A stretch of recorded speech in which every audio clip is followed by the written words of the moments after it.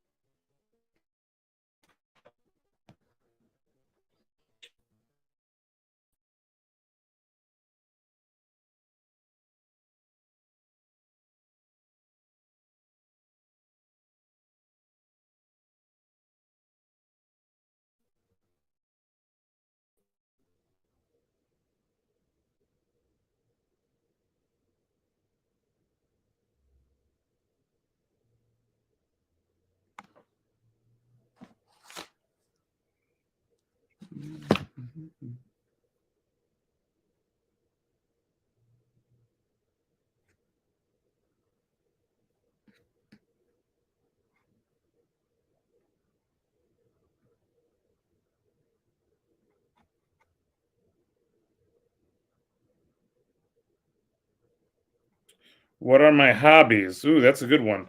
It's hard to have hobbies with three kids, but recently I did sign up with my son and my daughter for karate class. So I guess karate right now is a bit of a hobby. I'm currently an orange belt, but I have a test in 2 weeks to potentially move up to a green belt. Um, yeah, I mean, I still kind of dabble with music every now and then. I don't have much time for it, but yeah, mainly raising kids and learning karate.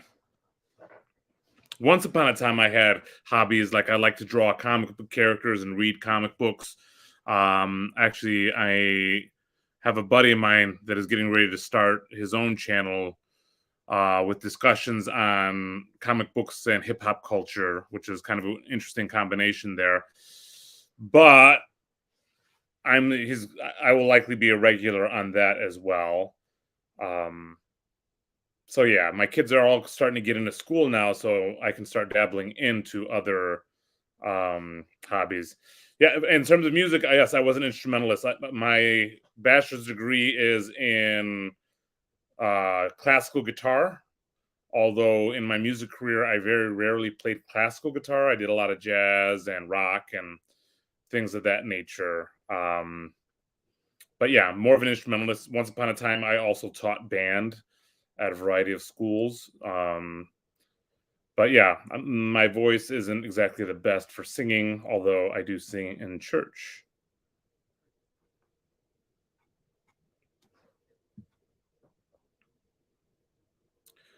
How about a little bit of background music? Let's see if I can control the volume here.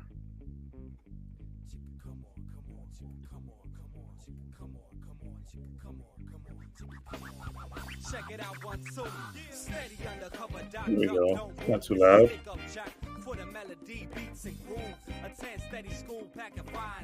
Yeah, leaving the music scene behind. It was tough. So I was in a band that did really well. We had some internal problems, and we broke up, or a couple guys left. Found out later that we had a record deal on the table. Um, that was rough to deal with. But then I started another band. We started to do well. I also met my wife around the same time, and so did some of the other band members. And pursuing a music career with a wife and kids, more difficult than I was able to balance. So yeah, but I wouldn't trade it for the world. I love my wife, love my kids, and they're a lot more rewarding. I think. I mean, I wouldn't. Who knows what a music career would have brought to me?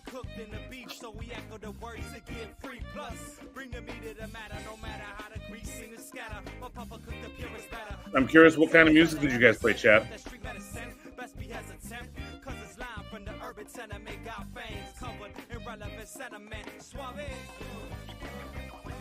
Yeah, freedom is what my people say.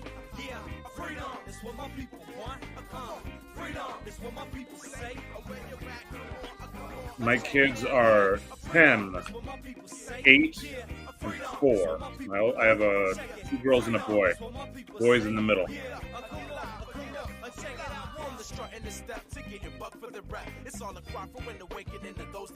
Hello to you too.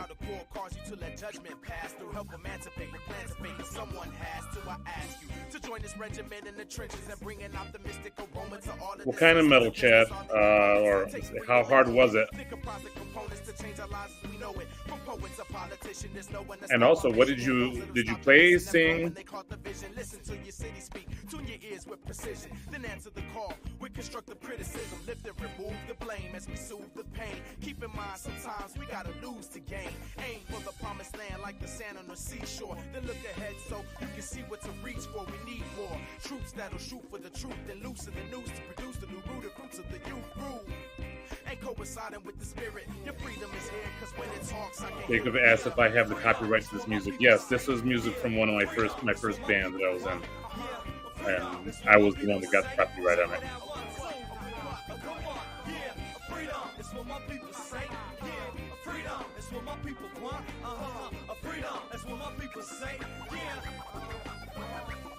Sky and landscape drapes adjacent to our retinas, letting us experience samples of what's been set for us. We better clutch and get a touch of the rush before we think about the song Faithless.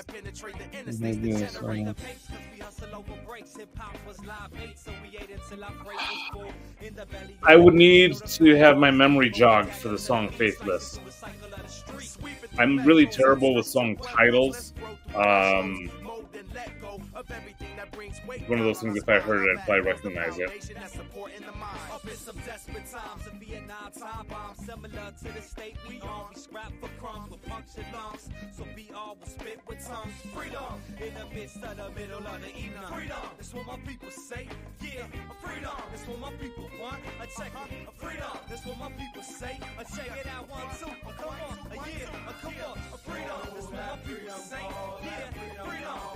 Oh, man, Faithless.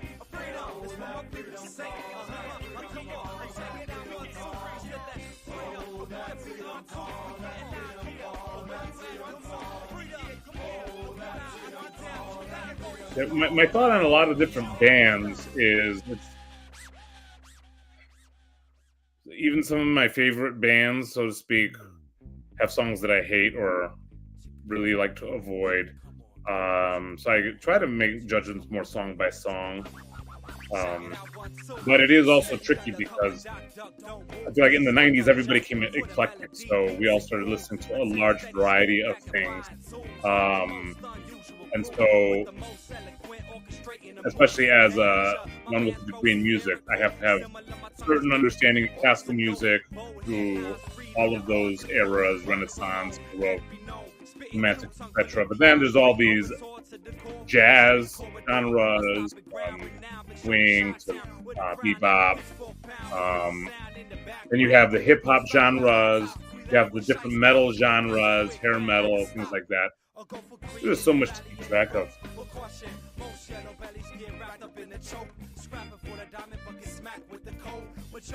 I believe is the place to be, but I can't guarantee that sweet chivalry is the good, bad, and ugly based on what I see. This place makes a backbone and weather's reality. January sights, July is hot tea, and the Almighty is my hope when I grieve. My people getting cooked in the beef, so we echo the words to get free. Plus, bring the meat to the matter. Is there any genre in general, Chad, that you, for the most part, don't listen to?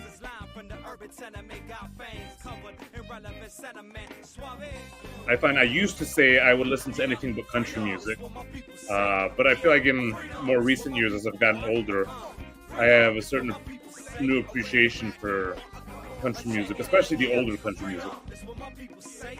Yeah, freedom. It's what my people want. Check it. Freedom. It's what my people say. Yeah, come on. Check it out. From the strut and the step to getting buck for the rap. It's all a cry for when awakening to those that have slept. Don't let the outer core cause you to let judgment pass through. Help emancipate and plan to fate. Someone has to. I ask you to join this regiment in the trenches and bringing out the mystic aroma to all of the senses. I will say I can't recall any Chinese opera that I've listened to.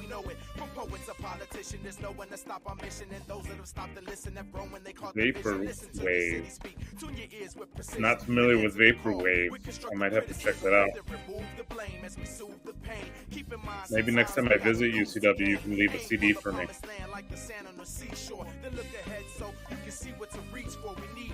Troops that'll shoot for the truth and loosen the news to produce the new rooted fruits of the youth groove.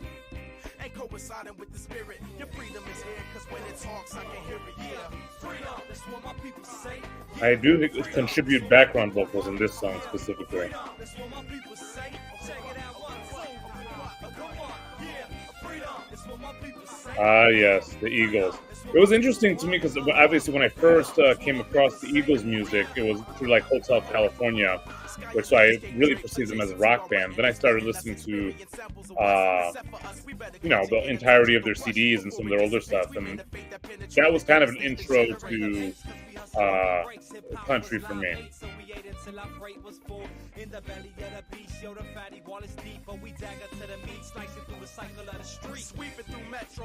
Here are the Dawn. Let's grow through thresholds, mold and let go of everything that brings weight down on our spine. Our backbone's the foundation that's supporting the mind. Up in some desperate times, a Vietnam time bomb similar to the state we on. We scrap for crumbs with punctured lungs, so BR will spit. The Eagles also introduced me to the idea of drummers that also were vocalists.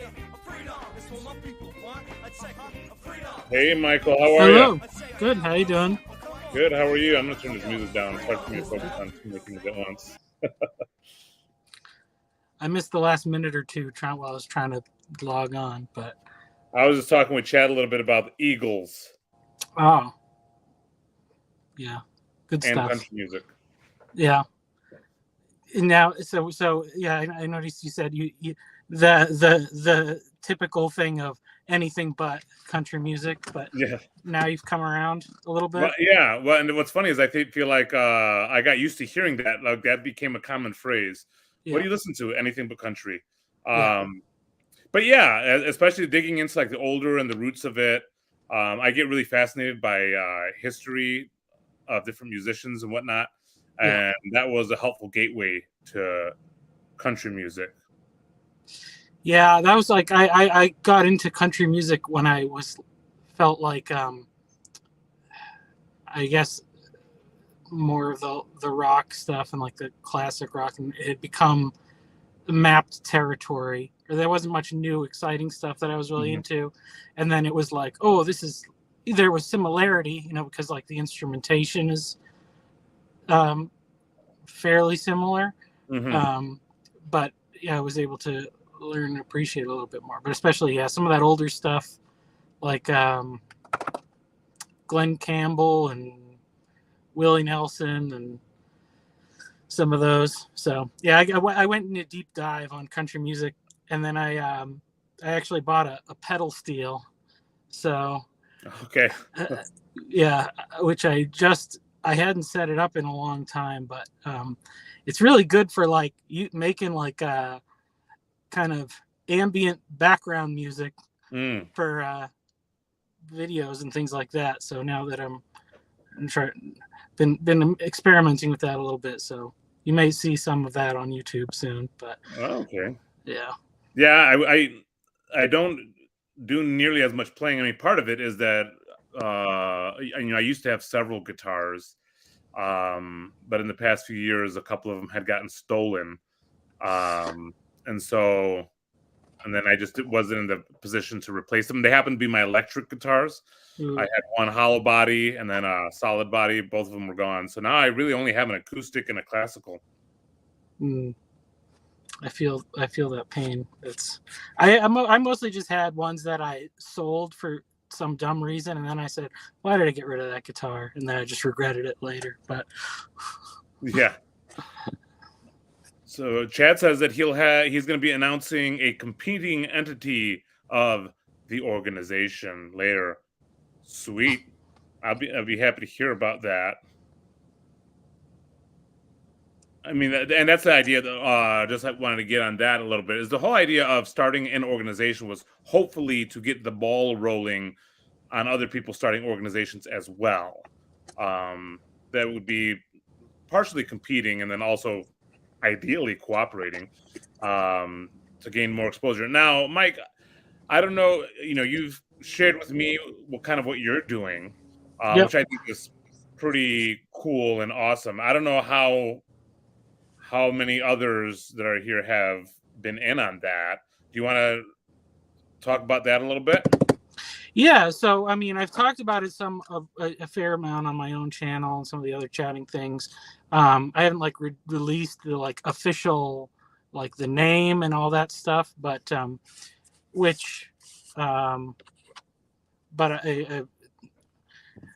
mean, I guess you say so. The name of the organization is going to be Tectonic School. So if you search for that on YouTube, you will find a channel with a few just little clips that I've collected from other conversations, and then there's a bunch of rough drafts. If anybody is, so I know I said if anybody's interested in, finding out more or helping out more on Discord. There is a Discord set up. I haven't released it publicly, but anybody that knows me or is connected to any of these chatting things or whatever, and if somebody's interested, they can contact me on Discord and I'll invite them. So you can see the behind the scenes of just, I'm just waiting to get everything polished for the public release. So, yeah. And I've gotten some feedback about some of the things. So you got to revise some of the videos a little bit, and it's a little bit frustrating how long because I'm still working full time and then have 2 kids and another one on the way shortly. So finding the pockets of time to get stuff done is a little frustrating, So yeah. Usually I'm driving around thinking of great ideas and then being like, I need 2 hours where I can sit still and try to make this happen. But it's getting there. It's getting there. So yeah, I'm trying not to rush it, trying to do things the right way, so.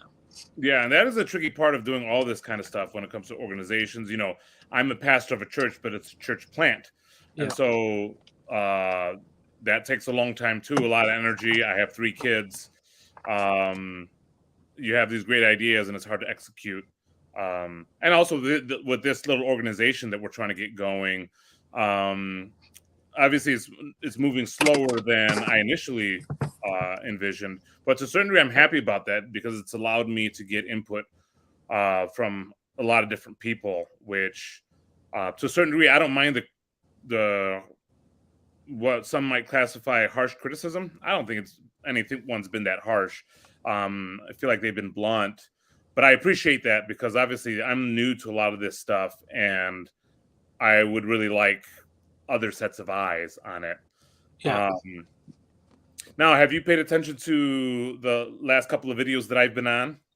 I saw the one from, I guess, I didn't see what you did yesterday. I watched the one where Jacob and Luke argued for a long time about statements of faith.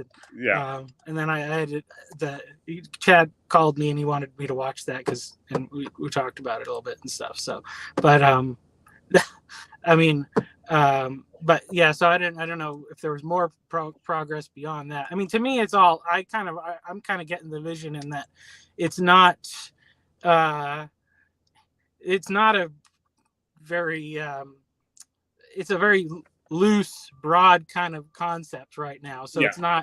It's not excluding people or anything like that. I see how that's working, but obviously you do have to have some boundaries and limits because you don't want to partner with somebody who has a totally different goal in mind than what you're trying to achieve. So yeah, so I mean, it was a little frustrating because I was like, I understood what both camps were saying, and being like, well, I don't really think the disagreement is here as much as it seems like. It's just we just haven't fleshed out the details enough to have something substantial enough to actually argue about. Yeah. And that's one of the aspects of it that I think is important is when everything's new, the idea is new. I'm pretty new. And so people have to start poking to see, get a clearer picture of what this is going to be. And what I've been kind of happy about in receiving a lot of those criticisms and just seeing how important this is to people. Yeah. And I don't want to take that for granted. I don't want to take that lightly. I have a lot more conversations I have to have with people. That's the other thing I didn't really realize is how vast this goes. I mean, when you think about it in a generic sense, yeah, thousands of people, cool. But when you start to realize not thousands of people that all have individual opinions about a lot of variety of different things. Yeah. Okay, well, I got to do a little bit more homework there and really engage some folks. Yeah, and it's there's always this this thing of like we would say whatever this little corner is like a certain amount, but once you start thinking about the big names, the Jordan Petersons and people like that, then you're really only one step away from even much larger audience of people, which it's just I think it's really interesting. The thing I keep comparing it to is that I go to a men's Bible study at my church once a week, and nobody in there, I've shared a few conversations and things that I've done, but nobody on there is really like participating in this space. But it's just interesting to see how just like getting on YouTube and like wanting to learn more about Christianity or things like that, this algorithm just suggests things that are outside of the comfort zone, whereas like 20 years ago everything you heard or read or listened to might all be like within your church's particular denomination. And so, yeah, it's just interesting. It's interesting to see how those kind of boxes and barriers are breaking down a little bit. Yeah. Did you listen to the conversation about the Israel trip, or have you been privy to that? Yeah. I think that was talked about quite a bit in that chat. So, what do you think about Hezi not being sure if he wants Jordan Peterson to come? Well, I mean, I think if you have a limited number of seats and all that stuff, and he gets one, then he's going to be there in a small crowd, which I think would be pretty cool. I mean,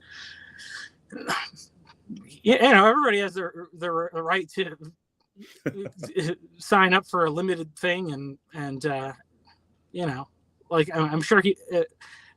I'm sure every once in a while he would probably enjoy speaking to less than 20,000 people or whatever he normally. Yeah, I think the concern was like the disruptive aspect of it.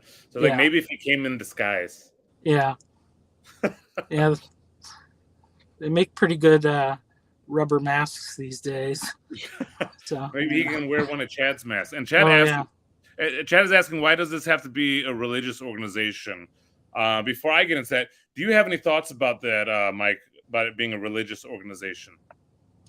Well, so this is something I actually talked to Chad about, and he was saying like, because he was worried about like a statement of faith and that it would exclude people, and I said like, okay, I think if you are like a reductionist materialist, like if you're Richard Dawkins or something, you're not. This is not the right organization for you. So like that, you could put a boundary there and say like, we believe that something other than matter is responsible for the existence of matter. And then it's like, okay, well, that's something that almost everybody can agree with. And it excludes the people that would really not be productive in anything that we're trying to do. So, Mm. you know, so I say, like, I guess, you know, it doesn't, you know, yeah, religious, I guess, you know, with all the discussions we have here, that is more of a narrower category than some other ones you could use. You know, like, obviously, because there's so many people that the cliche thing that everybody says of being spiritual but not religious. Yeah. You know, so maybe it would be better to say that it's a spiritual organization. I don't know. You know. Well, the reason why I think it's a good idea to make it a religious organization, and this is my opinion, obviously there's a lot of discussions that need to happen around this, is for protections under the law. Yeah. When you're a religious entity, there are certain things that you can do that you can't do under the law when you're not. And in the beginning, it wouldn't be a really big deal because there's not going to be a whole lot of people paying attention. But when people do start paying attention, or somebody that isn't happy with what we're doing starts paying attention, they're going to look for any way. Many times they'll look for whatever way they can to stop what you're doing. Mm-hmm. And so starting it as a religious organization kind of allows, at least on paper, as a religious organization, it allows for certain protections in a country that has freedom of religion. It allows us, in terms of the people that will give money, where we would direct that money, etc. And so it's a protective aspect of it, I think, because, like you said, there's different ways to interpret even the word religion. There's different ways of interpreting the word faith. If we have a statement of faith, well, what is faith? Well, a lot of people are going to look at that differently. Yeah. And so what I've done, you know, I've had to be part of a lot of statements of faith or sign on statements of faith that I wasn't sure I agreed with. Yeah. But if I felt like it was a productive organization, I would try to interpret those statements of faith with the loosest interpretation I could come to that would allow me not to fight with it. But with some of them, especially if I didn't have trust in the people that were active there, I was going to trust that I wasn't going to give them any leeway with that interpretation. Yeah. Because that might be used against me later. And if I'm vested in it and then people try to exclude me, well, that hurts a lot more than me just not joining. Yeah. Yeah. I mean, maybe that's good to say, like, you know, we're structuring this as a religious organization in the legal sense, because that word has a legal meaning, and that's the sense that you are referring to it. Yeah. To it as not in the philosophical sense or whatever somebody else's impression of it means. So yeah, that's good. That's a good. Good I point. don't, unless we put together a statement of faith that expressly went against the Catholic Church or what the Catholic Church teaches, I do not think your Catholic priest would punish you. Well, I don't know about your relationship with your priest, but in general, I don't think that would be an issue. And again, the statements of faith could be as broad as we all believe that there was something at the beginning. That doesn't mean that is the statement of faith, but that could be something like that. And some of us call that God. That's just an example. But obviously, a lot of thought will need to be put into it to try to.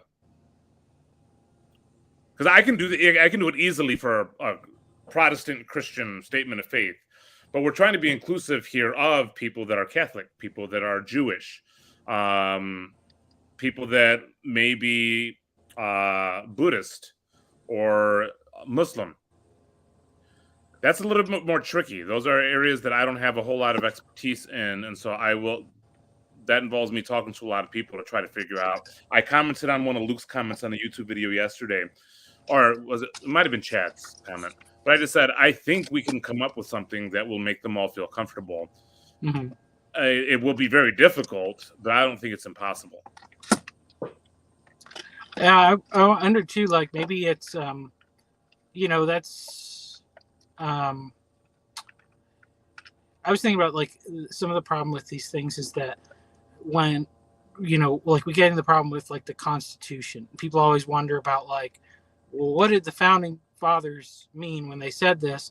And well, you know, paper's a lot cheaper now, and digital content creation's a lot easier. So you don't have to have everything in the official document, but you can very easily maybe explain the circumstances and try to think ahead about like, this is what's happening now. Like, if you were to imagine in 50 years, if somebody's coming across this thing, like, and they're going to say, why did they put these stipulations in? You could explain it. And then maybe it's something where you have a mechanism and say, we're going to reassess these things every 5 years or so, just to make sure we still, we still think that they're worded correctly. And, I know like organizations do, usually have provisions for things like that. Yeah. And Guile asked, could a statement of faith be more anthropologically centered? We believe in the importance of dialogue, or we believe in society rests on the exchange of ideas. So CW has mentioned that a bit. It's one of those things where statements like that, I don't know, would afford us the legal protections that we would want. And I'm not sure about that. So I'm not saying it wouldn't. I'm just saying I don't know. And that's something that I plan to look into because a few people have said that. I'm just not sure that would work. And then I think JBP as a guest, medium-sized group would be super cool. I think the concern would be drawing massive crowds and eclipsing the village. Yeah. I think the other aspect with Peterson would be if we have other guest speakers, that people would be less inclined to pay attention to those speakers than, oh, Peterson's there. Something like that. Yeah. Yeah. I think, I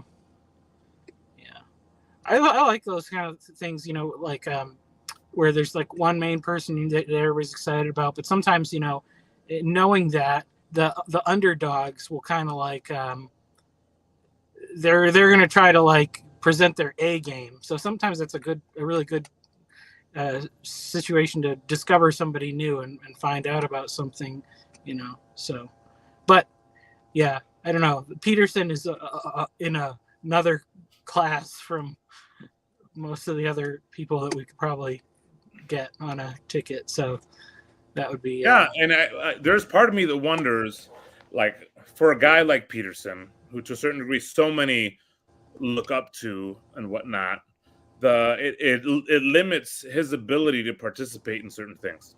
Yeah. And how beneficial would it be for him to be able to do something like that?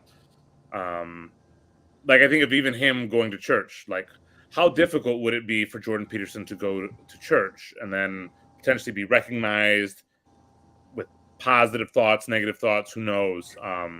Yeah. As a young person, I always longed for that kind of celebrity status. Mm-hmm. As an adult, I'm not sure I'm prepared for something like that. Yeah. Yeah.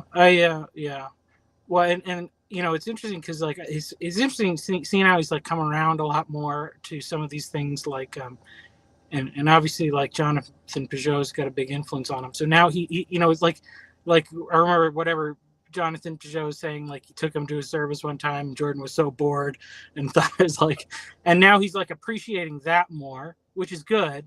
But then like when I think of like the in coming from a Protestant background and everything, like the local church, the liturgical aspects of what happens in the service is much less of an important thing to the community aspect of sharing your life with other people, seeing them every week, getting to know them, and in a really healthy environment, I think, meeting in other people's homes and like that, and that's like how could he could only have that with like other people of his similar status, I guess, which I don't know if that would really be possible. Yeah. CW, being the devil's advocate, Prince regularly attended a small Jehovah's Witness congregation in Minneapolis. Well, Prince is on a whole nother level. I mean, you got Peterson and then, you got Prince. I mean. Yeah. Well, and I think do whatever he wants. And also, Prince is like 4 feet tall, so he disappeared pretty easily.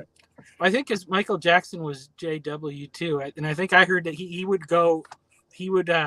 put on a disguise to go witnessing door to door. So maybe Peterson could do that if he wants to come.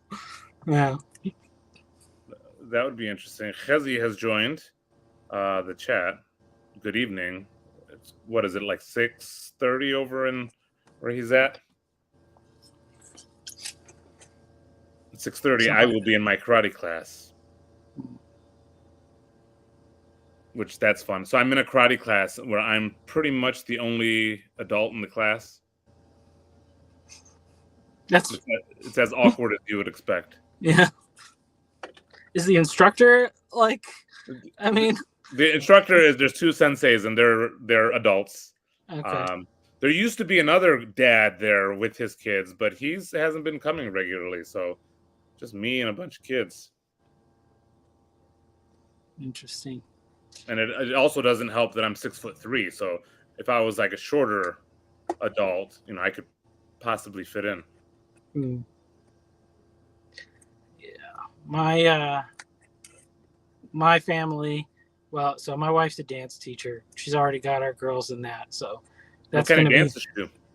She teaches like jazz, tap, ballet, like all ages, all kind of styles or whatever. So she's she actually runs she started a little studio here when she's teaching homeschool kids mostly. So and then she works for another studio in the city teaching, and so she did that basically so our kids could go there for free because they behave a little bit better when mom's not the teacher. So yes, I have noticed that as well in my household. Chad is saying the other thing about religious organizations is how honest are we being if we call it that? It's a good question, but it really depends on how you define religion, religious activity, religious entities. And that's kind of a big bag of worms right there. Are we on randos? You know what? I had Jacob send this to a bunch of different destinations that he thought might be helpful. I thought randos was included, but I'm not totally sure right now. Man, keeping track of these comments is tricky. Yeah, I'm bad at it. A few times when I've had to host one of these things. Am I bending words? Possibly. But bending words with the understanding that people use words differently. I think that's one of the big issues that people take for granted is we assume that because we all speak English, we're speaking the same language. How I'm talking to you guys, how I'm talking to Mike right here. If I'm out on my street corner talking with some of the guys out there, I'm not talking like this. I'm using a lot of different words that'll mean a lot of different things to other people, but it would make sense to them. And so different people, many from this corner, will use the word religion differently. Some broader, some narrower. So I don't think I'm bending words in bad faith, if that makes sense. Words are flexible. Yes. Am I familiar with religio versus credo? I am familiar with the concept, but I'm confident that you could probably explain it and help me understand it better. Yes, I will do my best not to lie. But one thing to understand there is there's a big difference between what I say and what people hear. And that's, there's the idea of what I'm meaning, and I'm doing my best to articulate what I mean in a way that people will understand it. But especially when I'm getting to meet so many new people, I have no idea how you're receiving what I'm saying, which is why I really like listening to the Lukes, the Gavins, the Chads that are kind of like asking me a ton of questions, maybe even making some accusations. That's helpful because it helps me understand how you're perceiving the things that I'm saying. Is it a lie? Maybe. I don't. I'm not trying to lie to anybody. You should have trust issues, Chad. There's a lot of really bad people out there. What is this one? I do think that words have certain spirits, like the word entrepreneur. That's an interesting thing to stew on.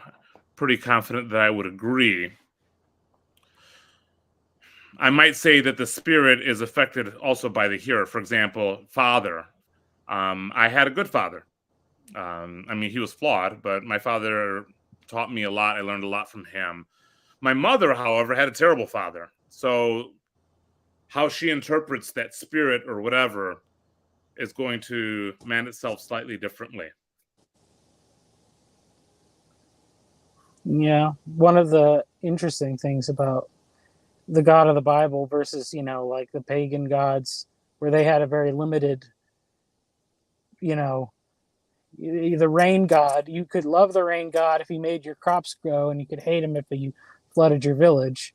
But God is, God's all encompassing, but he has those specific ways that we can approach him and perceive him differently as father or as creator or, redeemer and all the different things. So yeah, the relationship aspect of it. And that's something I think is super interesting to think about, is how we conceptualize those things. Like, a lot of people will criticize the way that it's common for people to think of God as the big guy in the sky with a big white beard, that may love you, may not. That's one way to conceptualize it. Is that, but are conceptualizations absolute truth? I think they're part of the story, which is why the dialogue is so important. Yeah. So, Mo, how did you come to be in the CRC as opposed to another group? That's a good question. I'm married in, so I was set up on a blind date with my wife. Well, actually, it's a combination. Is I married in. My wife grew up CRC. She's Dutch. Her parents are Dutch. All her grandparents are Dutch. Dutch CRC, a lot of generations. But we got married, and we attended a variety of different kinds of churches. Once I decided I wanted to plant a church in my community, we were attending an Anglican church and a CRC church. And so I grew up evangelical free. So in deciding, well, which denomination do I want to go into, I didn't want to do EV free because there were no accountability structures. And I'm the kind of guy that needs accountability structures. So I reached out to the Anglican priests and the CRC pastor, and the CRC pastor responded first and was totally digging the idea and wanted to walk alongside me. So I started along that path, and it's just kind of worked out well there. Okay. And what about like doctrinally? Was that like any was it any big shift from like what you grew up in or anything? Yeah, I mean, EV Free was very dispensational, especially on eschatology, end time stuff. The CRC is not, and to a certain degree, they try to de-emphasize eschatological stuff in terms of just thinking end times. They try to think of more here and now.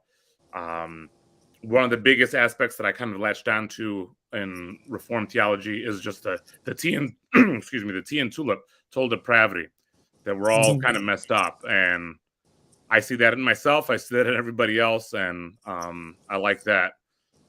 CW says we see those wooden shoes. Yes, up on my bookshelf, I have a pair of wooden shoes. It was a wedding gift. Oh, this is interesting. Chezi says, and Chezi, if I'm pronouncing your name wrong, you're going to have to teach me later. But it says, can we do a little exercise? How would the foundation assist a project such as Michael's great idea? Yes, Michael has a phenomenal idea that he's working on. Can I share some thoughts from myself on your? Yeah, sure. So everywhere I go, everybody's talking about trades right now. Not a whole lot of people doing stuff about trades, but there's a lot of people talking about it. We need the workers. And so Michael's connecting trades instruction with biblical mentorship. Is that a piece of way to describe that? Yeah. I love that idea. I think I went to a Bible school for music. So I had my music classes, which were really good, really academic. But then I also had Bible classes that went alongside that. And the music classes affected how I took my Bible classes and vice versa. So I love this idea of doing the two things at the same time. So how our organization could potentially help is one, there's going to be funds needed at some point. I mean, right now you're working full time. You got a lot of ideas and you're doing all these other things and you got kids. Maybe that whole working full time doing something else, maybe that can disappear at some point, but that will take funding. Also networking. I'm sure there's a ton of people that might think that's a great idea. Can I help? Can I come help teach? Can I come help write curriculum? Can I find a spot, a location for you? Can I connect you with somebody who can do any of these things? And that's kind of what the foundation would exist for. It's like, hey, this is a fantastic idea. As of right now, we don't have an organization, so you're not even a member because there's nothing to be a member of. Mm-hmm. But even if you weren't a member, it'd be like, okay, hey guys, this is what Michael's doing. Does anybody want to contribute funds, labor, network things through there? And then that would all be funneled through this organization. Yeah. Any questions? Can you think of any questions about that, Michael? No, I mean, I think, right now it's like everything is just random, like there's obviously, I think we have access to a lot of community right now, but it's not very well organized along the lines of how it's specifically useful, and even some stuff is like, there's like I have a certain list of stuff. I'm like, okay, these are my next steps, and then there's a whole bunch of other things that I'm like, those are the things that need to be addressed eventually, probably by somebody who has different skills than I do. And then there's also stuff that like there are problems that I know are out there that I can't even identify. So, just figuring all that stuff out is not something that one person can do by themselves. So, yeah. And that's kind of what the purpose of the organization is, not to come in and take over Michael's idea and say, oh, okay, we're going to take over that and we're going to figure it out for him. He's got his thing that he's rolling with. How can we help? And how can we have an entity that, say, people wanted to donate money to his organization? Well, maybe he doesn't have to figure out all those legal ramifications and tax implications of all that. Maybe we can do that for him. Yeah, that would be good. Yeah. And I mean, I had that when I was with a band, right? We all of a sudden we were selling CDs and we were making money from the different venues that we played. Okay, well, what account does that money go into? What do we do with that money after we buy more merch to sell? What do we do with the surplus? Who gets it? How do we make that decision? Who makes that decision? It gets really complex, and for you to have a great idea, and then you also have to think about all those logistics at the same time. Hopefully we can help.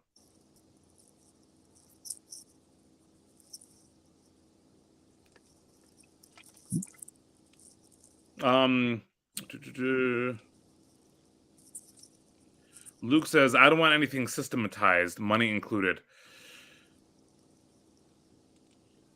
I'm not sure that I disagree with that. I don't know this would necessarily systemize it. It's more of like a resource that people could go to. So yeah, and it's one of those things where, let's say Luke decided, hey, I came into some money and I want to support Michael. Well, you can try to give it directly to Michael. Michael can say he wants to go through us. I mean, there's all these options. The goal isn't really to limit anybody in any way, but just because that's not the goal doesn't mean it doesn't happen either. So we'll have to keep an eye out for that. Yeah, I mean, I like thinking like, money stuff. It's like, like on one level, it's like, okay, if somebody wanted to give me a little bit of money, just like a little bit, I could pay for a babysitter once a week, and my wife could help me because she's good at organization stuff, we could work on this project together without having to worry about the kids. And then on like another level, like I bought a domain name, and that's as much as I can do for making a website. But the person who knows how to make a website deserves to be paid. So, that's stuff like that. So, yeah, I mean, it's interesting. Even the thing of starting this organization, there's going to be a lot of expenses involved. We'll have to get a domain name, create a logo, but I mean, I'll need to be compensated at some point. All these things kind of have to go into it. It's not so simple. And if you don't do it correctly, the IRS will come after you. And it's a big liability, a big risk. And so we want to help reduce that risk for people that want to pursue good ideas. Yeah. It's all good stuff. Yeah, I mean, I guess Luke's point of these things being demonic or whatever. I mean, that's why that's what we say, they're necessary evils. I mean, to me, the significance of that total depravity doctrine is that it lifts our burden from having to worry about constantly, like, is every little thing I'm doing like the most perfectly moral? I mean, obviously we know the big ones, like the big things we should be avoiding, but like when it comes down to some of this minutia, it's just you make a decision and you kind of assume God's okay with it, and it's still like what allows you to get work done at the end of the day. It's not, I think the striving for like perfection in setting up these kind of things, it really keeps a lot of stuff from not getting done. Mm-hmm. And it doesn't have to be perfect. You just have to start somewhere, Yeah. And that's something that I learned, when I was younger. I have probably my natural way of being is to be like introverted, very careful. I learned really young that's not going to fly in urban Latino culture. I had to be, if I wanted to get someplace, I was going to have to be outgoing, make my presence known, all that. And I never knew how to do that. So I would just kind of dive in. And so that's been my way of doing things. That's kind of how I was planning to start this whole organization, is just to dive in, make it, and probably piss everybody off, and we'll clean it up later. But I've been happy to have conversations with people and hear their perspectives, listen more. It helps to see what potential red flags will be coming down the road. Yeah. Obviously, yeah, I think the thing I feel like a lot of these concerns is due to like mistakes that have happened in the past. But I mean, I really do think that there's new stuff out there in a way. Like God's going to do new things, and when He does new things, it's better than we can predict. Mm-hmm. So the more and that's why I think, kind of jumping in. I mean, it's kind of like, well, okay, I kind of got a rough sketch of how this is going to go, and I could, I could spend way more time trying to figure out a bunch of details ahead of time, or I could just start working and then, see how far I get before, serious problems arise, and that kind of uncertainty is an aspect of faith, because you're giving a space for God to move and to do things that are new and unexpected. So yeah, and for me, what's been helpful is really my parents' marriage. Like, when my parents met, if I was the pastor, I don't know that I would have advised them towards marrying each other. They were both coming from such difficult places, so many red flags, and their whole relationship has been fairly rocky. But 42 years later, they're together. Me and my siblings have greatly benefited from their relationship, and so have many other people that they've counseled through and whatnot. Now I'm a pastor. Now there will be couples coming to me, and that might look really dysfunctional. And I have no idea what I'm supposed to do with that, except for maybe point out the red flags and try to help them get to some place, lean on God is what I would recommend for them. But knowing that I could potentially be blamed when things don't work out. Mm-hmm. Why did you put your stamp of approval on this marriage? Yeah, it can be really scary if you're looking for every little thing. But that doesn't mean there's a bit of a dance to be done there, because you want to consider red flags, but you don't want to overly consider them. You also don't want to overly keep them out either. Yeah. This is why I like to talk to both Jacob, and I haven't really talked to Luke except for the online stuff. But I have appreciated that conversation. It keeps my eyes peeled. Well, yeah, I should probably get back to work. So. All right, man. Well, it's always a pleasure talking to you. Good to talk to you. Best of luck with the rest of the chat. Thank you so much.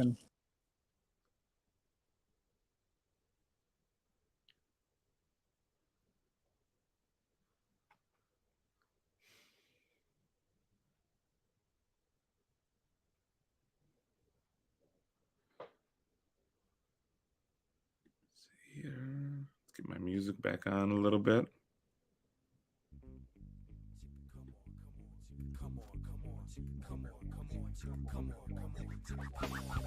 Check it out, 1, 2. Steady undercover, duck, don't move. This is stick up jack for the melody, beats and groove. Attend steady school. I'm curious how many people can understand the lyrics coming out of this music. Orchestrating the moves, danger. My man's flow is spherical. Similar, my tongue is lyric. Arsenal, bold headlines, reading the article. Murder Ramon, let it be known. Spitting two-tongue Bolivian street orator to the core from the street corridor. My stopping ground renowned, but show the shot town with a crown and the pitchfork pound. What was the sound in the background? Most start with high tops, breathe out with shice cops. You could catch a quick red like a stop. Or go for greed in the valley of the rope. With caution, most yellow bellies get wrapped up in the choke. Scrapping for the diamond, but get smacked with the cold. Soon, I'm not quite sure what that means. But I can't guarantee that sweet chivalry. It's the good, bad, and ugly based on what I see. This place makes a backbone that weather's reality. January sights, July is hot tea, and the almighty. I'll take it. When I grieve, my people getting cooked in the beef, so we echo the words to get free. Plus, bring the meat to the matter, no matter how the grease seems to scatter. My papa cooked the purest batter, so take a taste of the heaven sent. There was a time you wouldn't get your day job without an MDiv. You're attached to the CRC structure. Do you find it ironic you're part of the decline of that structure? Yes, I actually do.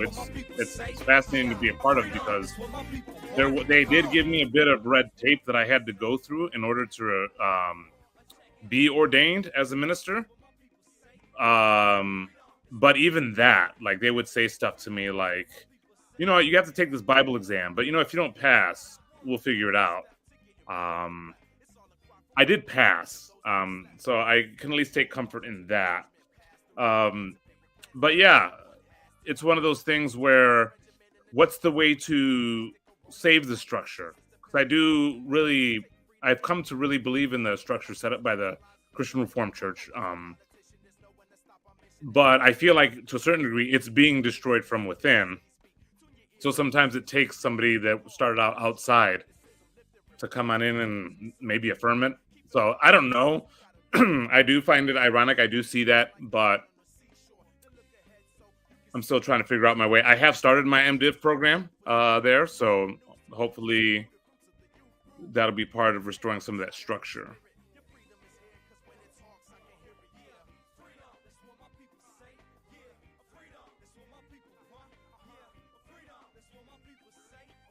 Thanks, Kyle. I appreciate that.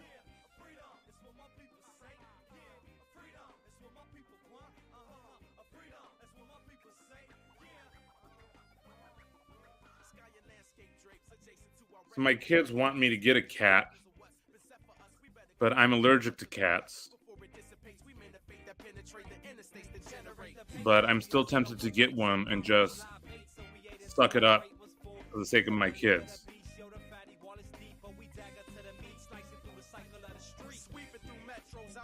Pushing pueblos, let's grow through thresholds, mold and let go of everything that brings weight down on our spine. Our backbone's the foundation that's supporting the mind. Up in some desperate times, a Vietnam time bomb similar to the state we on. We scrap for I'm sure my brothers told me the same thing. Biological brother, I mean.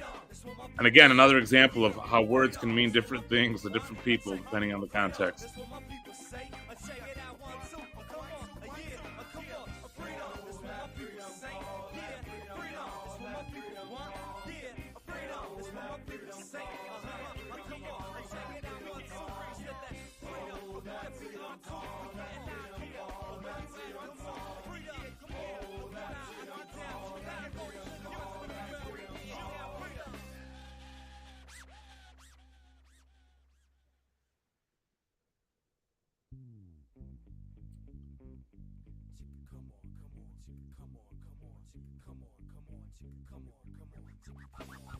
Check it out, 1, 2. Steady undercover, duck, don't move. This is stick up jack for the melody, beats and groove. Attend steady school, packing fine tools. The most unusual crew with the most eloquent, orchestrating the moves. Danger, my man's flow is spherical. Similar, my tongue is lyric. Arsenal, bold head. Yeah, you still want Murder Ramon, let it be known. Spitting two-tongue Bolivian street orator to the core from the street corridor. My stopping ground renowned, been show the shot town with a crown and the pitchfork pound. What was the sound in the background? Most start with high tops, squeeze out with shice crops. You could catch a quick red like a stop. Or go for greed in the valley of the broke. With caution, most yellow bellies get wrapped up in the choke. Scrapping for the diamond, but get smacked with the cold. Majority, I believe, is the place to be, but I can't guarantee that sweet chivalry. But I can't guarantee that sweet chivalry. This place makes a backbone and weather's reality. Let's try a different song. Yes, I also have the copyright for this one.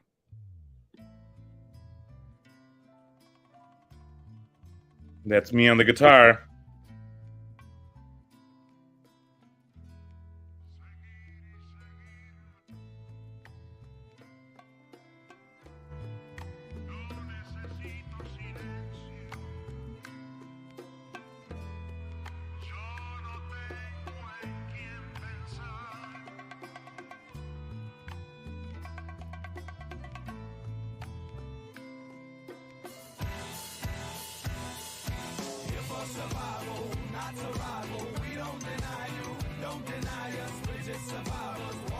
I agree.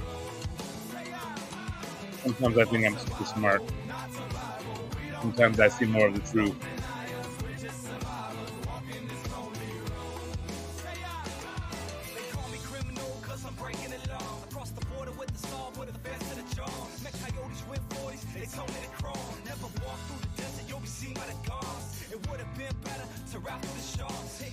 My first impressions of this little corner, well, there's kind of two levels to that answer. One is that I've kind of been part of this little corner for a while, but very loosely, kind of on the fringes, paying attention to a few different things here and there, going to some of the, obviously the meetup in Chicagoland. Now I'm getting involved a little bit more. It's like getting to know somebody better. We're still in the early stages of it, so I don't want to make too many descriptive statements so early in the game. So far, it's been good. I've been enjoying talking to everybody, getting some of the feedback. But yes, POD vibes. POD was becoming popular just before we formed, at least on the mainstream. Most of the people in this group were Latinos, similar with POD. So you have a lot of rock, hip hop, Spanish music influences.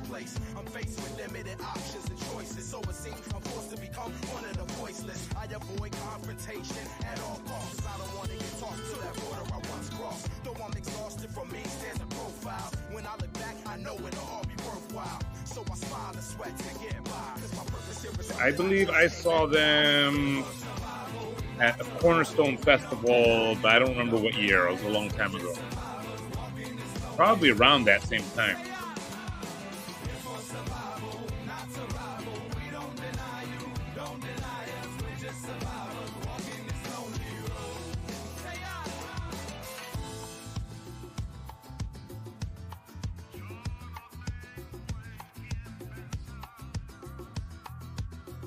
We actually had a show with my group. We played at a club here called Funky Buddha Lounge.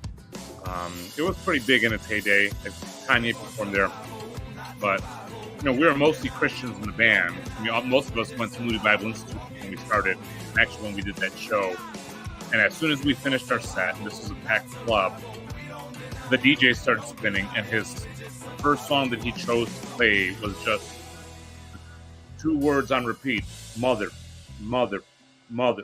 For about 5 minutes straight, as we were taking down our equipment, it was just MFer, MFer, MFer. Yeah, it was awkward.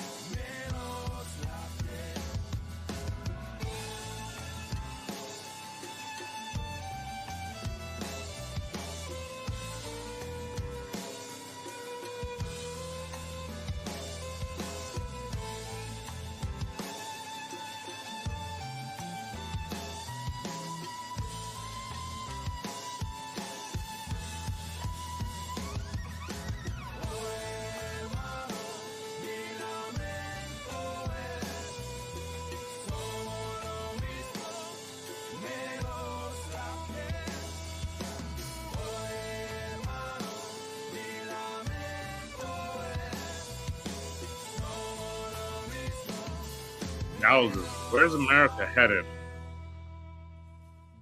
I have no idea. It's interesting to watch. I mean, it's difficult for me to figure out where Chicago is headed. Right now, it doesn't look good. But I still have hope. I'm still here. In Chicago, I mean. Where's Illinois headed? I don't know either.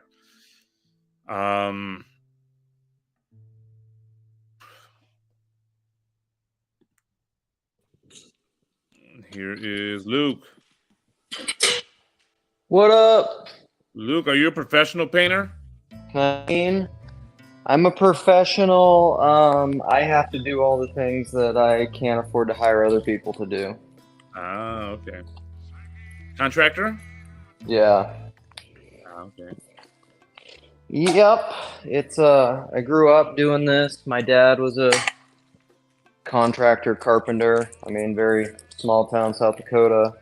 And so this is kind of the job I've done probably most of my working life, my paid working life. And so I'm back at it.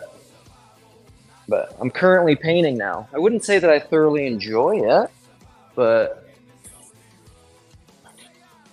it's all right. I mean, it allows me to do other things, to listen to you. I can't really, this is what I was saying, and there's like people, whatever, doing all the texting stuff. I'm like, I can't reply to this. Like, I'm preoccupied. Yeah, I have that issue with the Discord. I can't keep up all the time. Well, yeah, that's some of it. I mean, there's like, I've said that before. I don't know, is my camera not set up right? I think there's a lot of people who have like at home, or they're working from home on the computer or something like that. But I don't know how much working they're doing when they're like online or on the computer. Well, we're kind of learning actively about that with typing. the whole Twitter thing, right? They got rid of all these people and not a whole lot happened. Oh, what do you mean? At Twitter, there were just, oh, they fired a bunch of people and it's like, fine. Yeah, because how much work were these people actually doing in this day? Yeah. My Well- favorite ramen noodles flavor is beef, by the way. Chad was asking. So Moises, I want to say that You know, the little that I've been exposed to and interacted with you, I like you quite a bit. I mean, I think you're a pretty reasonable guy who's trying to. You seem to have a pretty even temperament because I think there's a lot of. I think you could come into a situation like this and it would be really easy to be. I mean, I don't want to go and try to like guess your big five, but you seem to be relatively low enough in agreeableness where you can say what you think, but yet you're not as neurotic. Like it's for Chad and me, for example. Chad and I, we both talk about like we can go off the handle. Mm. You know, like we get really emotional about things, and you seem to not be. And you seem to really try to be understanding people and seeing where they're coming from rather than just. Because that's the worst. It's kind of like C.S. Lewis Bulverism, right? Assume the person you're talking to is wrong and then argue backwards. You know?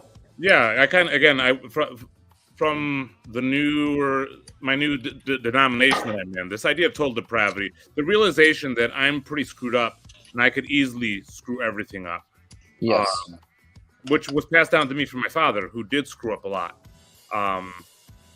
But that was he did his best not to take credit for any of the good stuff. And warned me about the bad stuff, and to a certain degree warned me that he's going to be passing some of that stuff down. And that's been very helpful for me. So I'll thank. Yeah, I think that lends to humility. I mean, I don't not to derail it. I don't think that's necessarily total depravity. That's like fallenness. Total depravity to me is more of an ontological statement about the nature of mankind. It's more about original guilt than about the fact that like we're fallen and we sin, which is kind of universally Christian. Yeah, how I understand it is that it's that, but at another level. Because I feel like with many other ways of approaching the idea of fallen man and sinfulness, is that there's a way that we can escape it. And I don't know that in this life there is a way to escape it. Like it walks with me wherever I go. Tainted, like for example, do I just am I really trying to listen to you, or am I just really desperate for your approval and for you to like me? Mm-hmm. I don't know. For sure, dude. Yeah, right. Yeah. But I think I'm that's aware of tough. the possibility, and that helps me keep my mindset a bit in check. Yeah. But I mean, I think that way and feel that way. Sorry if I'm echoey, by the way. This is a very echoey room. That's fine. Yeah, I don't know. It's kind of and I'm not even. I want to be clear. Like, I'm not opposed to what you're doing or what Jacob's doing or this whole thing. You know, again, like this would be. I think honestly, that's where I would become hypocritical, because if I'm expressing my opinion that I don't like systematizing things. I don't like. I was having this conversation with some friends like Jason and Mitch and Craig and my friend Cal this morning about because this is often a thing that comes up with me is like people will say like I'm anti-confession or I'm anti-proposition, and I'm like, no, there's a distinction. I'm anti-confessionalism. I'm anti-propositionalism. Like those are different things. Of course, I use propositions and speak with propositions. So all that to say, like I'm not. I will express my opinions about what you guys are doing here because that's kind of what this little corner does. But also at the same time, I'm not like trying to stop you from doing it. Do it. Yeah. No, and the thing is, to a fantastic. certain degree, I appreciate a bit of resistance, because it's like if the only way for us to move forward and survive is without any resistance, well, then that kind of says that we're a bit weak. But I do like kind of what you're saying about the difference between confessions and being confessional, or I what has helped me with that is really studying music. When I studied music in college, my first year of Music Theory 101, it was never do this. You can never do this. This is bad. This is bad. This is bad. You can't do this. And then Music Theory 2, it was you couldn't do. Well, you can do them, but here's why. Yeah. But well, that's kind of the way. That's how that works, right? Yeah. I mean, that's like I've heard. Rogan will talk about this with martial arts, or I've heard Richard Rohr. Sorry, I will talk about Richard Rohr, but he has this teaching that he calls the 3 boxes, which is like order, disorder, reorder. And he says like you need, and we all know this, it's even within the classical education system, grammar, logic, rhetoric.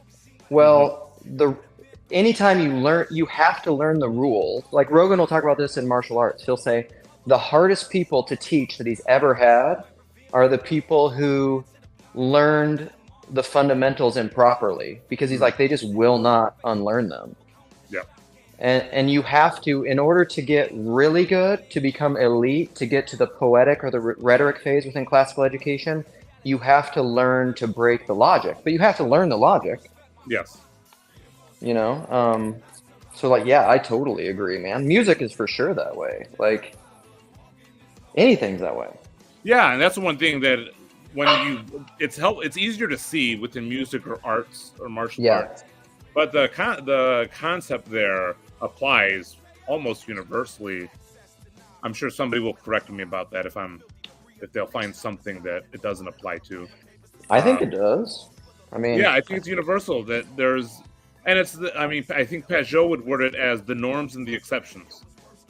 Yeah, center and fringe, or yeah, and so, and that was for me when I was in Bible school. When I was in Bible school, there were a lot of rules that I didn't obey. You know, I went to Moody Bible Institute in an era where you weren't allowed to dance. I'm Puerto Rican. Dancing is part of what we do. Yep. And so I didn't really pay attention to that rule. And people asked me, how can you? I said, well, I understand why they wrote that rule. You know, I've been to a lot of clubs. There's a lot of unholy things that happen there. And that's kind of what the rule was for. It wasn't for me celebrating the marriage of my cousin. Yeah. No, for sure.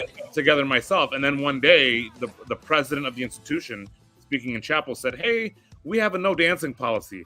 But if you come from a culture where you dance in celebration at marriages, we're not talking to you, you know. Yeah. But yes, I valued the rule. Yep. But I also understood that rule didn't really apply to me. And I operated freely in that. But I still think I was operating in a way that showed integrity. Yeah. Yes. No, I think that's good. One of my favorite verses and texts is from 1 Timothy 1:23, I believe. But like, the law is just if you use it lawfully. And it's kind of like where I'm, you know, or like Jesus said, you know, Sabbath was created for man, not man for the Sabbath. It's like, laws are great. Like, there's nothing wrong with the law. The law is good. It's wonderful. Paul talks about this also a lot in the book of Romans. But it's not it's meant for the good of man, you know? And so if you take the law and you elevate it to a point that excludes all exceptions and harvests the fringe and like takes all the outliers away, it's bad. You know, that's bad. And so that's, as we develop this organization, that's the goal, is on paper, we're going to have this norm, so to speak, or this law. But obviously there are going to be exceptions. And we want to write things or put things down in a way that helps those exceptions know that they're still welcome. So you see it as kind of like writing the law for those who are not under the law? well, at least with them in mind. Yeah. So there was this pastor I saw speak. He was also a political science professor in Massachusetts named Dale Kuhn. And he told a story about, he was a Presbyterian pastor, story about a lesbian couple that started attending his church. And at that time, marriage had first been made legal in Massachusetts. And so they were married, and they approached them because one of them had a biological daughter that they were both raising, or I think it was a son, actually. And they wanted him to be baptized. And so he sat down with them, and he's like, okay, well, you know, living in a lesbian married relationship, we can't allow you to become members of our church. And they said, that's fine. We don't want to be members. And he's like, well, you know that if your child goes to our Sunday school classes, they will be taught that homosexuality is a sin, and they'll probably put that together. He'll probably put that together with you guys. With mommy and mommy. They're like, that's fine. We still want to baptize them. Mm-hmm. And as he got to know them better, that the whole reason for the relationship was super complex. But they still wanted to be involved in the church. Yeah. They weren't interested in membership because they had trust issues. And he was happy to include them in the things that they did. Mm-hmm. But part of where the trust for them came for with him is that he always said, hey, this is what our written standard is, and here's where we have room for you, and they were happy to take it. Yeah, I think that's great, you know. That kind of, but that's a humanizing, personalizing thing. Like, whatever. I mean, I would still probably, you know, and this is clear by now, have an issue with the statement of faith and the confession, because I think those things in our current mode of consciousness exclude the fringe by their nature. That's kind of the idea of systemic oppression, which is an aspect of postmodernism and critical theory that I think is actually correct. However, I would say in that particular case, they were using the law lawfully. Yeah. You know? Great. Yeah, and that's where it becomes tricky, because what is written in terms of the oppressive aspect is what you do with what's written. Oh, absolutely. Yeah. And that's kind of what I want to communicate to people, is that there are certain things that we're going to have in the written form because of our legal system and whatnot, where our legal system isn't going to be as generous with their application of the law as I would likely be. But at the same time, like, if this organization becomes a really good and thriving thing, I won't always be at the head of it. And what am I permitting the person that comes after me to do or take advantage of? Yep. And so that's why I think, like, the voice that the pushback that you give and the pushback that Chad has given is really important, because there's going to be blind spots. Well, I'm not going to do that. Well, it might not always be me. Yeah. Well, and then that probably gets to the kind of, how to say this, the systemic part of it, because, like, because that's just it. That's part of the meaning crisis, right? The law, any rule, any system is all about how it's applied, and how it's applied always comes down to people, to a person. Mm-hmm. And so, like, this is where I don't think you can write anything, including the Bible, in a way. This is why I'm not a sola scriptura person that operates devoid of the interpreting body. Mm-hmm. You know, that happens all the time, which is why I think tradition is, you know, unavoidable. Because that's where the people come into play, you know, and the people are who do the lawfully. Without the people, you just have the law. And then that's the problem with objectivism, is it creates a world without meaning and a world of dead objects, because you've extracted the person from it, mm-hmm. which is always the interpreter of the law or the rule or the writing or the whatever. Mm-hmm. Yeah, I would agree with that. I mean, to a certain degree, that's what I think is what the whole purpose of Jesus Christ is to embody the intentions of the law.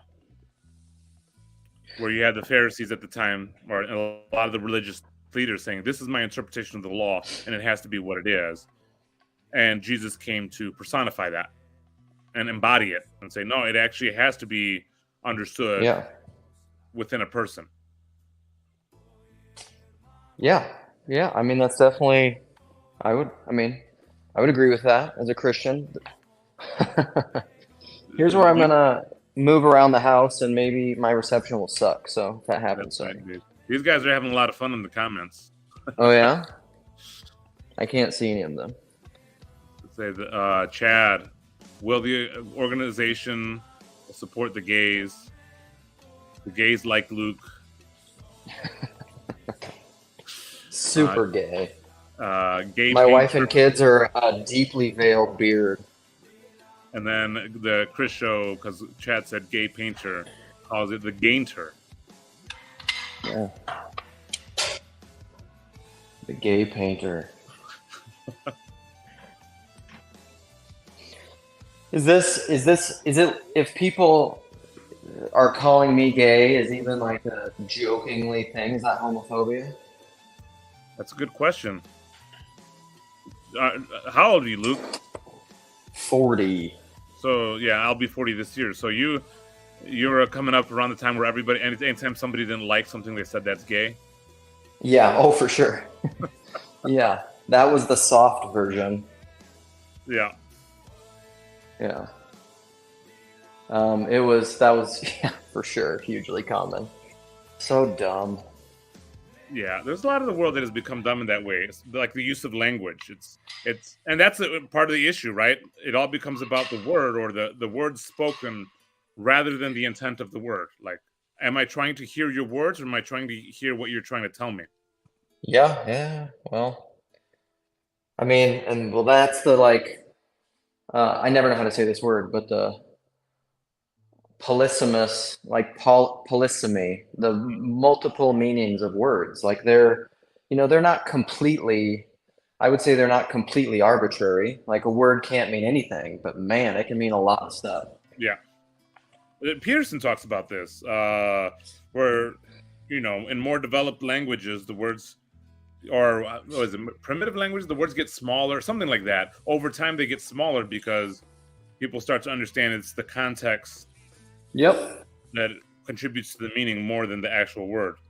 For sure. Owen Barfield talks about that a lot. That's we have talked a lot about in this little corner Owen Barfield, because I mean, that was one of the early things I said to Paul, is I was just like, this book, Saving the Appearances, is like what this is all about.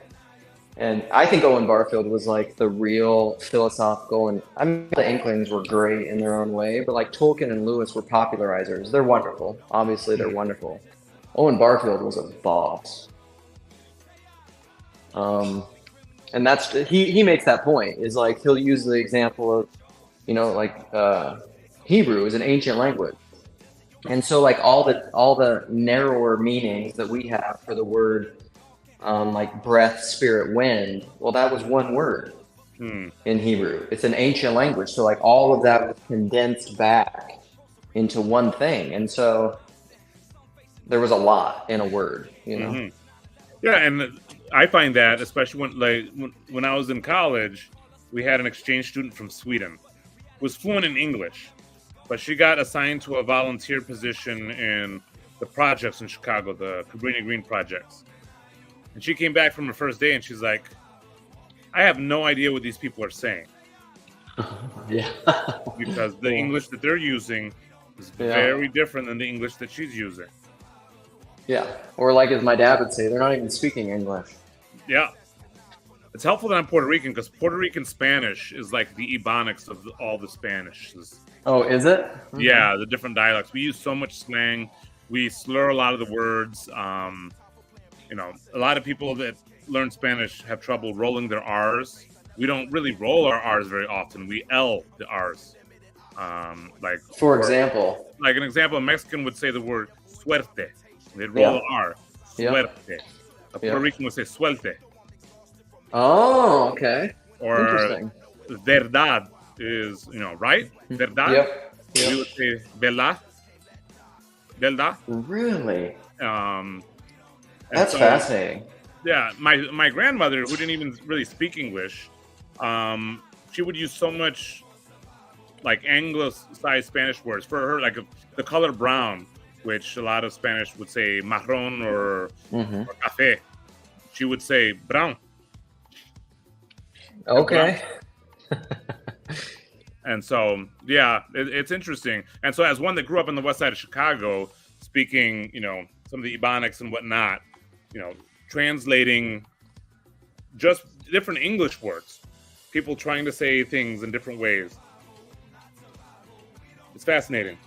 Yeah, that is interesting. I'll have to. So my kids are, they're basically fluent in Spanish. I mean, they don't speak that much. My wife had this brilliant hack when we were younger, where when our kids were really little, they were just like, we lived in an area where there was a huge Spanish-speaking Hispanic contingent in the population, Yeah. and she was just like, a lot of these people learn English through watching TV, and so like, why don't we just reverse engineer this?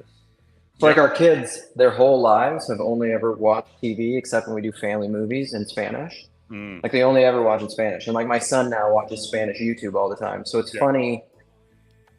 It's funny sometimes when he talks to native Spanish speakers because all the inflection and everything, it's not, he just knows it very innately. And they're like, oh, you sound like a native speaker, which is kind of cool. But I'll ask him about I don't know if on YouTube there's a lot of I wonder if he has any Puerto Rican channels. Probably not. But Aaron Arreguin. Not a very common last name that I see, Aaron. I would always just avoid saying that, but Arreguin.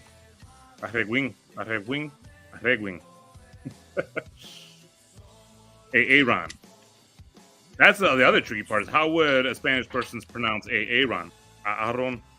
That was tricky when I married a Dutch woman, because we wanted to name our kids something that both of our grandmothers could pronounce.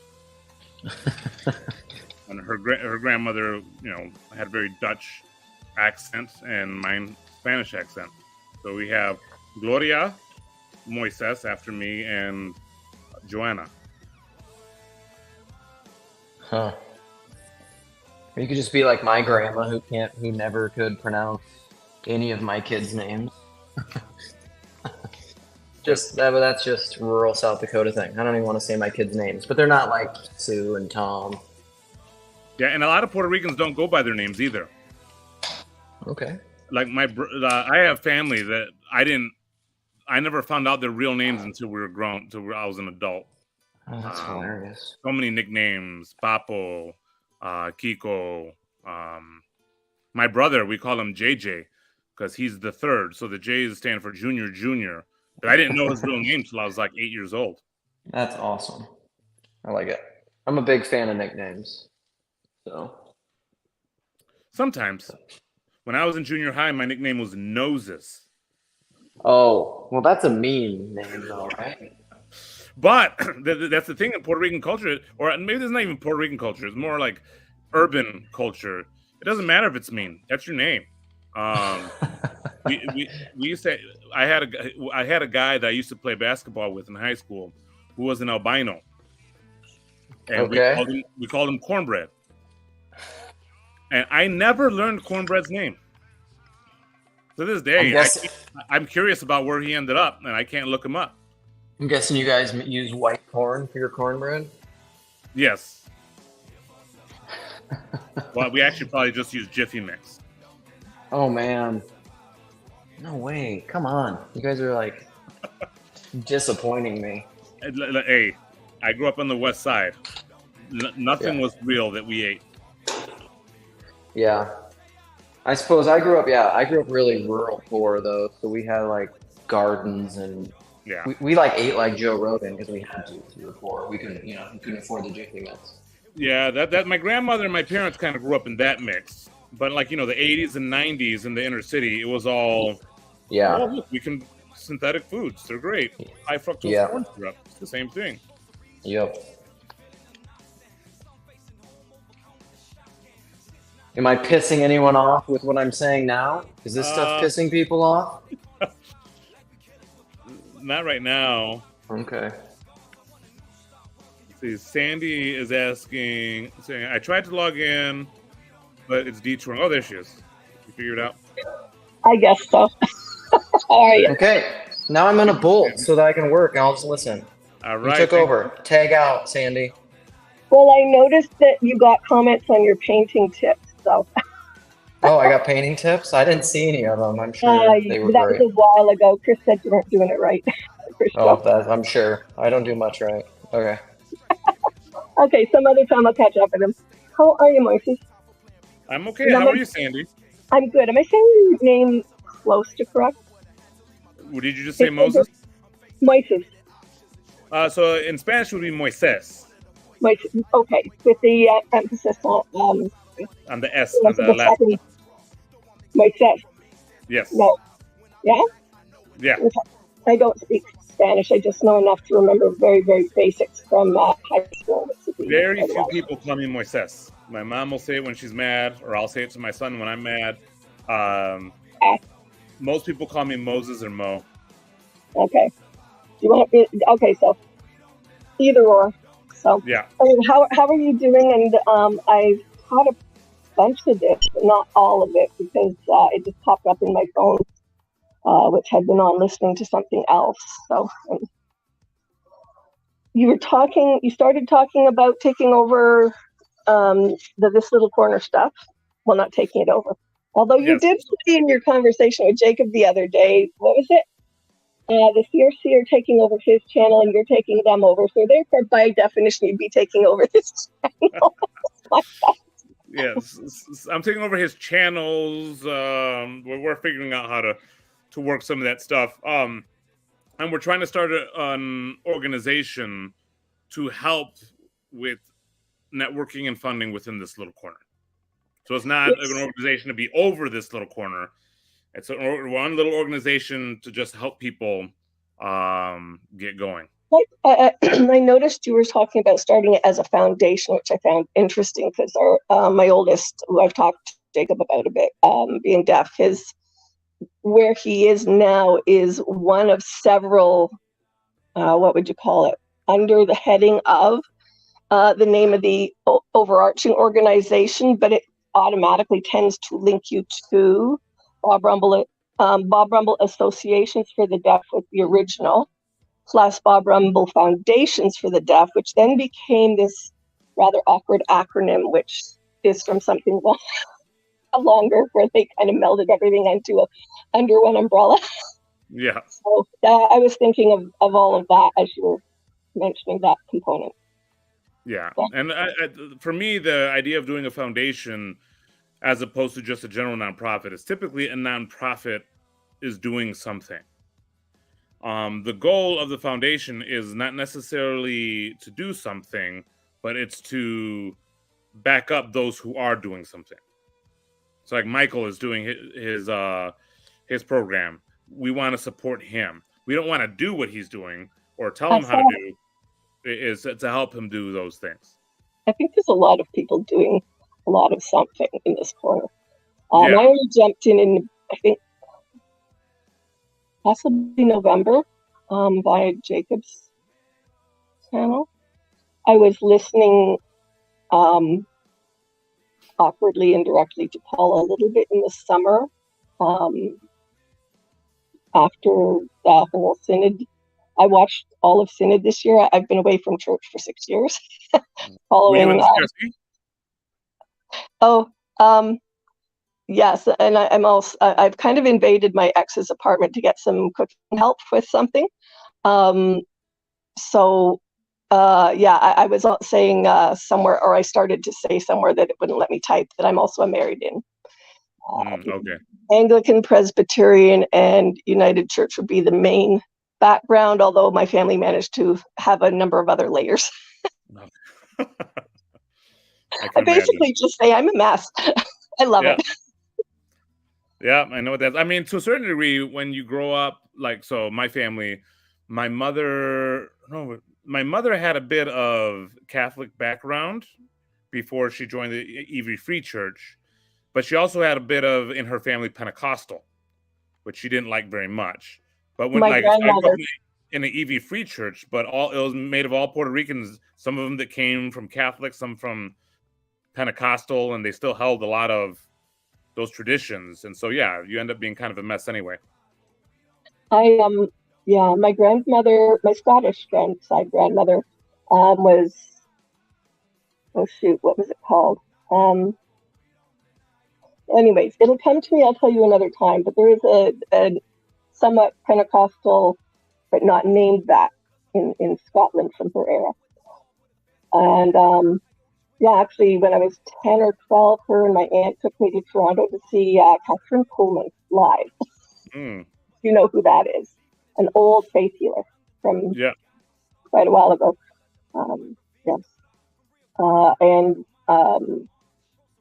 was involved in the early parts of 2000 for a while, helping to set up when third wave stuff went through the CRC. Yeah, I'm one of I'm one of the original board from the group that kept bringing stuff to Synod to talk about there from Dunamis. Yeah. So, but funnily enough, I jumped in this spot via Jacob. My recent partner died a year and a half ago, and he was Jewish. He's Jewish, Okay. whatever. And so I was very interested in some of the opportunities that Jacob was offering for learning some of that portion of my life that really isn't big enough personal portion to have any clue about. But as in terms of like the theological perspective, that thing of like when you were give your, so I'm and people say, oh, are you you're in the CRC, and you say I'm a married in. Well, I tend to seem to have those places in my life. What do you call that? Where it's not the what was I wasn't raised knowing it, that kind of stuff. Yeah. So yeah, but the what we call the Old Testament on the invasive side of Judaism. That's a place I absolutely love. Always have. And so yeah, it's really nice getting to hear from people that know it from that place where it touches them directly in that how you were raised. Like there's, like you say, there's things about being Latino and about how you were raised that are just a part of who you are. You know? So yeah. And it gets tricky to like dismantle all that, because there's part of like the way I was raised that was Latino culture, or more specifically Puerto Rican culture, but then there's part of it that's urban, and then not just urban but urban poor, so what we would call ghetto culture, and where's the line? Like, how much of what am I doing comes from the Puerto Rican culture? How much of it is coming from the ghetto culture? How much is it coming from ghetto Christian culture? You throw in all these little ingredients, so to speak. The scary part of that question for me, is that there's too many people that want to define that in a linear fashion, and it's not a linear question. Like saying my son's deaf, he has autism.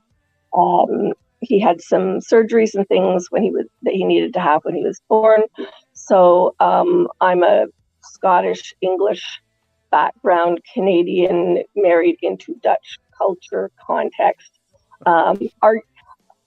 Literally had an angry all out fight with them the year that my church in Acton wanted to stop singing Ere Thy God, Glory to God in the Highest, is an old Dutch hymn, because they wanted to be more Canadian, and relevant. So I'm hanging out in the Voices context of CRC culture, having this weird sort of self-examination of saying, well, I think I'm one of those people that could probably get hated by both ends, because I'm trying to just live my life the way I've lived it the last 17 decades, and being as real as I can be to everybody. And yeah, interesting talk you had a while ago with somebody about truth. And I was like, I'm a writer. They go, don't let the facts get in the way of truth. Yeah. Quoting some famous author. And I'm like, sometimes I think that we try to run things in a linear fashion, that just simply, it's like, like saying, if you went at heart surgery without going around some of the curves and decided to take a straightforward head-on route, you could kill somebody. Like, you have to sometimes realize that some things will not go in a straight direction, and some things will not go in a way that isn't permeable. And when I look at culture, I think a lot of those things you listed off, how I've done things, is they're extremely intermeshed and very permeable. Like we learned sign language with my son because my Dutch mother-in-law sent me to my doctor to get a hearing test for him at 4 months old. The doctor said I was a neurotic first-time mother whose child needed surgery, and sort of just looked at him and went, my mother-in-law raised 12 kids and grew up with a deaf girl in Holland. I'm simply forwarding a question. Mm. You know? And so like I'm really taken with listening to you talk, because I think from that place of a lot of life has been fashioned by my mother-in-law, who's been gone since I was 30. Mm. That place where you just engage with things, you know, and some deaf people who, when we were learning sign language, you know, I love laughter, and I love the places where you can laugh at yourself, in those places where you realize that something makes complete sense and no sense at all, because Mhm. you're not quite sure how to explain it. So I'm fascinated with where you're going to take this, because I'm listening to you going, I love this. I absolutely love this, that you're coming at it from that place of Mm. having had to struggle with who you are in a number of contexts, and even talking about being introverted and that wasn't going to work for you. And I'm like, yeah, yeah. Well, and I do think like the arts, in my case, music definitely helps in that, because like you approach a jam session, right? And I'm coming in with my guitar, and there's this guy that maybe I've never played before, and he's a bass player. And when you do this over and over again, you find, man, this guy's a really great bass player, but he's so into what he's doing. I don't really like playing with him. You know, Jordan Peterson talks about this a lot, about being able to play together.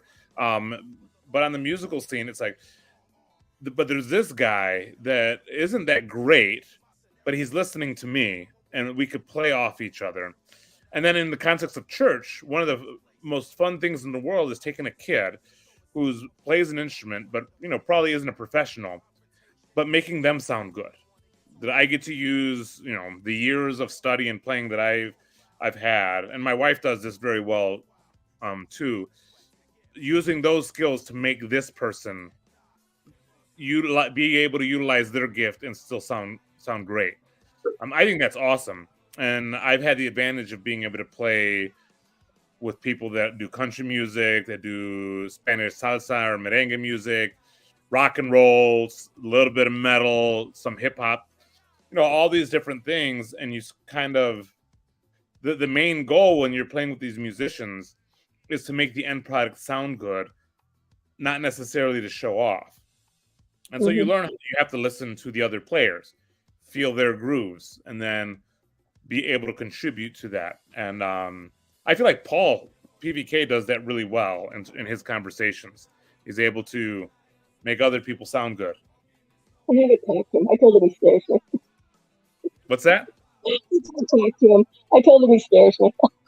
There's some truth to that, although not completely. It's just kind of sometimes timing, when I jumped in, why I jumped in, what's all going on in the background, and whether I've got my feet under me, you know. Yeah. But I jump in and talk to other people, obviously. So I'm thinking, yeah, I will eventually talk, maybe chat with Paul sometime. I still haven't really formally talked with Paul. I mean, obviously I've communicated with him via email, especially on CRC Voices. Yeah. We talked in person when he came to Chicago. We've been on a couple live chats together, but I haven't really had like a one-on-one sit down with him. No, same. Email, others, you know, other places, voices. Yeah. Yeah. But so I'm curious, some of the conversation around the wide spectrum of people in this corner. You know, like in this little corner, there is like a ton of people. You've had some, you know, conversation, and I'm looking at this going, okay, and I've jumped in this place mostly because I was watching I'm watching and talking to people who was telling me that the church I spent 25 years in, and then left because I needed to heal from a whole lot of crap, is blowing itself up. So I've been listening to conversations here, also with my ears having been tuned to that topic as well, and going, there's such a difference in some of the conversations, and there's such a difference in terms of how people are navigating some of the relationships of where they are. And I'm not 100% certain what my question is on that, but you were talking earlier about, like, so if you're the, in the leadership now, and the different ways you write policy that's going to try and honor all of the edges at the same time as it holds focus in the center, it's an awkward place you're taking on. Yeah, like, have you got any sense of, aside from like starting with, I think the foundational side is probably the wisest entry in perhaps, but have you got any sense from your conversation so far, like where that's going for how people are taking it or perceiving it? Like, I mean, I was pretty excited that Jacob was excited that you were stepping. So far, I feel like when I've talked to people, especially one-on-one, I've received a lot of positivity on kind of the way that I've articulated some things. And so that's a good sign. Even some of the people that have given pushback when we talk and then we get to know things, they respond very positively. And so that helps me in my formulation. So I like to think of what I'm trying to do here is like creating a good tune. So, for example, the tune for Twinkle Twinkle Little Star. We use a similar tune for Baa Baa Black Sheep and for the ABCs, right? Written hundreds of years ago. But it's a basic melody. Bum, bum, bum, bum, bum, bum, bum, bum, bum, bum, bum, bum, bum, bum. Everybody knows it, right? It's withstood the test of time. It's very basic. And it can include everyone, right? You can do your classical or you can jazz it up.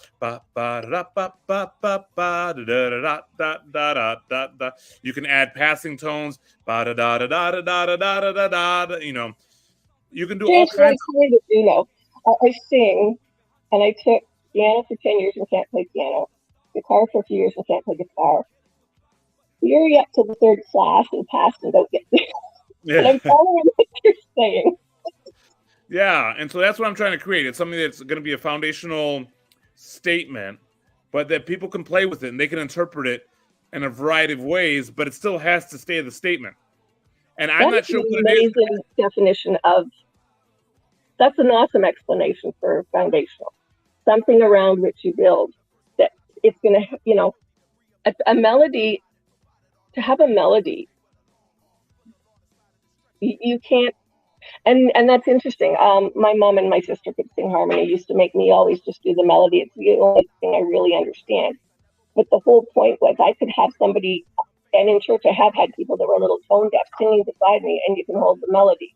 You have to be able to recognize the melody, even in the midst of the things that are variations on, or not really even the melody. Mm-hmm. And at the same time, then when you know that, you can have a whole lot of fun. Yeah. Interesting. Yeah, and so that's the goal with what we're trying to do is create something, especially in the statements, the mission statement, the statement of faith that some people don't really want to even exist there. But the point is that there's this thing that everybody can riff off of. And it takes a little bit of learning because you have to learn those basics. But once you have those basics, there's all kinds of cool things that you can do with it. This is part of the reason I loved being in a hip hop band, was because I could play jazz riffs, I could play reggae rhythms, anything really, as long as somebody could figure out how to rap over it. And that's what hip hop was. That is my first explanation of hip hop. Thank you. Yeah, basically hip hop kind of came out of a bunch of people initially that didn't play instruments. All they had was the beat machine, but then they could play these instrumental tracks. They could chop them up, put them together in different ways, and then somebody could rap over it, or people could dance to it. There was this guy. So in the awkward sort of ending years of marriage, we were going kind of between the CRC church and another little church in our town.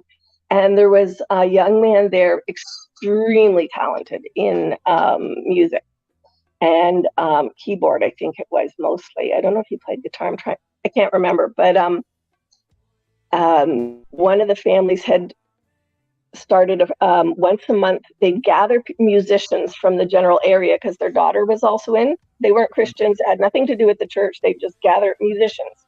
And I remember the one time there, he came and he set a table and a plastic or one of those paper sort of coated in whatever drink cups, and did this whole tune just with the drink cup, you know. And I think I've seen that sort of version since done, you know, places. But I was just like the flipping, the movement, the entire thing was just phenomenal. Mm-hmm. So a comment from Zach Souza, I'm pronouncing that right. Hip hop is really more than music. It involves breakdancing, graffiti, fashion, and rapping. Yes, there is all that stuff included in hip hop culture, and you see it even it gets into like the breakdancing. So you know, I was part of an organization that we went to Shanghai to the World Expo in 2020, representing Chicago hip hop, and breakdancing was a huge part of it. We had this guy Poppin' Chuck because pop blocking was an aspect of a big aspect of breakdancing. That, you know, for a lot of people, they think of breakdancing, they just think of people spitting on their heads and something like that. But you have pop blocking as the aspect of breakdancing. And then other people found ways to include like capoeira, which is like a Brazilian dance martial arts, into breakdancing. And the graffiti, you know, the tagging, and how much of graffiti was hip hop culture versus gang culture. I mean, it gets really complex, but with art forms, you can really, that's what I love about art, is you can really delve into and combine things and push. I mean, there's this big argument within Latino music culture, salsa music. Is it a Cuban thing or is it a Puerto Rican thing? Truth be told, the word salsa kind of implies a potpourri, a mixing together of a bunch of things. And really, when you look into it, it was a contribution of Cuban and Puerto Ricans, a little bit of other. So yeah. Listening, I just had to shift. That's yeah. That could be why I thought of the cup story, because I'm a bit of a visual tactile thinker, and with my son being deaf, we use sign language. So yeah, movement and meaning. Like, you know, I'll talk about, you know, I mean, I think I've been writing a memoir, and one of the things I was writing about in one spot was about drawing sermons in the air, you know, because I'd be sitting there going, so I got to figure out, what do I know in English? What are they talking about theologically? What does it mean from their perspective? What is it like, all of so where are we at here? And then somehow translate it over to my son in simplified ASL. And so, I mean, like, I was going, okay, so this actually asks me a ton of non-spoken questions, because you got to know, I mean, somebody who thinks differently theologically than I was taught would probably sign things completely different, because you're speaking from your linguistic culture as well as your lived experience of something. And I mean, considering like sign language, what's tone like? And you know, there's we'll talk a lot in hip hop and or in rapping or even in speaking, but the cadences. How does that translate into an ASL? I will have to look that up. That would be fascinating, especially because there's a number of there's a number of deaf people who love music, but they don't all hear the music in the same pitches or degree. Yeah. My former pastor, where we were in Acton at one point, he gifted me a loaned video on based about a young woman named Evelyn Glennie, who I think might have been from Britain somewhere, went deaf when she was around 10, perhaps. And one of my favorite questions that she discussed in this video was, she would be working with people. She took up drums after she lost her hearing, and she would say to people, so tell me where you hear this. And she'd said, hearing people would look at me like I was, you know, like it was a stupid question, and go, well, in my ears? And she'd go, no, where do you hear it? Because she said our whole bodies listen, and you hear things throughout your body. And so I started thinking about that with different songs and things. I'm like, yeah, that is an incredibly true reality that would sound very stupid to a lot of people. Because they go, well, of course I hear it in my ears. That's what ears are for. You know. Yeah, Anyway, like where you hear things, how you see things. So, you know, for certain people, certain sounds have colors. For some people, even numbers are associated with colors. I was like that for a long time. Like the number 4 will always be blue to me. 3 is red. And so on and so forth. And the rhythm, how do you feel the beat? Because there is an aspect, and this is where dance kind of comes in a little bit, but it's not always, it doesn't always manifest itself in something that looks like dance. Yeah, it gets real complex. And it's really fun to really get into and think about and unpack, and then also consider, well, what are the theological implications of this? Or maybe something not even theological implications, but how can this help me understand certain theological concepts? Okay, I'm going to say something really strange, perhaps. I don't know, maybe it's not. You were talking about sort of some people not wanting a statement of faith, and and I brought up theology a bit, but so having just jumped into and tried to dog paddle really hard, talking to some of the people at there in Jacob's, mostly in the Jacob's Discord or over on the Bridges Meeting. There is an entire range, and you were talking about it earlier when you were talking about truth and about forming, documents around words and how we all take words differently and mean things differently. There is an ongoing discourse of perhaps faith here, but that's not the word that's used by everybody, because but people are all talking about that place where, it's like, where do you hear this from in the sound? It's not like some tones, some rhythms, some things go directly to my feet. Some things kind of hit behind the heart or straight in the gut, and people, when I'm listening to people talking, and the people that different, like you were mentioning about PBK and how there will be people that he says, oh, I absolutely love so-and-so, because it's like that music. He knows exactly where he's hearing it, I think we do have, in a sense, well, at least for me, I noticed that there's sort of a running connection of people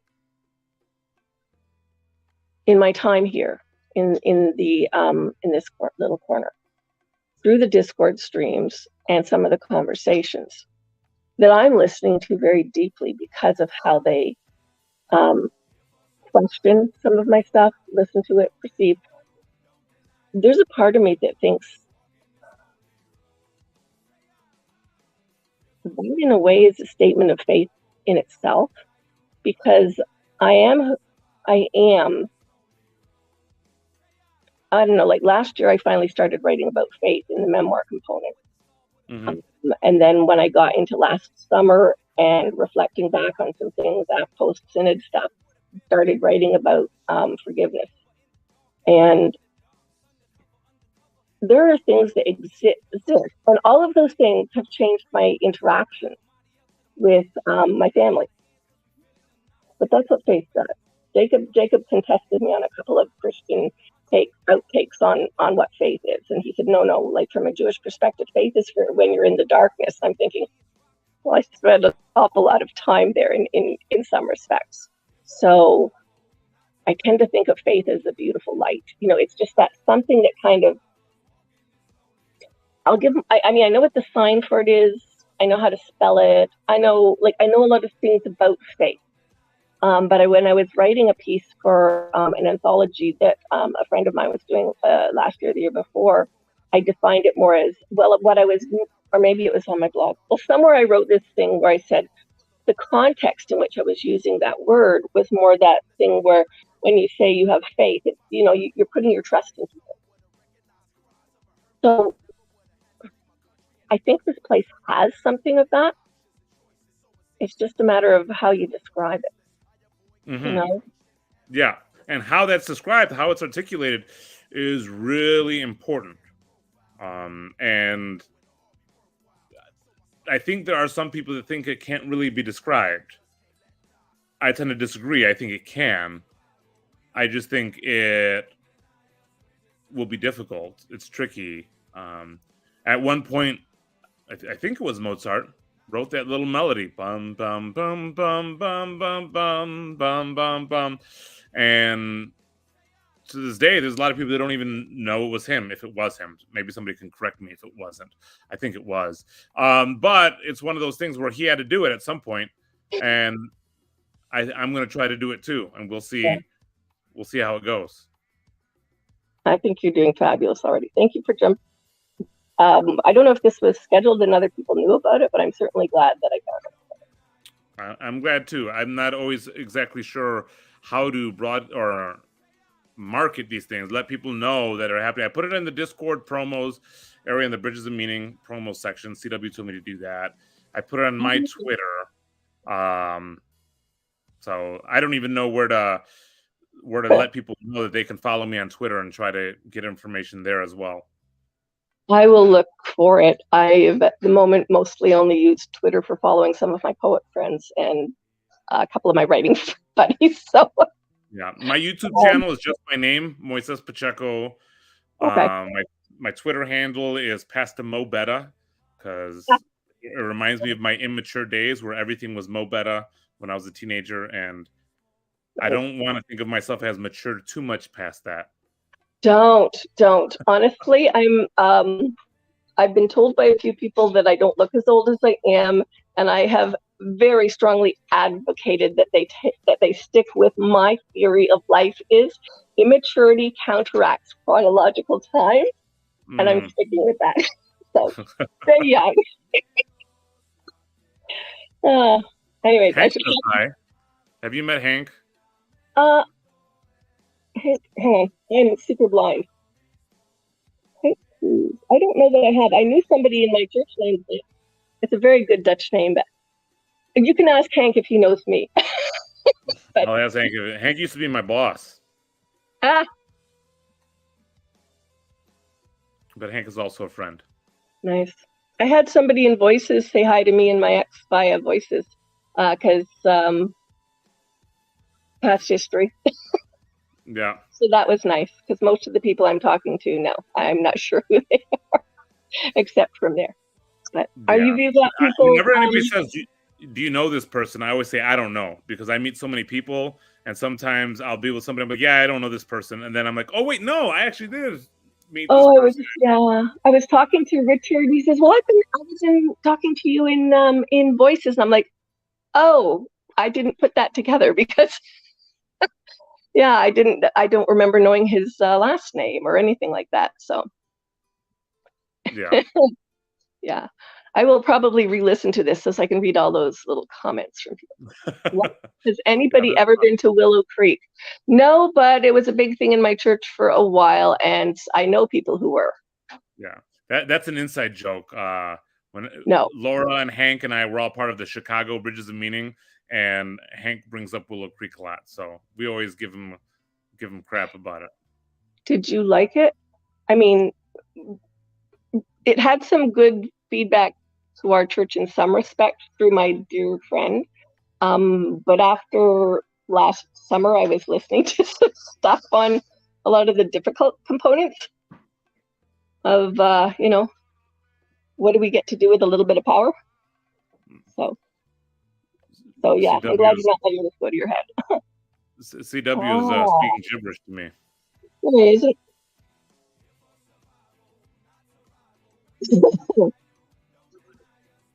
Okay, I'm not sure of the spelling, but yes. Where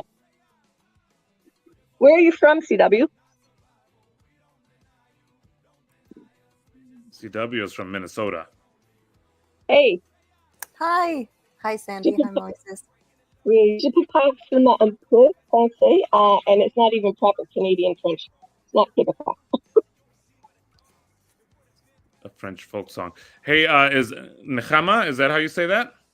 Yeah, that's perfect. Okay, sweet. I Yeah. don't. I'm always a little bit uncomfortable Yeah.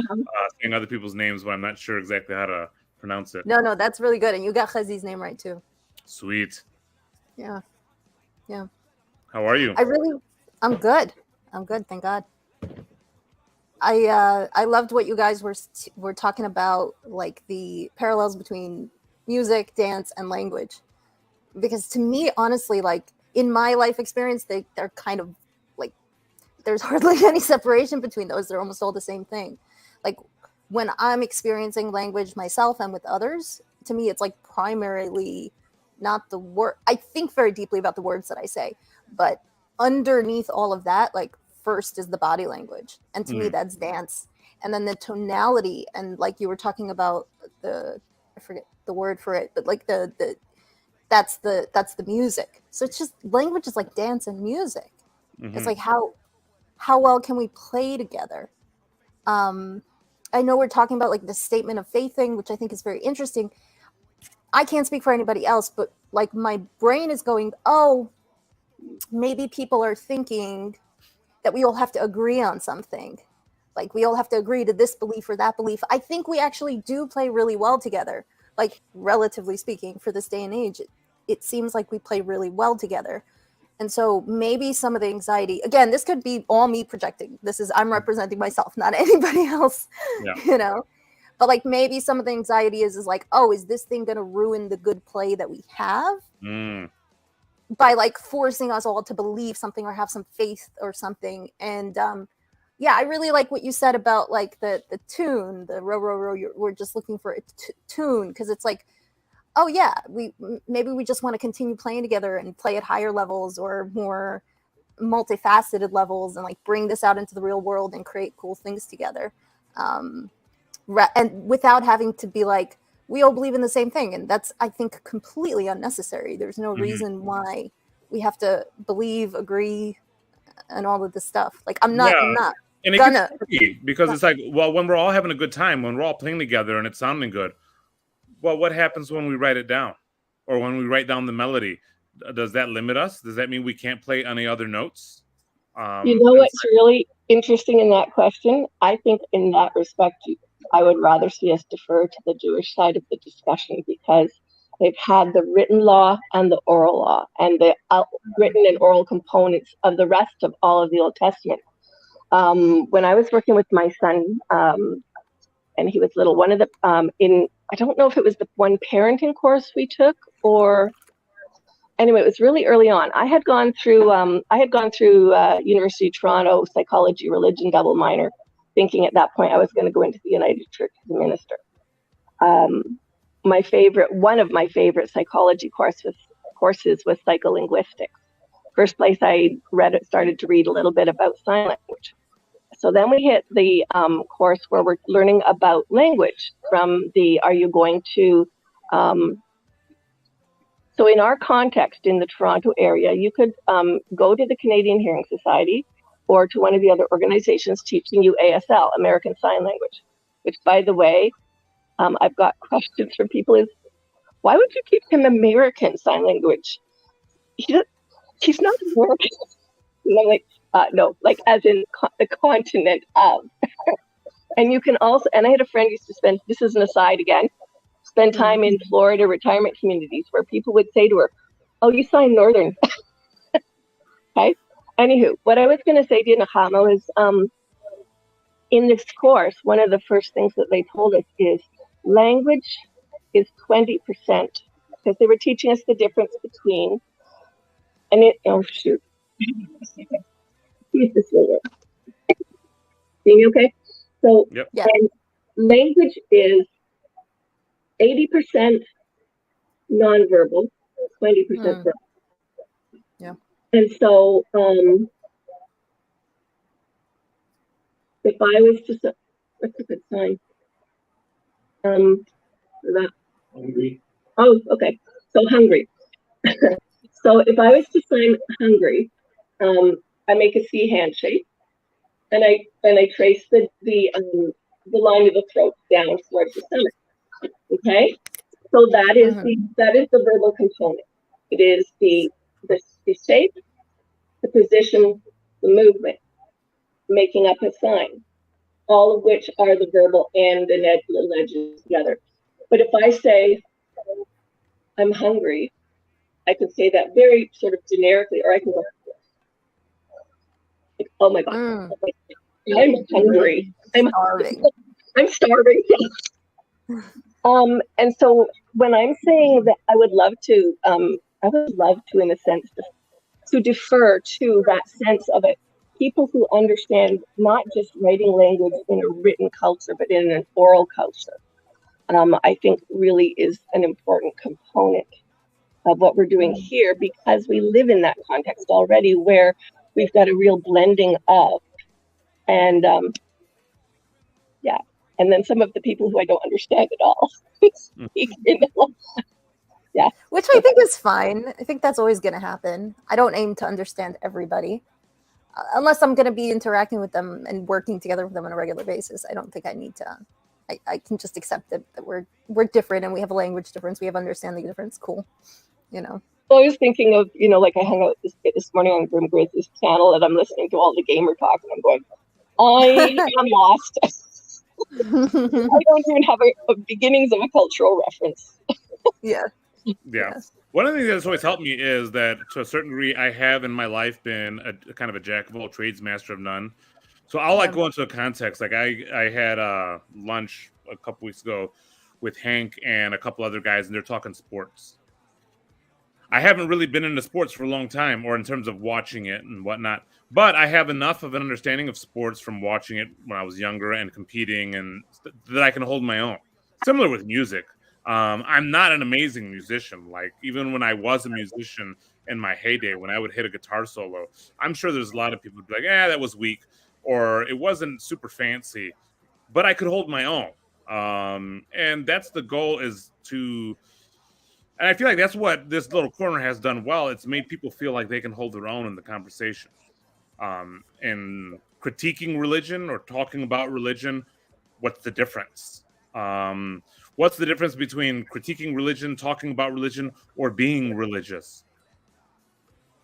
I'm not totally sure what the difference is. And helping other people see that, what's the difference between that and evangelism? Because to a certain degree, the good news, the gospel, the euangelion, as Bishop Barron likes to describe it all the time, the good news is that you can participate. That goes back to your hip hop thing in a way, because I was thinking, I mean, I don't hang out well with evangelicals because an awful lot of them, there again, they talk a very different dialect than I do. In some respects, and in other respects, you know, like I'm perfectly comfortable with Jacob, you know, accusing me of being a very Protestant evangelical kind of person, because like it's like I know that little bit of Dutch, you know. I do. So my partner asked that I was just lost. He asked me early on into our relationship if I was evangelical, and I actually went and had to ask somebody the church I was attending, because I wasn't sure how to answer the question. And quite honestly, when I think about stuff like that, I think back to a conversation my sister had with me about like 30 years after the fact. We were talking about, you know, that whole thing where people become a Christian, you know, like you weren't and then you were, except that I was born in a church. I was baptized Anglican by a grandmother who was running Baptist Sunday school in her backyard for a while, and raised in a Presbyterian church until we went to join the United with my mom's brother, who got 3 families and wanted some backup. You know, I don't know, like none of that is what people talk about. If they're saying, oh, you're a Christian, you must evangelize people. And I'm like, no, I so don't. But if you ask me, why did I become a Christian? Quite honestly, I still picture myself sitting on the side of a little hill at camp, having this massive argument with God about the entire question, because that's what they were doing at the camp. And I really only went to the front because of this argument. And it was kind of like, we'll find it. Okay. Like this matters some reason, somehow. So I will, but I don't do this. Oh, I was this and this and this. And then I had that moment. But my sister remembers very much me getting into the car to go home and my mom turning around from the front seat and stabbing her finger at me, saying, "Don't you ever do that again. Don't you ever call me a sinner again." And I'm thinking, we don't exercise. I'm thinking, like, what part of this have you not heard before? It comes up in weekly readings. It doesn't matter, where, like somewhere it comes up, because it's a context that comes up in the Bible is, like what is or is not sin and who we are or are not. My sister, basically, who's now married to a pastor, said she went home and she was one of those kids where I'd be in all out fights with my mom about stuff. I'm the oldest. And she would just disappear in her bedroom with her guitar and just sit there quietly, kind of trying to, be unobtrusive. And she said she went home and she said, all I knew was whatever you did, it must have been really important to get Mom that mad. So I figured I'll keep an eye on you for a year. And depending on what I see, I'll either go back and do what you did or not. That's my only understood version of evangelism, because apparently that was, go do something, put your foot in your mouth and let people stare at you, and they're going to react one way or another to it.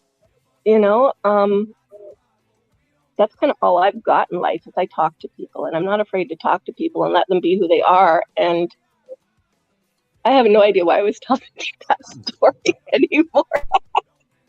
Well, to a certain degree, it's helpful because right now it helps, there is, like, when you first came on, there is this big blurry thing that is Sandy, and the more you talk, the more the details kind of start to fill in, for better or for worse.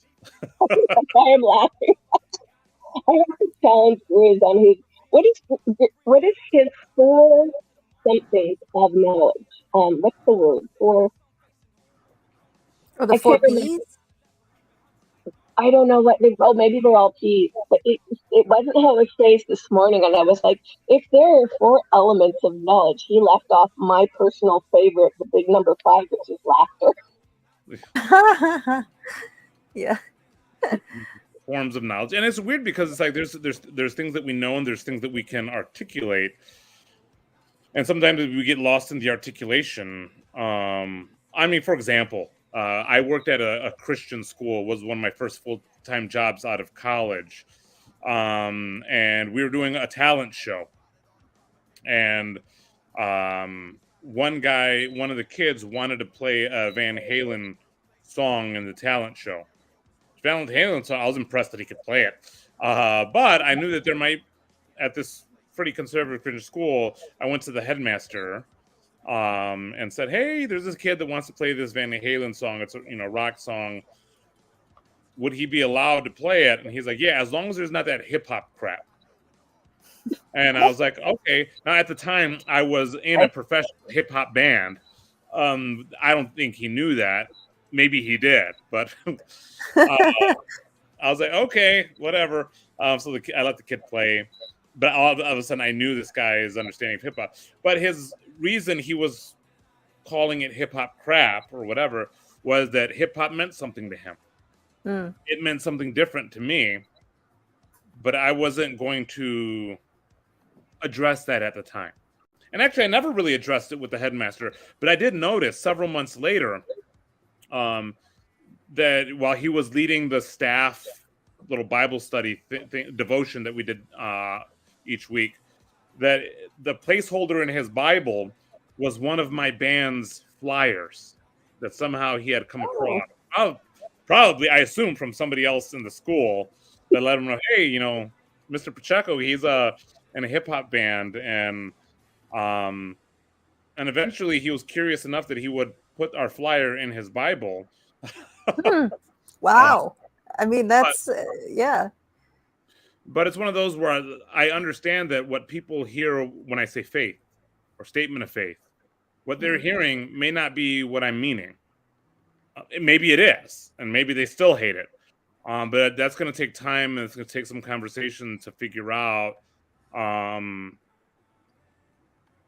I'm willing to kind of figure that out. And I'm willing to put myself, to be seen, right? To put myself out there. I just think of, I have this conversation with my wife all the time. She's like, you're so, like, I would never do that. Like, I came out here, look at my hair. Does my hair look good? Is it in the right place? Did I shave in a way that it's still even? Because I'm on video, and this video is going to be seen by people both live, and then it'll probably remain on YouTube for a while. That's going to be scary. I don't know. That was one of my first questions for you, actually. I was curious what your wife's thoughts on all of this were, if she has any so far. She has some. Yeah. She's glad that she's not doing it. Yeah, that would be my response as well. I'm glad I'm not doing it either. There's a lot of things I do in life that my wife is just happy she's not doing. Yeah. I'm curious also, who picked the paint color in your room? Was it her or you? In our bedroom? In this room that you're in now with the blue. Yeah, this is the office portion of my bedroom. This is the only aspect that she will let me get on camera. If I turn the computer anywhere else, she's mad at me. That's dangerous. But she did pick that color. Nice. Muhammad, does that come up as blue in your view? Because it's almost more of it's a bluish gray in mine. It's like a dark. Deep... It's kind of like a navy. Really? Oh. I gotta rewatch this kind of see what it comes up at. Well, it might look different on your screens, Andy. Different screens have a different. And it's it also like lighting. Yeah. No, it's quite nice. I like it a lot. I'm not usually on my phone. I'm usually on the computer. So. Lance Cleaver makes a good comment here. He says, in my humble opinion, which I appreciate, I would suggest not talking about this organization until it is fully formed and ready for a strategic announcement, having helped launch many a 501c3. This is my humble opinion, he reiterates. So I have wrestled with that. Do I talk about it first, or do I put it together first? What comes first, the chicken or the egg? That's a tricky one, and I have wrestled with that. Apparently, I am talking about it before it's formed. My bad. Well, and I would apologize because I don't really know what's where. So I kind of understood that was on the table for discussion. So just ask some questions. Yeah. Oops, sorry. Well, it's like a process. I mean, that's back to the dance thing. You can't really just do all of this undercover and then come to the community and be like, hey guys, here's this thing that has nothing to do with you, and it doesn't reflect you or answer any of your questions or help you at all in any way. We went on totally tangent, Yeah. But then at the same time, you want to. The way I saw the statement of faith, the way my brain interpreted it, was just a North Star. I wasn't thinking faith, religion, anything like that. I'm like, when I come into this corner, I'm me. I don't like the religion conversations are sometimes interesting, but to be frank, after about 20% of the time, I get bored of it. That's not really what I'm here for. So like, where was I going with that? Yeah, statement of faith. What did I say? I said North something. Star. I love that. North Star.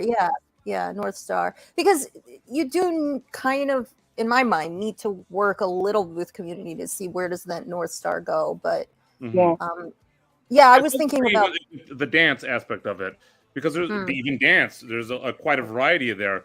Have either of you ladies ever been to a club? Well, have you ever been asked to dance in said club? No. And I've been asked to dance, which is weird for me, coming from a Latino machismo culture. And I've had to ask people to dance, which is also very uncomfortable for me, getting out of my comfort zones. But when you ask a lady to dance, there's different ways to do it. I can grab the hand and pull them out. Some have appreciated that. I can say, do you want to dance? May I have this dance? There's all these different ways to do it. I could just start dancing in front of somebody and hope that they join. I've done that before to various degrees of success.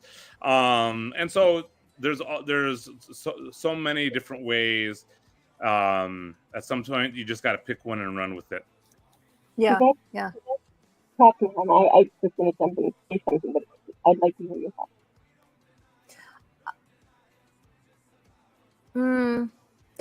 Sandy, it flew out of my brain. Okay. It's gone like the wind. I will say briefly what I was going to say, but please just jump in and talk. Sure. I was just thinking that reminds me there again of language, because to me, like I was saying, I'm a visual tactile processor in a lot of ways. So I don't. You asked if I'd been to a club. Well, that's a context. No, I don't think so. But I spent time in a music circle at a local cafe, and on one of my significant birthdays, I had somebody come and just basically do the, here, let me take the hand. You are going to dance on your birthday. There's an entire dialogue, spoken and unspoken, that goes with something like that. A lot of people will hear this discussion and go, oh, well, that's just like, which. So I immediately, what I mean is, I said no to the club question because that's a context to me. I'm like, and also I have terrible memories since I was like about 12. I shut down some stuff, so I have a little bit of a jumpy processing. But when I step back and think about the question, I'm like, oh my gosh, yeah, I know those kinds of dialogue that you have without saying, hey, do you want to dance? Because, it's in other contexts. So, yeah. And that's really true. It goes back to that movement, language, and music, and beyond that, sometimes to relationships that you have on different spoken and unspoken levels with people, which is what we do a lot of here. And that goes back to how I was hearing your North Star, because to me that goes back to why I was saying in one of the writing things that I was using the word faith in the sense of trust, something a reference point that holds some stability to it. Some context of having your feet under you on the ground, or something you can depend on, like the North Star. That's really nice. I really like that. I didn't think of it that way, using the word faith in terms of relationships. Because if I think about the important relationships in my life, like faith as trust has a huge function in those, right? Being faithful. Yeah. That's a really nice way to look at that. Yeah, there's a great song. It's sung by a lot of people. I think Joe Cocker sings it. Jewel has the front. It's called "Have a Little Faith in Me." Oh yeah, that's a great one. Is that a religious faith? I mean, am I faithful to my wife religiously? Well, what do I mean by religiously? Regularly, within the context of a religious institution.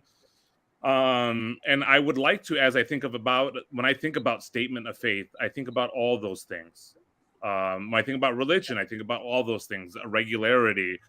And so I think there's room for a lot of people in a statement of faith in a religious institution. I see it as yeah.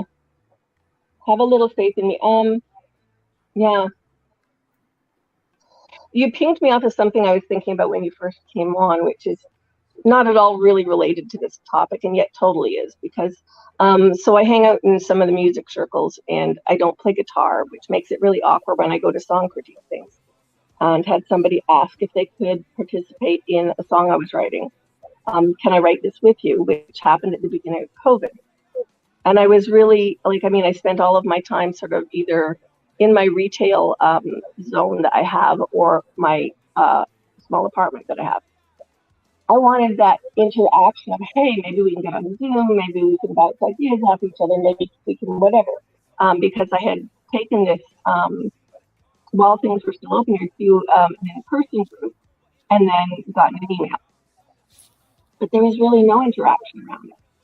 They just changed the name, and they rewrote the tune, which I asked somebody else who does more symphony kind of stuff, and went, when I think of faith, and when I think of the things we're discussing now, actually, I'm super tired is one of the things, and I've been through a couple of rough years. but I haven't made it back to any of the music things. I think, in a sense, because my faith was shattered. Hmm. But I haven't done anything about it. Not like I am here, but that goes to what you were saying, Nefama, about hearing that faith is about relationship as well. And in so many respects, I think whether we're talking a religious culture or a family or any other culture, we use that word as a statement of relationship in so many respects. And I think, I would agree that's kind of an important context for it, whatever we do. As a bit of an aside, I will be keeping this going until 12:45 Central Standard Time. That gives us about 7.5 minutes to keep going. Just want to give a heads up. I have to go see my mother. Oh, lovely. That's which important. Good reason to go. You need to feed me. Yeah. Feeding you. There you go. Yeah, my mother lives like 3 doors down from me, and so oftentimes I can go down there, and she loves to feed me. Oh my gosh, that's dangerous. What do you think she's gonna have for you today? I believe it's chicken soup. Nice. It's good winter food. Chicken soup. That would be the statement of faith of 90% of the cultures I know. Chicken soup and what you put in it. Right? Chicken. I mean, she makes chicken soup the Puerto Rican way. What does that mean? Well, typically it means there's an ingredient called sazon in it. Gives it a little bit of a flavor. Sometimes she'll put a little bit of sofrito, which is another seasoning that she makes in it. Yeah. Sounds good. My ex makes the best chicken soup I have tasted a lot of places. Learned it from his mother, but then runs it on instinct. Yeah. Jewish chicken soup doesn't have that many spices. Salt, yes. I gathered that from my partner, whose kids said they tried taking him out to a restaurant on one of their birthdays, and there was nothing on the menu. Yeah. He was sad because he wanted them to give him the dressing on the side. Yeah. Although maybe Jacob's family is different. His family is Sephardi, so they're more on the Spanish end. They probably have something more. Just the last thing that's on my mind here, like, it's so interesting to me. Like, I'm very new to this corner, Moises, like very new, right? So, I have like I just as much catching up as you do, right? Probably, but to me, like, it's not. To me personally, it's not relevant whether this organization is religious or not. In the same way that it's not relevant to me if my family is religious or not.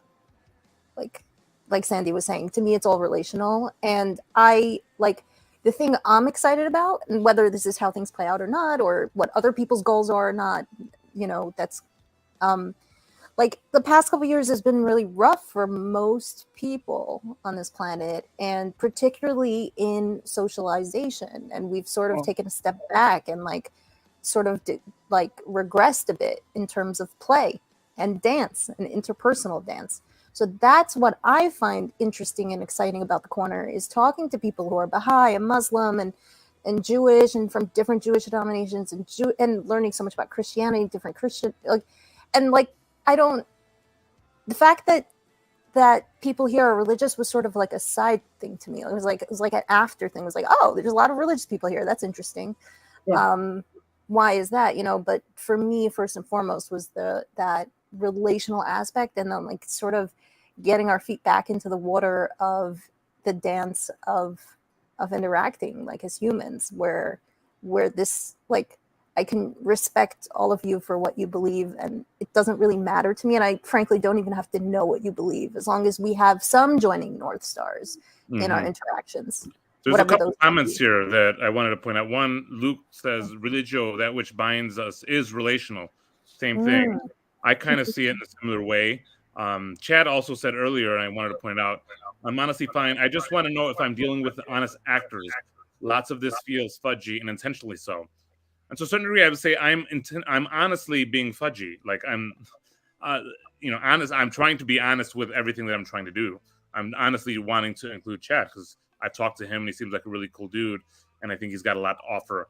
Now, whether or not Chad will be a member, feels comfortable signing on to something, I would like to include him whether or not he does. He doesn't have to be a member, but I would like to keep talking to him. But I thought those were the relational aspect. I think is important because that, to a certain degree, that's how we get to know. How do you know what I believe? Is it because I told you what I believe? No, people like Chad keep us honest. I've had a number of really good friendships in life where one of my things I tell them I love about them is how free they feel being blunt with me when Mm. you know, because if you're real with people and you let them do that, that's important. You know, I like the respect that people give Chad. That says a lot to me about people here. It's an interesting thing that you mentioned respect, because as much as I like respect, I have also come to really appreciate disrespect. That's how you know that you're really close with somebody, is when they're comfortable enough to disrespect you. That's what I was getting at with how Chad challenged a while ago, and then everybody spoke up for him. Well, not everybody, but you know what I mean. Enough people that it was like really noticeable. That's what I mean about, you know, people being willing to be blunt, and then I've had other people challenge me.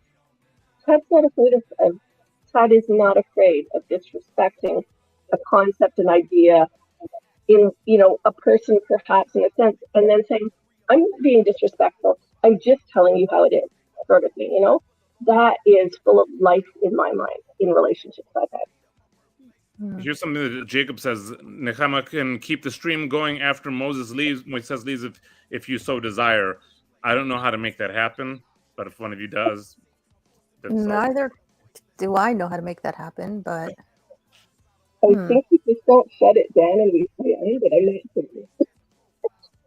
Does it just happen automatically, Jacob, or do I have to like press a button?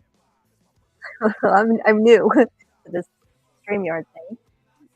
Yeah, I know I have this thing that says end broadcast. Maybe it's I can leave studio without ending broadcast. Oh, maybe that'll work. Yeah. Okay. Well. So I am going to leave the studio now. I'm not going to end broadcast. We'll see what happens. We'll see what happens. All right. Great talking to you guys. It's a pleasure to meet you, Moises. All right. Okay, Sandy, can you hold the crowd for like 2 minutes? I gotta run for a second. I'll be right back. Yep. Great. So I have no way of actually seeing, maybe if I click something different on my phone, whether somebody else is out there in chat world here, like, oh, wait, maybe. But now I don't know how to get back to pictures. Go back.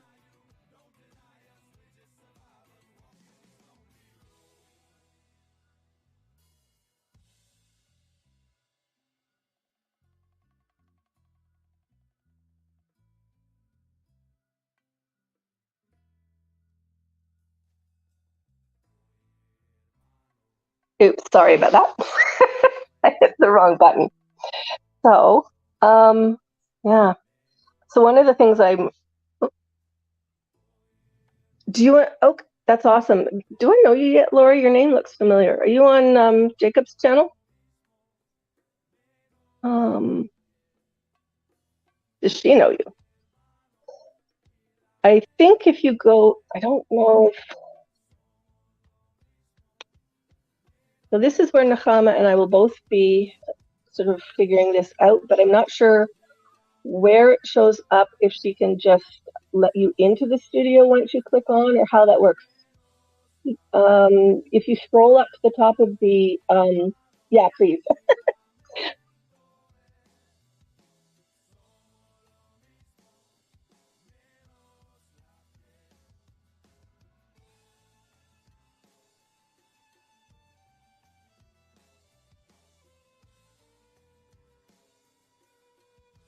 So let me see.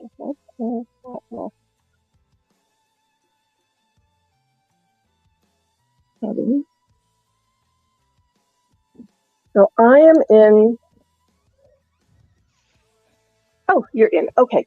I was going to say, because I told it to let me come into YouTube, I wasn't sure if I would see how to let you in on StreamYard or not, or how. How are you? Hi. So, yeah, I'm fine. How are you? I'm great. Yeah, so I there is something I've been wanting to talk to Nakama about ever since I saw her on YouTube. So if she Nice. comes back, maybe I Was will do that on that. her? I think she has her own channel, does she? Or is I it just think I here? saw her on Jacob's channel talking about this issue. Or Okay. maybe I don't know if she was talking to Jacob or Chezi. Anyway, hi Jacob, if he's Yeah. watching. I think he How sent are me the you link. guys? Hey. Hi Oh, Chezi. how did you get into this corner? Basically, by losing my faith and then finding it again in the Jordan Peterson, Jonathan Peugeot kind of sphere, and so then I stumbled upon PVK, and then I joined the Discord. Yeah. More like normal people than me. Oh, so how did you get here? Yeah, just kind of randomly through somebody that Paul was speaking to last summer, and then I heard him. But I was kind of just watching a little bit, and then he was talking about interpreting Jacob to some people on one channel, and where I wasn't really comfortable, sort of trying to jump in to talk with PBK. I jumped in via one of the Tuesday evening, now Wednesday evening Bible studies that Jacob was doing with Jason. And so that was kind of, I jumped in talking to people there. But holding down the fort till Laura can ask you a question. Hi. Hi, Hi, Laura. Nakama. Hi. So I saw you talking about this on YouTube once. You were talking to someone, I don't remember if it was Chezi or Jacob, about your thoughts on whether you should talk about your upbringing or how much you should talk about it. Remember that? Yeah. Yeah. So I had thoughts on that too, because I was part of a like a very serious and pretty insular Catholic community, and I talked to Paul about it. And in the course of talking to Paul, I sort of gave a lot of specific examples of stuff people did, like by way of trying to illustrate what the spirit of the place was. But then, like later, it was up for a few months, but later I felt bad about it because I felt like if they ever came across it on YouTube, they were going to be really upset, you know? Yeah. And my initial thought when talking to Paul had been, well, these people aren't going to intersect with Paul Vanderklay, but you never know on the internet, you know? So yeah, so then I asked him to take it down, and he did. So then when I listened to you thinking it over, right, I kind of wanted to tell you, yeah, you probably shouldn't.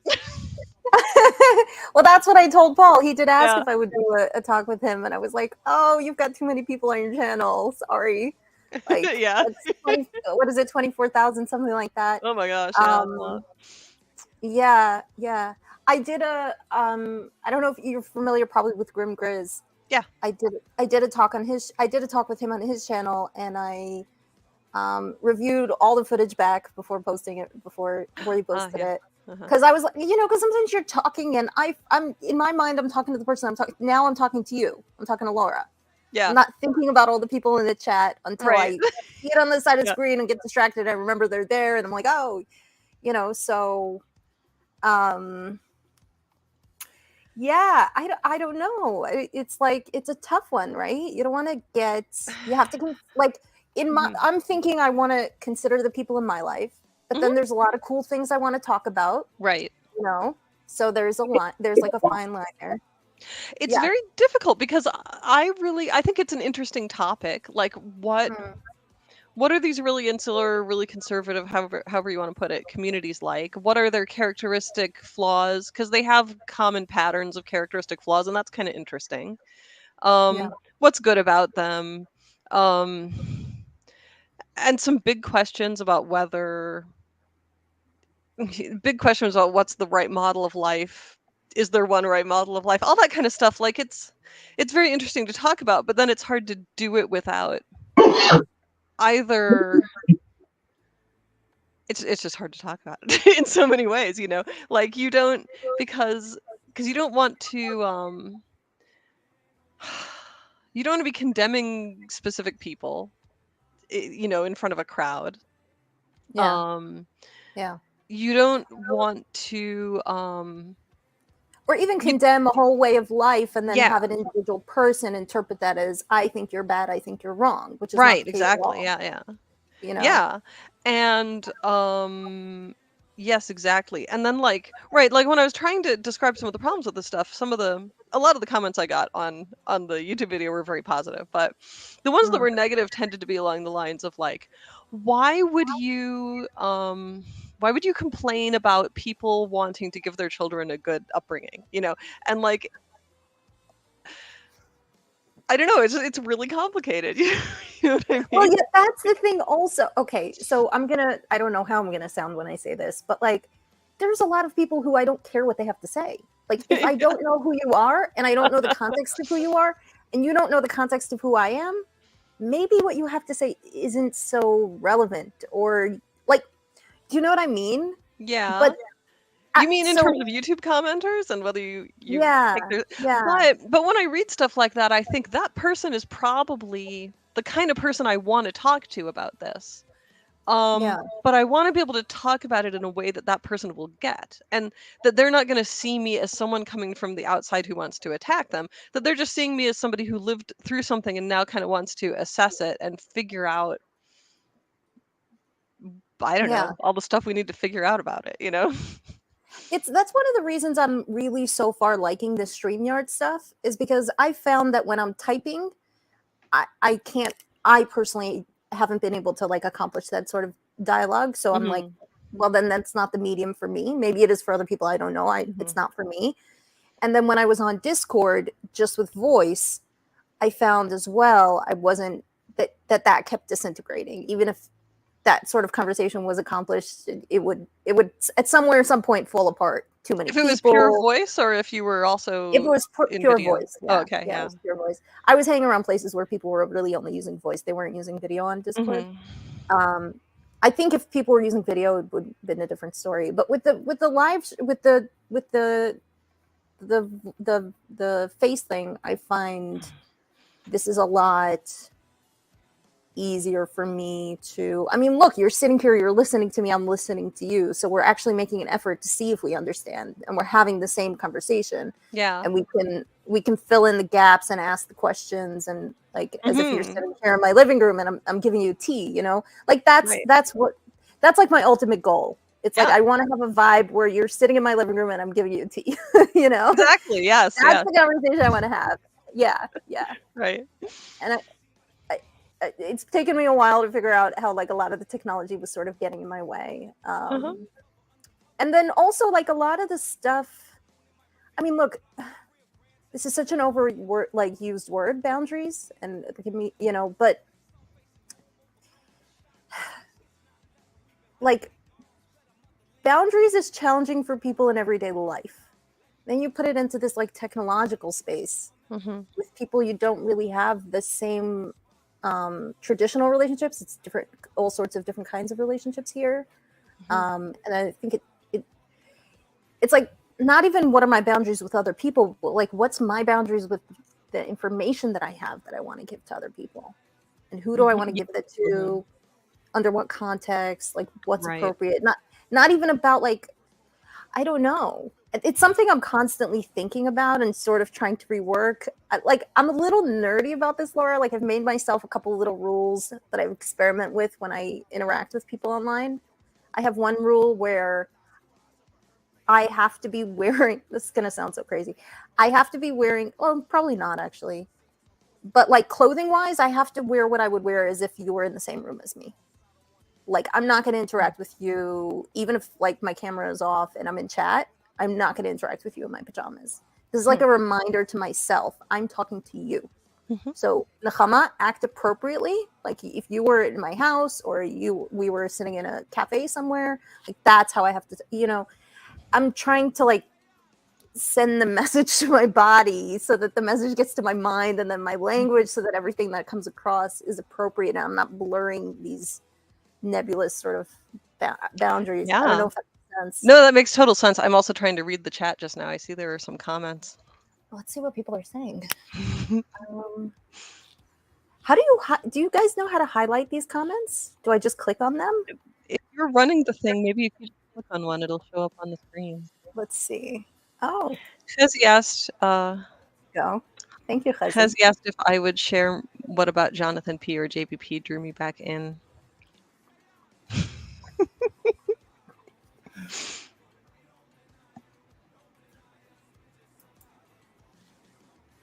Oops. Oh, wait. This level of proactive consideration of others is very refreshing and rejuvenating. Just think of it like a spa, CW. It's a spa. Do you feel comfortable talking about that? Do you have any interest in talking I about could say a that? little bit. Hmm. I think, in short, it was basically just that I needed a new direction to approach the faith from, because it had shattered the first time and I couldn't follow it the same way again. So they just gave me a new perspective on it. That's the short answer.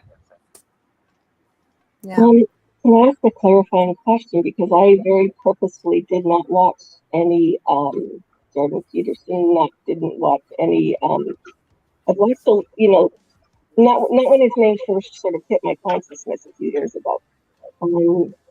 Some of the people that are listened to, I've listened to some of Jonathan Pajot, and I've listened to a bit of Reiki, and a very little bit of Peterson. What are the types of things that helps you to want to stay listening to the things, to whoever it was you were drawn in through and were listening through? What were the kinds of things that what?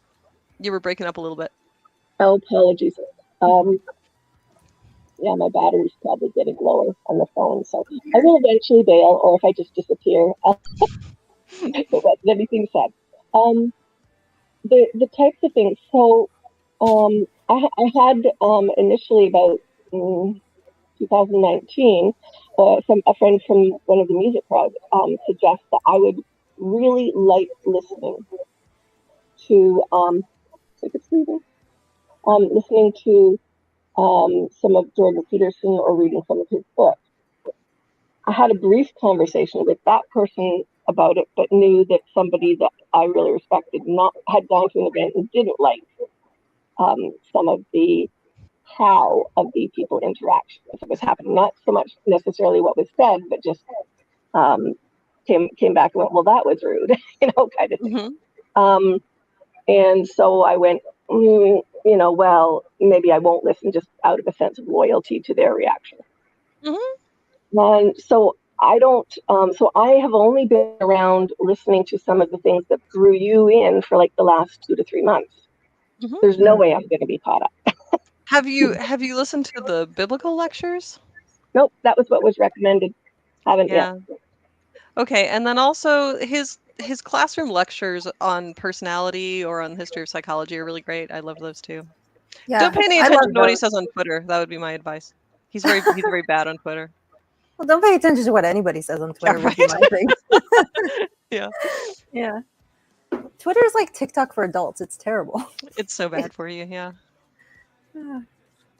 Yeah, I love the classroom lectures. I didn't watch any of the Bible stuff, I don't think. Not that I can recall. Yeah. But Sandy, you guys have such great I've seen not a lot, but some of your Bible studies in the wee hours of the morning here. And you guys are having some great conversations. It's really cool. I don't know if you've seen them before. Here. I know I won't say I got kicked off, but there's a few times where I've been, well, it's pushing 2 a.m. Not so much the Bible study things tend to end at midnight, so I leave. But there's been a couple of times where I've got home from work late, popped on late, and been still kind of going, I have to hang up. I have to hang up because it's a fabulous conversation, and it's after midnight. Yeah. So. Yeah. Well, yeah, these things can go on inevitably if you don't. And I get kind of tired as well. For me, it's interesting. I noticed that I think everybody's different with this, but I've noticed that like socializing online to me, it takes as much energy as it does in person. So if I'm on for 5 hours, it's like I went out for 5 hours and I'm like, and then I hang up and I don't think about it because I'm in it and I'm excited and I'm talking and I'm there. And then afterwards, I'm like, I'm exhausted. And like, I didn't even move from my couch, So, yeah. I always feel a little frazzled afterwards. Yeah. Yeah. Well, and it's not even like I'm starved for conversation because I interact with a lot of people at work. So it's just it's quality of the conversation. Yeah, it's Yeah. quality of the conversation, and it's also knowing that you're on YouTube if you're doing this one, right? So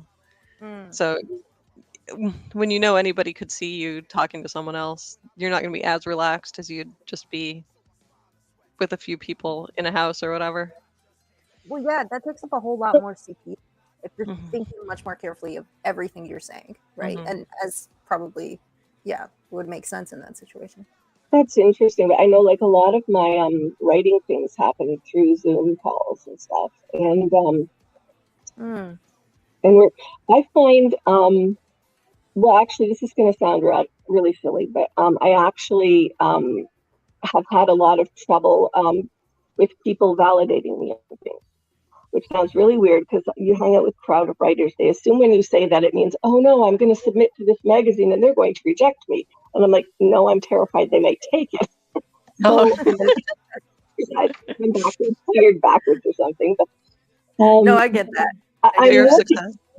I'm working on those places, and so I'm kind of going just simply being on and having a good conversation, or being at work and having a good conversation.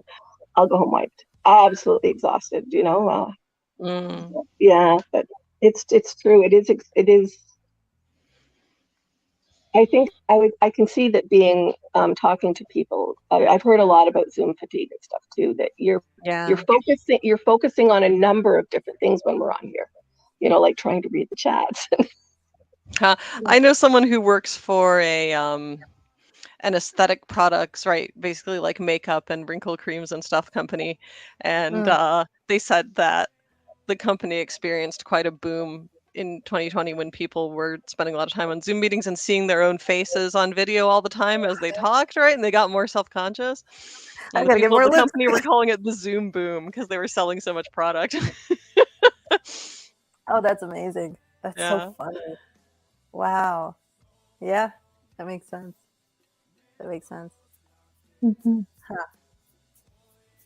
Yeah, I find some conversations energizing as well, but there's a few more components online that adds as well to like, you could be having a conversation with a few people and it's nice and fine and dandy, and then all of a sudden somebody gets testy and like my body tenses up, even if it has nothing to do with me. Like you feel the energy in the room, and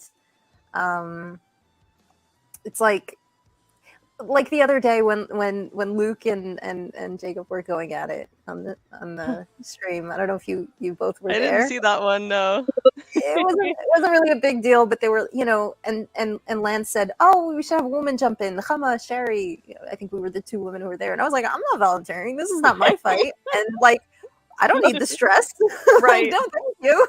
No, yeah, I've been pretty low conflict on here. So generally, yeah. I don't really want to get. I'm definitely not looking for extra stress in my life. Like, if I do need to iron something out with someone, like Sandy, if you and I had an issue and we needed to talk about it, I'd talk about it. But I'm definitely not looking for to get into any extra stressful situations. And because I think we as a globe potentially have gotten a little rusty in the communication department when you're online and like one or two people sort of go off track and there's like 5 people in the room or 10 people in the room, everybody feels the tension, and it's building those skills to learn how to get back on track is like the whole thing, and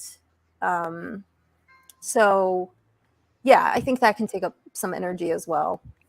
Nechama, I think you need to reassure Luke Thompson. What, Luke? Oh no, Luke, you're fine. You're fine. Whatever you and Jacob have going on is your guys' business. That's all I'm saying. It's not my job to mediate or. Mm-hmm. And for me, like, religious disputations belong to my former life. Now I'm in a much more exploratory kind of mode, and also more prayerful, less focused on like news and arguments. So I want to stay that way. Yeah. So if I hear people fighting about stuff, I usually don't get involved. Yeah. That was kind of like I was saying earlier with my sister. She'd say, so, I'd hear you and Mom having this conversation, and I would just quietly disappear down my bedroom. I'd take my Bible and my guitar, and I would just sit Yep. there until everything got quiet. Well, I have daughters. I have 3 daughters, and I recognize that dynamic. Yeah. Hmm. Me, I'm Yeah. kind of like, my best friends were boys, and I'm like, yeah, whatever. Oh yeah. No, I used to really love to argue, and there's a place for argument, but it's just not my thing at the moment. So yeah. It would really depend on the type of energy coming off the argument, because sometimes I can pick up, like people will be butting heads and they're just absolutely, having fun. But sometimes they're butting heads and, they're going to look like they aren't, even if they still are. And it's one of those discerning which it is kind of thing. So, yeah. There's been some Discord conversations, that I'll just kind of put a quieter comment into the mid stuff, because I'm kind of like, so what are we actually talking about here? Right. Yeah. You're right. You can't pick up the tone necessarily. Sometimes you can, but you're not really sure if it's tongue in cheek or if it's, yeah. Do you go on the chat, the Discord, Flora? Yeah. Have we seen you in there? Okay.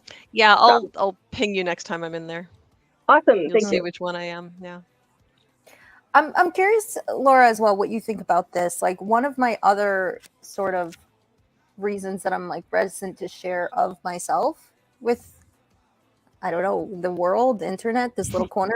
That's it as well. I don't know who I'm really sharing with, but it's like some of the experiences that I've had are somewhat unique, and the combination of experiences that I've had, I've not necessarily met other people who've had those combination of experience. Maybe like people can relate to me here and can relate to me here and here and here, but like all together, because I come from a very interesting place. And so like, and honestly, like I didn't realize that until like getting exposed to more people. To me, my life is normal, right? Like my life is normal and boring. But then the more I get into the world and people are like, oh, this is weird and unique. I'm like, is it really? Oh, okay. Yeah. That's really all I know, but cool. But like one of my, it's like, I hate if I'm interacting with people. If you don't know me, it's like, whatever, fine. You don't need to understand me. You don't need to validate me. But if I'm interacting with someone, like, I do want to be understood. I do want to be seen. And I feel like it's really hard.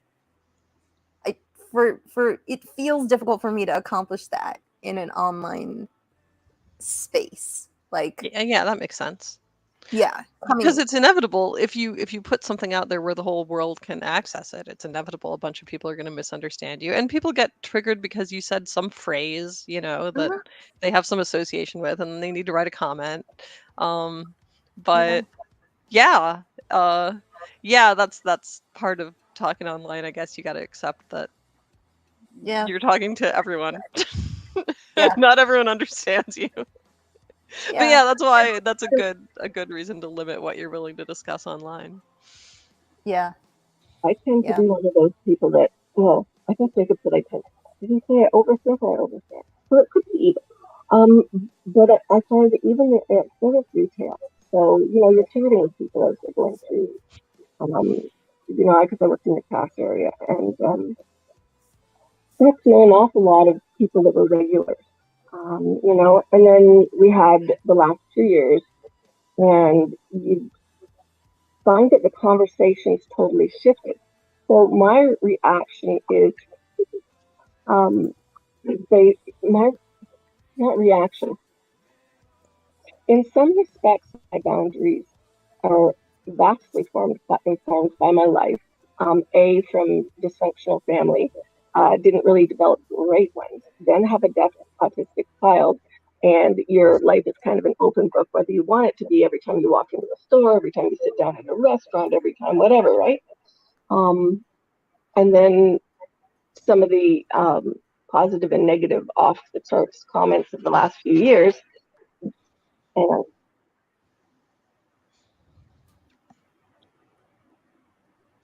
whatever. Anyways, background noise. I think I don't know if it's telling me to turn the battery saver on, so I don't know if that's going to impact me being here. Can you still hear Yeah, me? and your sound is a little difficult. I don't know, Nakama, how well are you understanding her? Because I'm It's a having a little bit trouble. more muffled than usual, Yeah. Sandra. I'm not sure why. Well, I'm on a phone and I'm going to leave in a minute because I think it's getting to that point. Because usually the computer's much better for sound. Could be how I'm doing it. I have no idea. I'm not really on a phone and I don't have any ear. Like, I don't It's a have a. little better now. Yeah. Yeah, could actually, be it does the sound better distance. now. Well, I'm Yeah. holding it closer. Yeah. Yeah, maybe that's all you needed. Yeah. Shout into the phone, Sandy. You can stare into my left eyeball. So Flaybus is saying, I recommend Laura's conversation with PVK. So my conversation with PVK is not on YouTube anymore, but it is Oh, accessible. Mm. If you look at any podcast app that has Paul's podcast on it, we'll have it in the app history, so you can Okay. listen to it. You just can't in the watch it on YouTube. podcast. Okay. And it is called, I think it's called Living with Your Father instead of Rescuing Him from the Underworld. Ooh, Oh, that's a very interesting title. indeed. It was because when I thought about when I was listening to Peterson at first, and I just thought about what my life up to that point had been like. I had this image that because he talks about rescuing your father from the underworld, I had this image that maybe what I had been doing for a lot of my early adult life was just kind of sitting with my dead father in the underworld, right? Mm. But not knowing actually how to bring him up out of there and move forward in the world above ground as it currently exists, you know? Mm-hmm. I will definitely try to. I will definitely try to find it. If I don't find that and you ping me, in Discord, then yeah, I'll let you know if I haven't found it because I'd like to listen. Okay. To that. Yeah, I definitely. Are you comfortable with me watching it now, Laura? I mean, I know you wanted. Listen to it for sure. Yeah. Listen. Yeah. It's Yeah. just not on YouTube. I feel like I felt like YouTube was a little more dangerous, partly because I think people are more likely to stumble across stuff on YouTube than they are on like a list of audio podcasts. Also, Yeah. Also, it would be way more galling, I think, for, you know, like if somebody from my old community happened to watch it, I think it'd be much more galling if they were like watching me talk about them. You know what I mean? Than if it was just an audio thing. I don't know. Maybe it's not. But also, you know, people are in the habit of like sharing YouTube links or like dropping YouTube videos into discussions or whatever. They might be like, oh, you're talking about this kind of thing. Oh, here's this one lady who was talking about the same thing. Bang, there she is. Right? Like it spreads that way. Whereas again, if it's just the pure audio, it's not really the same. Right. It doesn't proliferate as much. Yeah. Well, I'm staring at this and the boredom behind me both, and I think I'd better take pity on my battery and company. So, Sandy, it's been such a pleasure to see you. Yeah, thank you. I really have liked listening to some of your share times with people in the comment, and it's really nice to meet you too, Laura. Thank you for this time. Talk to you both later. Nice to see you. Bye. See you soon. Okay, let's see what people have to say, Laura. Chazi's excited because Shabbos is coming. What's today? Is it Thursday? Yes. Shabbos is tomorrow. I'm excited too. Things quiet down. Here in Israel, the whole country shuts down. Keeping Sabbath in America and keeping it in Israel, worlds apart. It's such a different cultural difference. Mm-hmm. Both amazing, but here in Israel, the whole country shuts down, which is always to do that every week. Like it's such a different experience. Yeah. Let's see. Zach is dancing, which is good. We like that for you, Zach. Keep dancing. Let's see what else people have to say. You can trap spirits inside rings when people die, so a medium doesn't see them. Good to Laura know. got that. I did not understand it, but no, I only laughed because it seemed so random. I don't know what inspired that comment, but you know, it's good. It sounds like good advice, so I'm gonna remember that. You can trap spirits inside rings when people die, so a medium doesn't see them. Interesting. Mm-hmm. I'm not trying to trap anybody's spirits, though. Just full disclosure. Not today. Not today. It reminds me of Babylon 5. Is that a movie?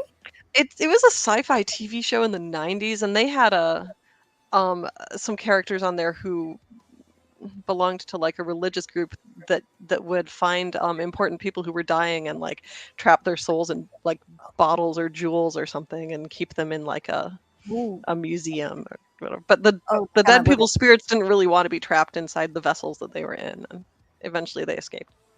That sounds. Is it a good watch? Should I watch it? I don't know. It depends on if you like cheesy sci-fi shows from the 90s. I do. I Oh do yeah, like you probably like them. Yeah. Let's see. Khazi says, Nahama, you are seen and you are heard. Thank you, Khazi. That's very sweet and thoughtful of you to say. Thank you for always coming back and sharing your story. Yeah, it's. I'll tell you. Look, I'll be really honest. It takes a lot of courage for me to keep coming back. Just if we're gonna be real, like it does. It's not always like. I'll get on one of these streams, Laura, and then I'll talk for an hour or two, whatever, and I'm not thinking about it because I'm just talking to you or I'm talking to everyone. And then almost every time afterwards, there's this like existential horror. I'm like, what did I say? What did I just do? What did I do? What happened? Like, oh, and no. then yes, and I've been on a couple different YouTube channels talking to people about various things, and when I'm done, I always think back and I'm like, well, I enjoyed that conversation, but did I actually say anything that was worth hearing? And I'm never sure that I did. But then sometimes I get good feedback, so it seems to be okay. Yeah. But it's always different. I wouldn't be thinking that if I called a friend on the phone and talked to them and hung up. I'm not like, oh my God. It's just okay. That doesn't happen.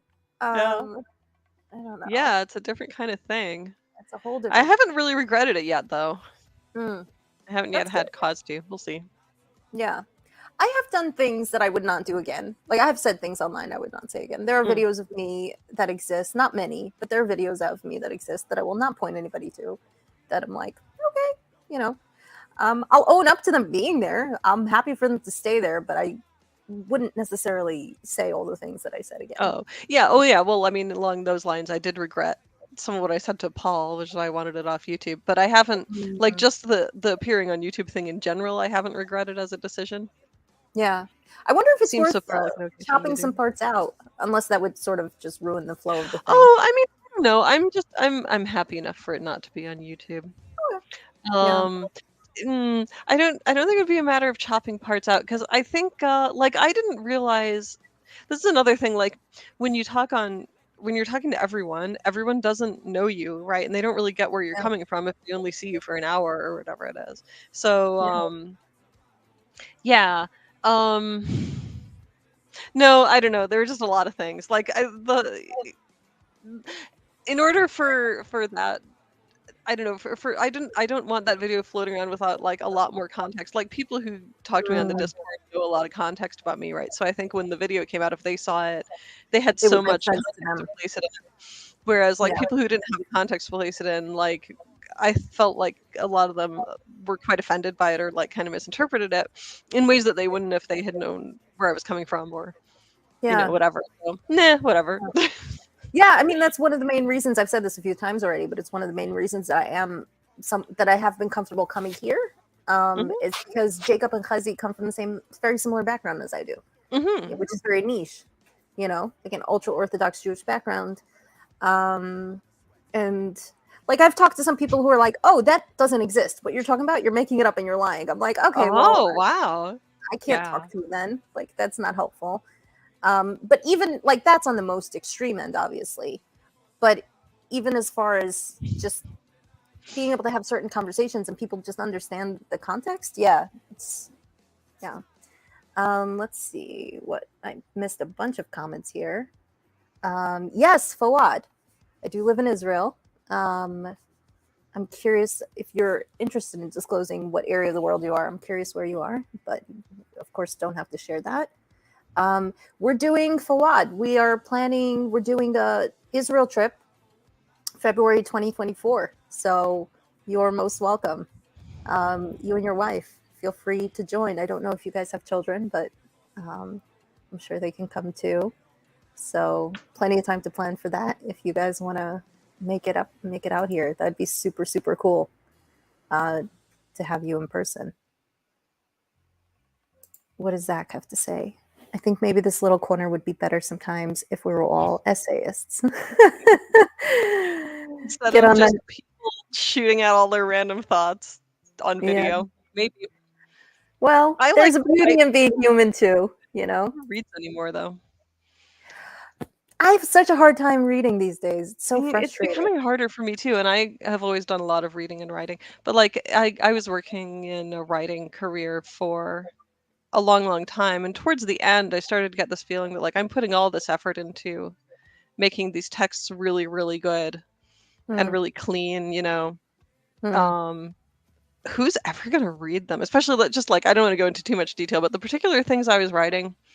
What I imagined people were going to do with them was fleetingly glance at them as they walked past a wall somewhere, or they were going to buy a book with some of my text in it as a souvenir at an event, and then they were going to go flip and look at some of the pictures in the book and then put the book away forever. But they were probably never actually going to read any of the stuff that was in You were the writing.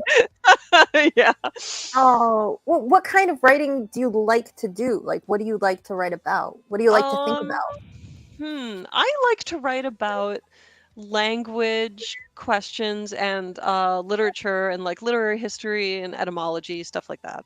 I would Mm, write about religion too, I guess, but I never really have. But I could yeah. if I were called upon to do so. Yeah. Etymology is amazing. Mm. I love it. It's such a brilliant, like, that's like underneath everything, right? Yeah. Yeah. It's, that's the coolest. I think, the thing about an audience is that, well, I think nowadays in terms of a global audience. So I think like, okay, if there's 8 billion people, are there 50 people who are going to want to read it? I'm like, yeah, probably. Whereas Yeah. I used to think locally, and then my answer would be like, oh, nobody's going to read this. So if there's enough etymology nerds out there and enough people Mhm. who are interested in literature and stuff like that. But for me, I think the most important thing is that you're enjoying it. So if you're enjoying it, good. If you're not, Mhm. move on to something you're enjoying. Yeah. I don't know. I definitely sometimes I can get in my head about the audience part of it. I'm always really good at creating if I'm not thinking about other people. If I start thinking about other Mhm. people, that's when things for me personally start going downhill.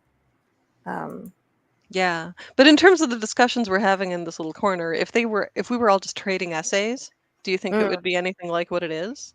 Probably not.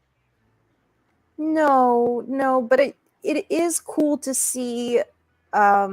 Like there are a few Substacks that I'm following. I didn't even realize that people had Substacks only the past like couple weeks, and it is interesting to see people who I interact with, their writing style and what they write about, because it's a different side of them. Yes. I don't think I would interact just literarily. But as a now getting interested in people, I really want to hear what they have to say. Yeah. Luke says essays are too ego bound. I don't think so. I think they can be, but it certainly doesn't need to be. I don't know. Put up the next one. He says, thinking out loud is thinking ahead of your head. He needs to come on here and explain what all these things mean. Yeah, Luke. Tell us what you think. Thinking out loud is thinking ahead of your head. Thinking ahead of your head. Hmm. Hold on. See, if I was talking to you, I wouldn't be. I don't know. It's a new kind of etiquette and a new kind of CPU for my brain and a new, because I'm interrupting you. I'm looking at the comments and I'll find a flow with this. Yeah, it's just a different format. It's fine. Yeah. And I can't come and drink tea at your house because you're in Israel. So yeah, it's you're kind of in a the jaunt. States, I assume, or are you in Europe? Yeah, I'm in Wisconsin. Oh, lovely. Oh. Wow. Yeah, I see. It's still very sunny by you. Oh yeah. Yeah. I am hoping to create more this year, though. Whether or not I share that with people, I don't know. But because oh gosh, what's her name? There's a lovely woman in this corner somewhere, and she did a video about consuming versus creating, and the balance between those two. And considering I do have the spirit of a creator, I have been consuming more than I've been creating in the last couple of years. So I'd like to I'd like to flip that just a little bit. And that's also one of the reasons for me to come on and be alive and contribute and participate, so that I'm not just passively consuming. Oh, Cassidy, yes, thank you, CW. But I do very much get into my head, like I said before, about the creations, and then what am I going to do with it, and who's going to see it, and like you were saying, you know. I don't know. You know, Laura, when I was a kid, I didn't think about any of these things, and I was able to create like lots of beautiful things without an afterthought. And it's sort of all of this like extra mush garbage nonsense in my head that sort of gets in the way. That it's interesting because when I reflect back, like when that wasn't there, it was just easy to get in the flow and do and create. And I'm wondering how to sort of peel off those layers.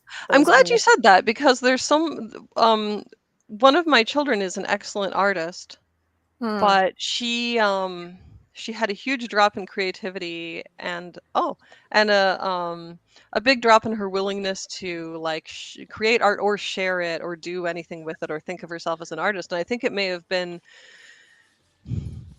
the self-consciousness that comes from using the internet and just, I don't know, the way social life is now, and the thinking all the time about who's judging you.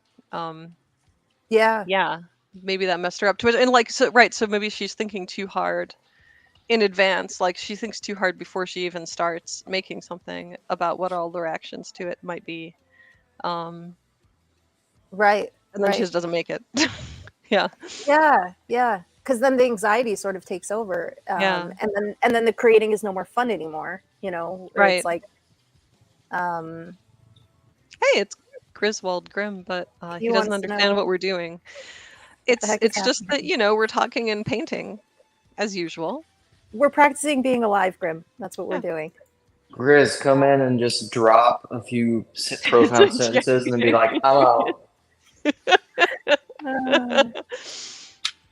So just quick update, Fouad is from Pakistan, married to a Brazilian woman, and he's living in Brazil for 5 years. Lovely. Yeah, hopefully we'll see you in Israel. That'd be awesome. And yes, Zach, Israel does have sparkling water, a large variety, many more types than I've been able to try, quite frankly. So. Hilarious. Wait, so is Luke going to tell us what he meant before about the thinking ahead of your head thing? That was why we tried to get him to come on here. I can try. Yeah, go on. I didn't want to interrupt your flow. You guys had moved on. Well, it's kind of, so I'll try to explain it. Usually my explanations just lead to more confusion, but, so when we were talking about essays and you were saying essays don't have to be egoic, I think that's true, but I would say that's only true if that person is 100% honest and is fully integrated, and which of us are. Because when you write an essay, you're doing that with your conscious awareness in your prefrontal cortex, but we know from psychoanalysis, from just the general way that thinking works, that there's tons of things we're not integrated. There are things that you think and believe that you're not conscious of, which is why people go to therapists. So when you're thinking out loud, this is what I mean by thinking ahead of your head. I'm kind of an external processor, and I usually talk so quickly that there's no way that I could be analyzing it before it's coming out of my mouth.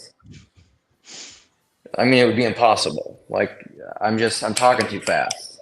And what I like about that is that I'm not checking it with my ego. I'm not thinking about how in a sense, I'm not thinking about how you're perceiving it, which is why the kind of anxiety that you guys are talking about earlier of being online. When I'm having conversations like this, I'm never thinking about that this is on YouTube, ever. Or people are going to watch it and what are they going to think? It's not even registering with me whatsoever. When I see mean comments. You're not thinking about that after either. No, after I do. Because then I see mean comments and name calling and stuff. Yeah, and Luke gets his share of mean comments. Yeah. Yeah. It's I have all these Lukeisms of things like that, like thinking ahead of your head, because I'm like the most idiosyncratic person ever. So Luke gets these mean comments that seem to me to like presuppose that he's acting in some kind of bad faith, but I don't think he is. I feel like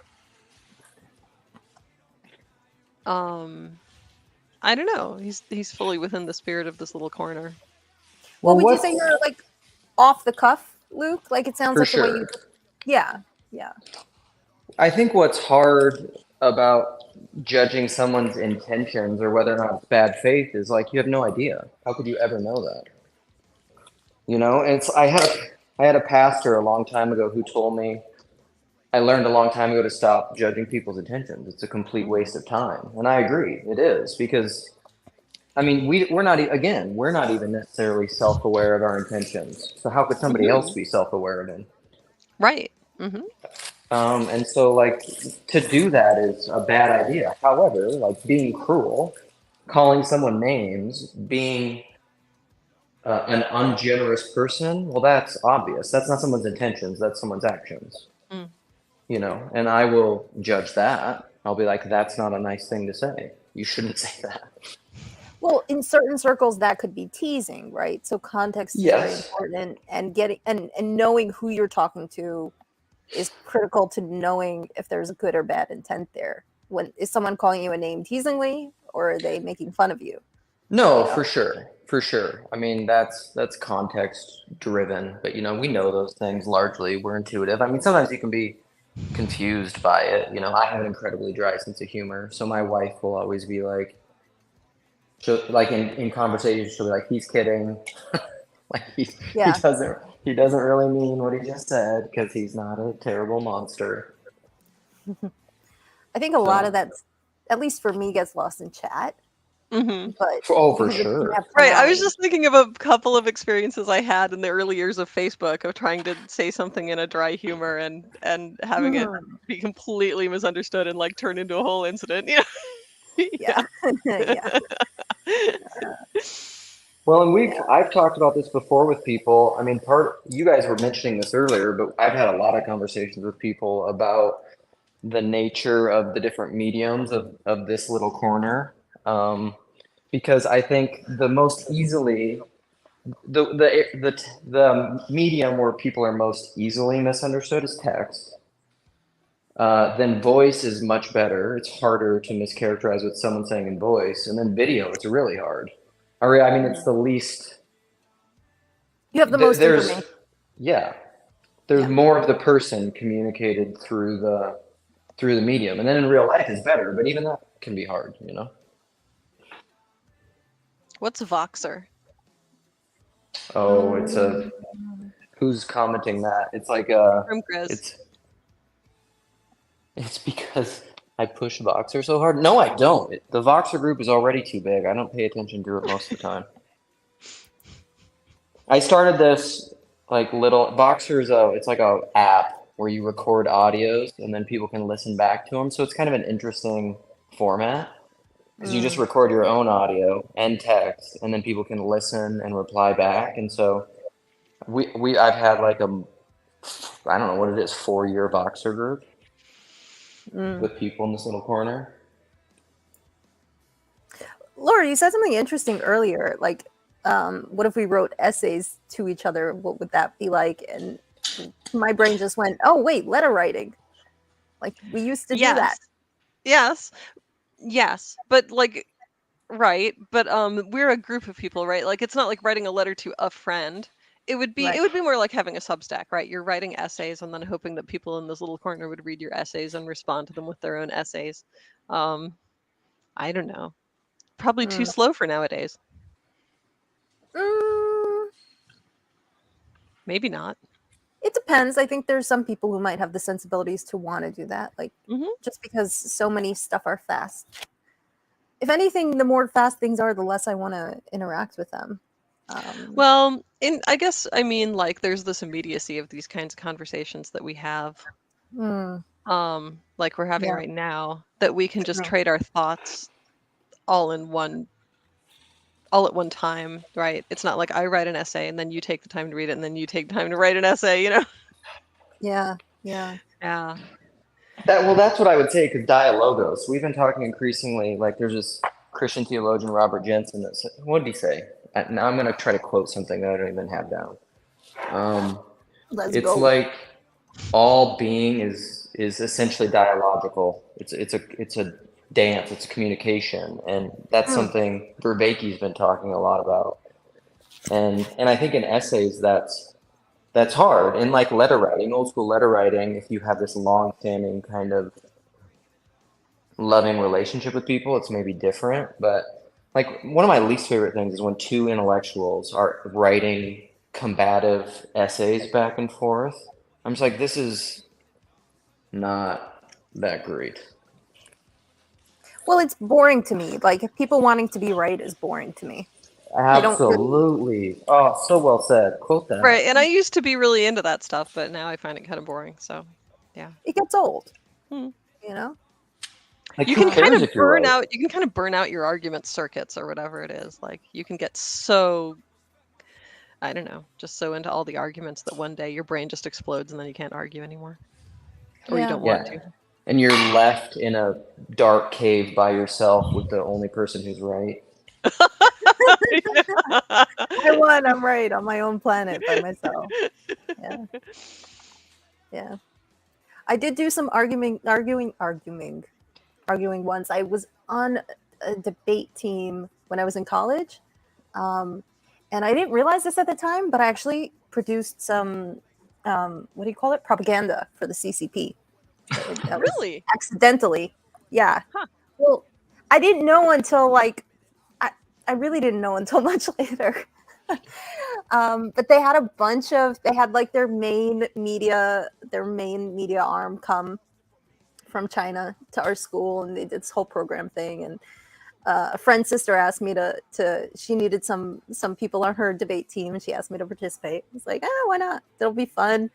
They streamed it on TV in China and everything. And like a little while, like much later, when I was a little bit more wiser to the world, I was like, oh, that's what I was about. That's what I was doing. I was just putting on a show for the CCP. This is crazy. So that's my debate history. I did win, but I don't know which side of the good or the bad I was contributing to. Who knows? CCP ain't never called me Latinx. It's in the comments. Oh, Zach, you're gonna make me spit out my water.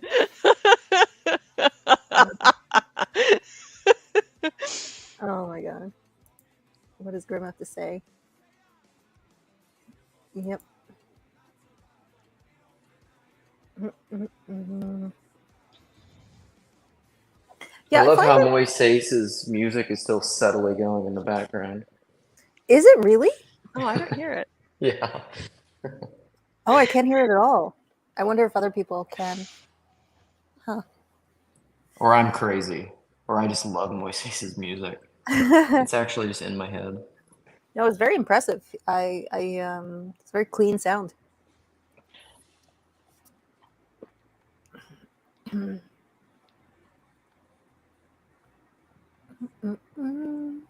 Well, I should probably be on my way because I got some work to do this afternoon. But it was very nice to talk to you. And I actually sent you a friend request on Discord. Do you ever use Discord anymore? Nahama? Me or Luke? I don't. You. No, Oh, you're no. not on it. Okay. No, but we can I'll stay in check it touch every this 2 way. months or so to see if I have messages, but like increasingly less and less. Yeah. Okay. Yeah. Can I just send you guys a personal friend request right here that's not on any platform, but is No. just in this live stream? No, you can't. Darn it. I have to think I don't about that accept those. I don't accept in-person friend requests. Yeah. All right. Okay, bye. But if you want me to, I'll hop on Discord later and I'll shoot you my email address. Oh, cool. Okay. Yeah. All right. Pleasure. Bye-bye. Take care. Call him Maishi. Yeah, I do really want to call him Moises Maishi. Definitely. Luke, do you ever paint any rooms not white? Occasionally, but this house that I'm working on is white. This trim is like a extra white. The walls are, it's funny how shading and lighting and things work, because the walls are technically a white too. But they kind Well, of the walls have a little saturation to them, yeah. Very Yeah. little. So I don't know. It's hard to predict. This is not a, it's a, it's not my personal home. And so, you know, you can get crazier in your own home. Yeah, I've been thinking about doing some repainting. It's hard to choose the colors. I don't know. Like Yeah, you I'm could in the mood of doing yellow, but I also know I'll get bored of it after like 6 months. So it means I'm gonna have to, plan to repaint pretty quickly. But I don't know. Yellow's nice. I like to go bold. Why not? Yellow is nice. Like I want to do like a golden yellow, but it's a little fatiguing on my eyes after a while. I don't know. Not sure. The paint that they have here in Israel is super expensive. Really? Yeah. And it's super, super thick. Like you can, once it dries, you can actually peel it off the wall in like a whole solid layer. It's crazy. There's not like different grades of paint? There are, but most of them are like that. At least most that I've used so far. So it definitely makes painting here a bit more of a commitment. Old school lead paint. I don't know if it's lead. It's definitely old school. Actually, that would be fantastic. it's definitely, yeah. Chazi probably knows more about the paint here. I don't know.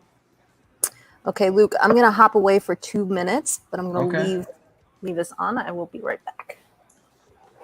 People can just sit here and watch me paint. They can watch paint dry, which is just super exciting.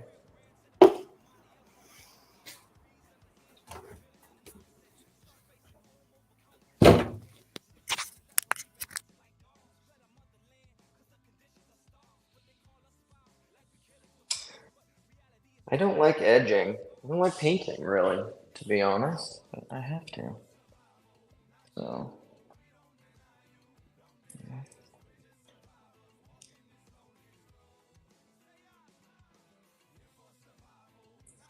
Could cry about it. At least I have a job, I guess.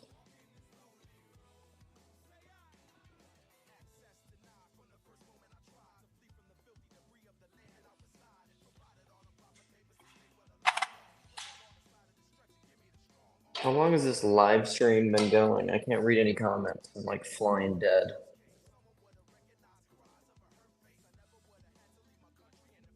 Someone bold jump in and start talking.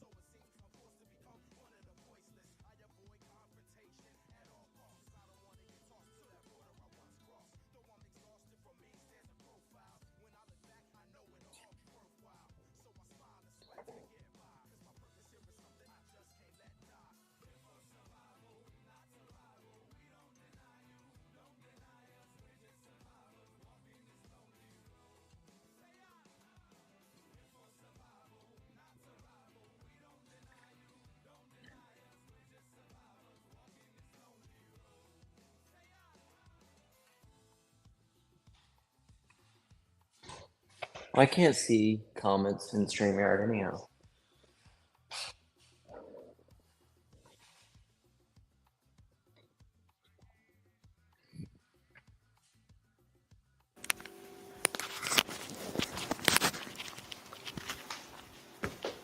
Well, no one can let anyone in anyhow. Yeah, because Nahama's not here. Hilarious.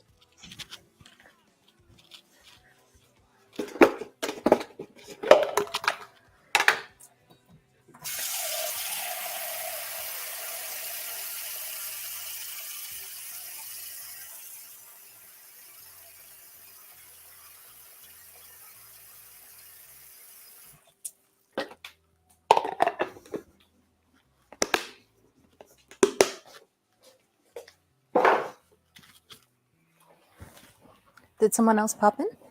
Nobody else did because I think you'd have to let them in. I can't. Well, I maybe could, but I'm not. I'm going through. I'm not in like the StreamYard app. I'm just going through a web browser. This is high quality entertainment, Fawad. Luke. Fawad says 11 people watching Luke's butt and painting. Oh, well. Yeah. We are free, aren't we? In my defense, I'm waiting for lunch. Yep. Let me scroll up and see what people are saying. I was putting out really great content. Seeing one's face expression is key to this video space. Yes, I agree. I Yes. heavily agree on that.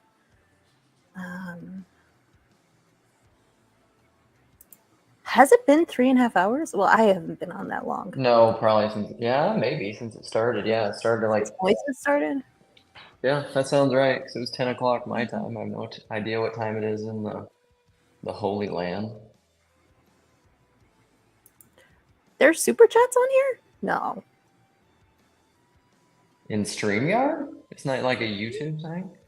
Grim says something they has for super chat. I don't know what that is referencing, but maybe he's saying on YouTube there's someone put it now.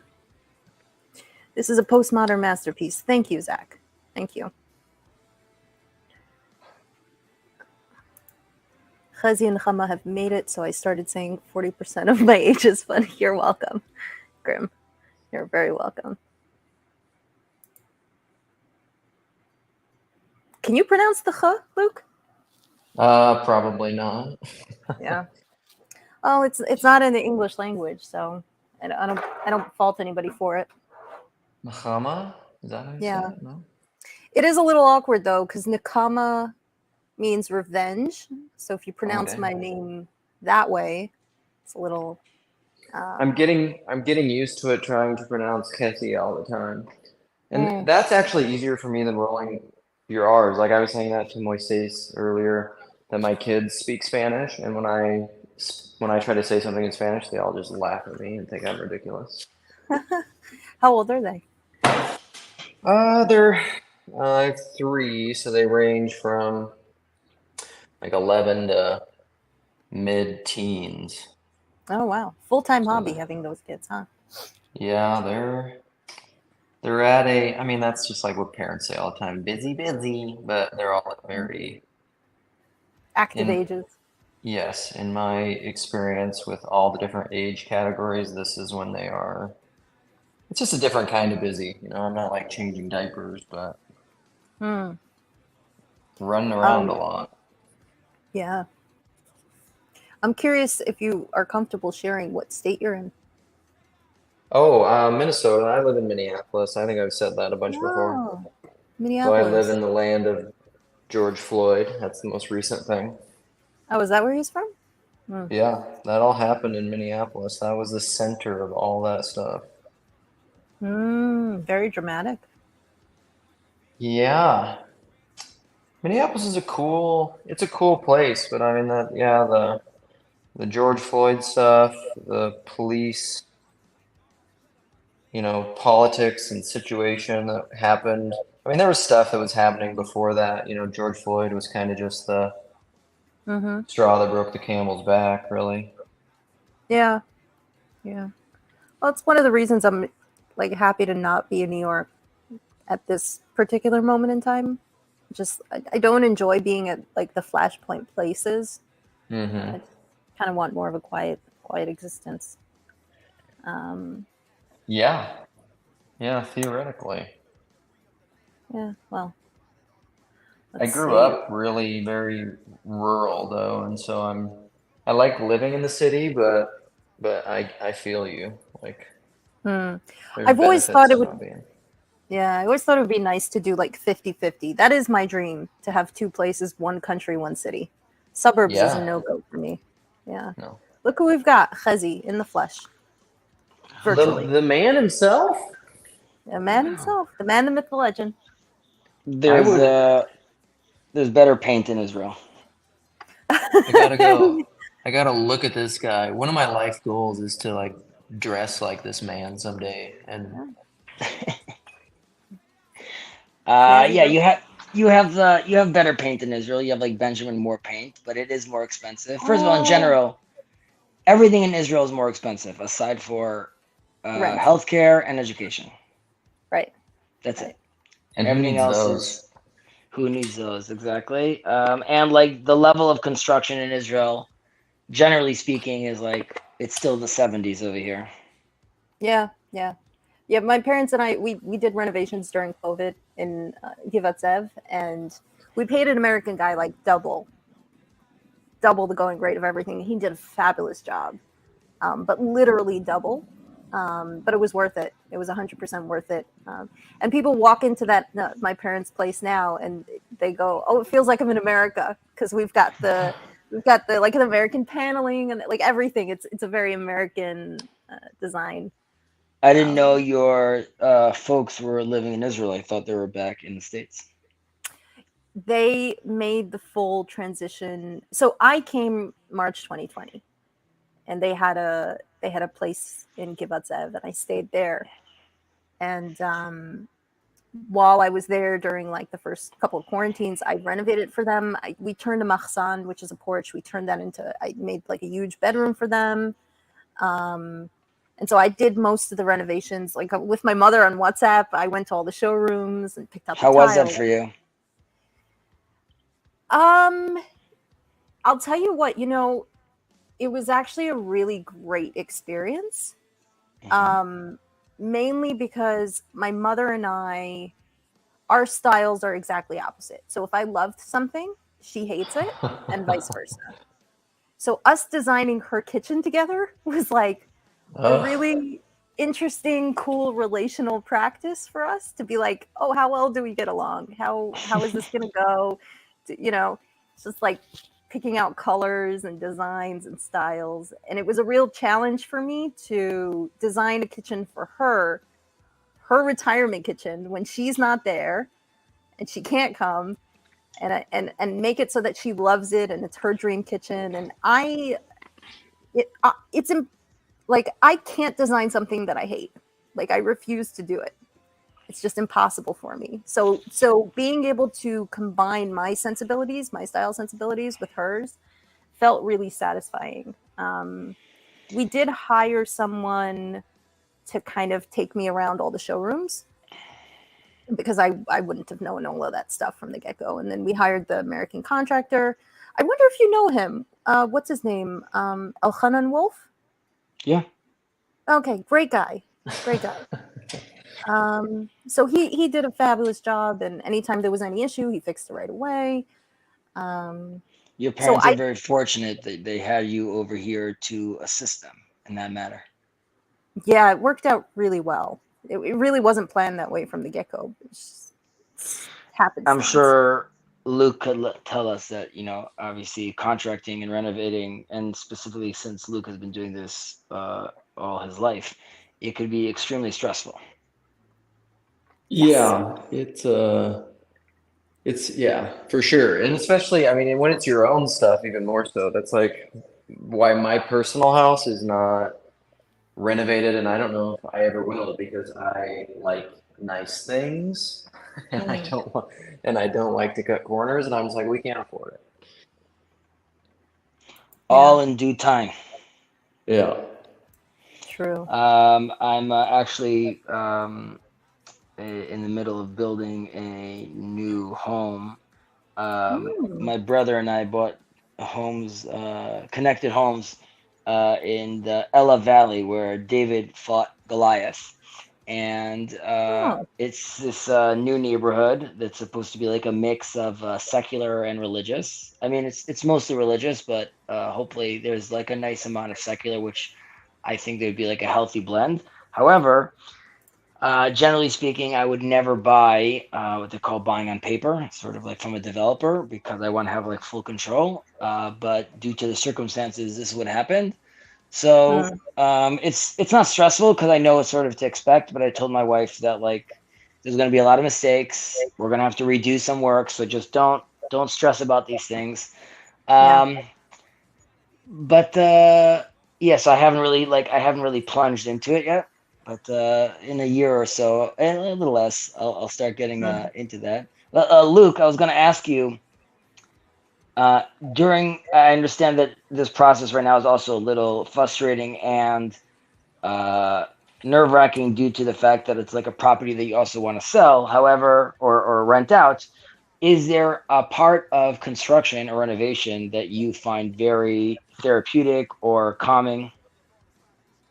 Yeah. Oh, hell yeah. The mindless stuff. Like, I was working on a project where I had to dig. I was running electrical to the garage from the house. It was it wasn't ever that didn't have electricity before, and so I'm kind of just a dumb brute, and so I don't like rent a machine to do that. I just like got a shovel and a pickaxe, and I just dug like a 30-foot trench by hand from the house to the garage. It's like the best thing I've done in a long time. It was so great. Good workout. Yeah, absolutely. Okay, but do you find that because, like, even right now, what you're doing, right? Like, this is why I find like podcasts, and definitely if you're open to use like double speed on the audio, like there is all this quote unquote dead time that you could be double dipping in, right? So Yeah, like, no, you're for painting sure. right now. So when I'm walking around, like this week, I was like in a marble quarry. So I'm not like walking around just giggling and like yelling like the names of the marbles. Like I'm walking, looking at marble, and at the same time, I'm like listening to, Yeah. Yeah, no, I think that's really great. has been like a complete game.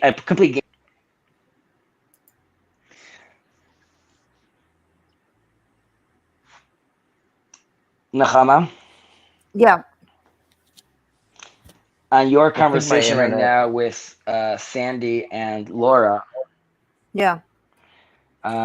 So I think this is like the first time I saw like three women having a conversation where there was like no men involved. So to me, this was like a big day. It was a big win for this little corner. But what? And you don't have to answer this, obviously. Would you like more of that though? Would you like there to be more, like more of a feminine contingent on this little corner, and like actively? Is that something that would make you feel even more comfortable here? Okay, that's an interesting question. Potentially. The question of what I want in this corner, for this corner, is an interesting one, especially in light of, I've thought about this in light of the conversations around Jacob's new organization and all of that, where I see people have a lot of what they want, and it struck me that I'm not as invested. I don't have necessarily a direction that I feel like this needs to go or I want it to go. Maybe that's a function of me not being here for as long, or also just not just wanting to see where the chips fall, but like there's so much of this here that's not me, that's so many other people. So I don't even know what. I don't necessarily, what's the word I'm looking for? I don't really have a like an end goal here, right? I don't have I think this is what it should look like, or this is what I want it to look like. Like, I don't know. As long as I'm enjoying myself and it's fruitful in some way for me, then I'll sort of continue to be here. And if that's not the case, then I won't. More women probably would contribute to that. Look, I can talk about what I don't like. I don't like when there are a lot of men and they're acting I think something that I come across online is men interacting in a way that seems really petty and frivolous. And it's like, I hear men interacting with each other in a way where they accuse women of acting like, and I'm like, oh, I wouldn't even be having this conversation with you. Like, I wouldn't even participate in this sort of conversation, and yet you're all acting like, again, I don't want to belittle people. I'm not talking about anybody particularly in this corner. I'm just saying my interactions online, but I've seen that time and time again. And so maybe that is a function of women not being there. Maybe that's a function of the internet space and the differences of time and space and physical reality and virtual space. I don't know if I don't know. Yeah, I think it would be nice to have more women, as insofar as they're people that I would enjoy talking to. Same with men. Gotcha. Insofar as they're people I would enjoy talking to. I don't know if that's a useful answer. Well, and they bring a very. Does my internet suck again? You're good. Okay, and I think women bring a really interesting relational dynamic because I appreciate it a lot because I can play the let's talk about ideas game. I like that to a point, but I mean, really in my own personal life, I tend to interact with and relate to women almost a lot more. I think women are a lot more fun to talk to a lot of times. Guys can be kind of boring. Yeah, I definitely see the ego thing come up a lot. That's a human thing, not just a men thing, but that's a human thing. And I find it really tiresome to just because I'm a woman to be like, oh, you're the one who should fix that. I'm like, no, I don't want to mediate between your egos. That's not fun for me. And if anything, me getting involved in that is just risking me pulling my ego out because God Yeah. knows I've got a big one too. Like I'm that's not hiding that, right? Like so yeah. For me it's always quality over anything else, over gender, over content. It's always just quality, you know?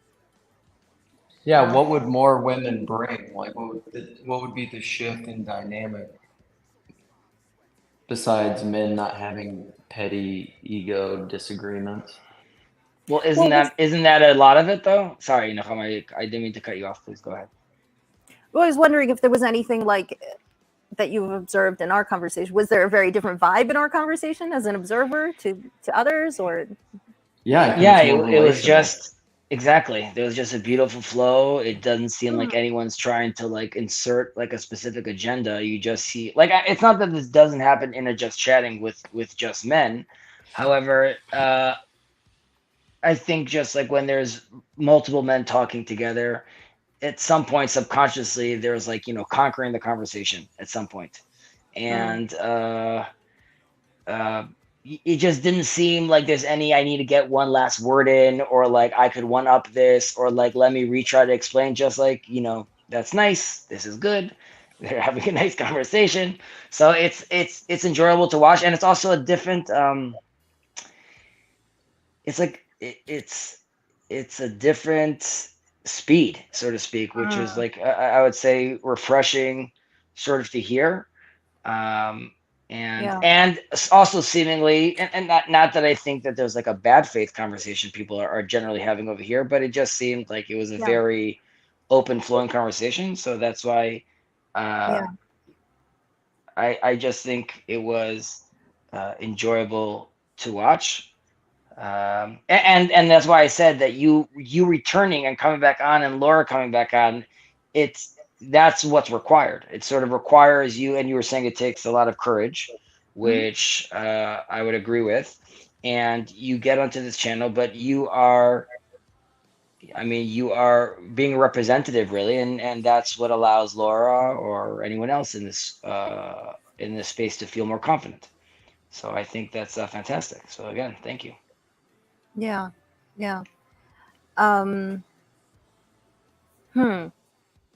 Yeah, it's very interesting. I just with regards to what you were saying about this little corner and like you don't have an end goal. In a certain sense, that's like I feel like the tension that. Sorry, go ahead. Yeah, I don't want to be disingenuous and say that I have no end goals in anything that I'm doing. You want to conquer the world. Who doesn't, Chazi? I definitely have end goals, but they're more aligned with like my own personal stuff as opposed to this is what I want the corner to be or what I think the corner should be or what I want to happen in the corner. If what is happening in the corner is aligned with how and who I want to be in the world, then I'll participate to that degree. And if it's not, then that's fine. Then it's not maybe the place for me to be, and I would try to find a place that is. So yeah, I just wanted to clarify that because I certainly have end goals in my interactions, things like that. Not always, but how I'm trying to interact with people is certainly a goal for me. Well, I'm thinking about the tension that Chad and some other people, well, I don't even want to use like that name, just Chad happens to be more vocal about it, and rightfully so, about his concerns on this foundation that they're the structure that they're building. Now, I think it's two things that are important. One is that I think it's premature to really even talk about it, and I know, on the other hand, I understand that uh, um, Moishi is having a conversation and being open and being receptive to criticism, so to speak. So that's obviously always healthy, and that's always good to see. Mhm.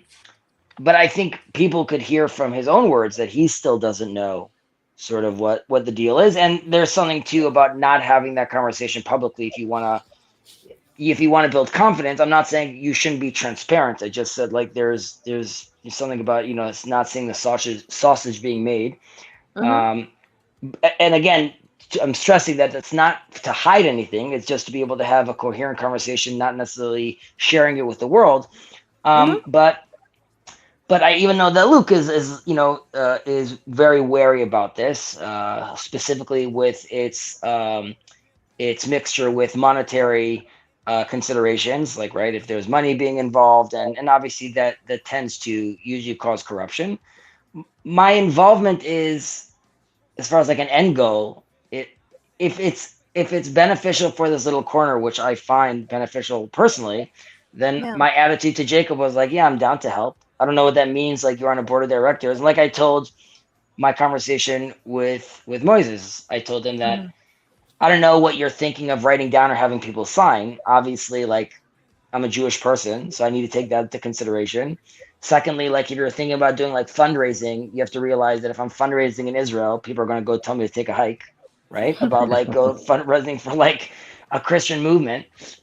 So and I know it's not necessarily a Christian movement, but you also can't escape the Interfaith, fact. sure. Not Just everybody's going to be tell about him. that. Just tell him it's the fulfillment of Judaism. There you go. I'm just kidding. Why do you have a huge cross on your neck, Chazi? This thing? No, this is just like This Don't is you see the tiny Jewish. little Dunkin' this Donuts is in the Jewish. center? Yeah. Yeah. So, can you guys hear me? I got cut out. Jesus there. is Jewish. I don't know if that was me that just got disconnected, but if so, I'm sorry. So probably me. I would advise people to I guess not to pay attention and not to look. And I see Chad is being, people should be very precise with their words. And like I heard Jacob like on January 4th say like this word which means X. I'm not saying that's bad, and I'm not saying people aren't being intentional, and people should be doing their best to be diligent and read between the lines. Having said that, from my understanding, it really is just right now an idea space. And again, that doesn't mean that it can't be detrimental to this little corner. However, I don't see that yet manifesting. I know people are very nervous about structures and patterns over here, and they end up, people have a lot of ideas. Can you guys hear me? Yes. We hear you. Okay.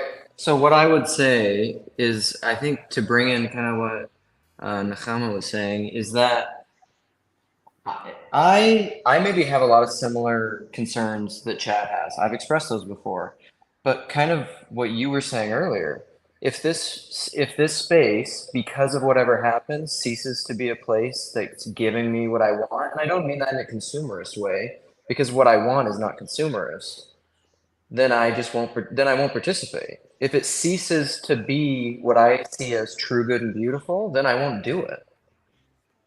I think that's true to everyone, though. Right. Yeah, exactly. So I'm not worried about it in that sense. Like I'm not. Here's the thing: is like nobody knows the future. Like I've said this to Jacob before. I've said this to Chad before. You don't know the future. So just like that allows you to chill out of it. I think a little bit. Yes, however, that doesn't mean we we have to quote unquote blind ourselves from I'm going to use this phrase, but navigating patterns, right? So we could be I know we could be sensitive to say like, okay, if we're going to do 1, 2, 3 down the line, we could already anticipate some of the ramifications.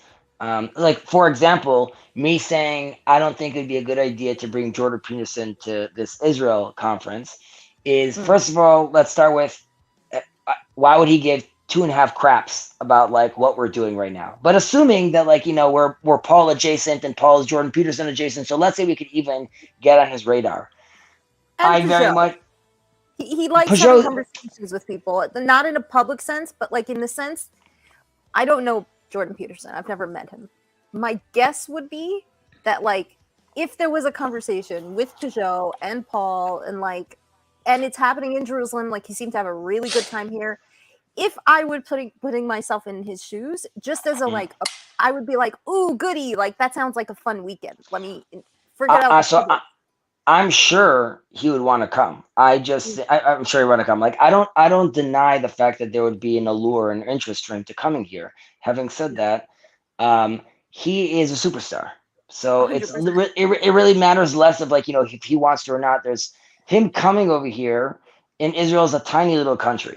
So if like what I'm saying, like even potentially having a trip like this into Israel, which is already like a very large commitment from people, I would want that to be this little corner. And Yes. this little corner I don't want to say we moved past Jordan Peterson, but we have realized, you know, a lot of people have him in have a little Jordan Peterson in their toolkit, which they use in their conversation. But him being there, I just seeing it being more disruptive. And when I want to hear Paul, and I want to hear Paul and Jonathan Peugeot, and I want to hear Jonathan Peugeot, Paul, and Zevi have a real conversation, and you can't do that if the superstar is there. Yeah, I agree. This was my first kind of instinct as well, which is like, I'm excited about the idea of having a Shabbaton. I'm even more excited about the idea of having an interfaith Shabbaton. Like, and to me, that's very homey. I've been to Shabbatons with 25 people. I've been to Shabbatons with 200 people. I've never been to Shabbaton with 5,000 people. That's just not a thing. Not in my world, right? I don't know about 5,000 people. Maybe you have. I don't know. But like to your point, I think of the word homey, and like that's what I'm looking forward to, this homey atmosphere where we can interact and we're not on screen, and you know, the conversations that can be had, interactions, the sights that we can see together, you know, meeting your wife, like seeing that, you know, seeing people's the more personal side of them. So yeah, turning it into some big stadium event with a superstar, I think I'm like, ooh, I'm not excited about that. Jordan Peterson as the person, sure. Is there a way for Jordan to be there as the person and not invite that whole thing in? Not anymore. Not anymore. I don't think that's why his practice is no longer. I'm saying it's a shame, but like he was a phenomenal teacher. He can't teach anymore. At least in like those classroom lectures, those are done. And him as a therapist, one-on-one with someone, is done. Now that you know, there's great, awesome. His biblical series, rah, rah, rah, awesome. I love it. And like, you know, keep on doing your thing, JP.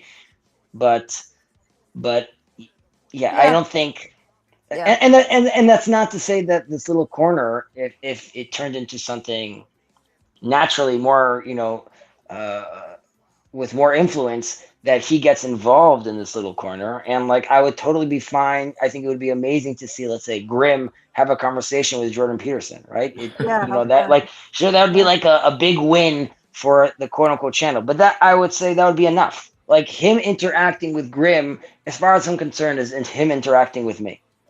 Or him interacting with the space, because like you'd want to know that, you know, he's coming down, quote unquote, to the people, or that or the people could address him, and by him, not because he's some like magical figure, just because that is there's a tremendous amount of brain power there that one would want to tap into to sort of play around with the ideas that we play around over here.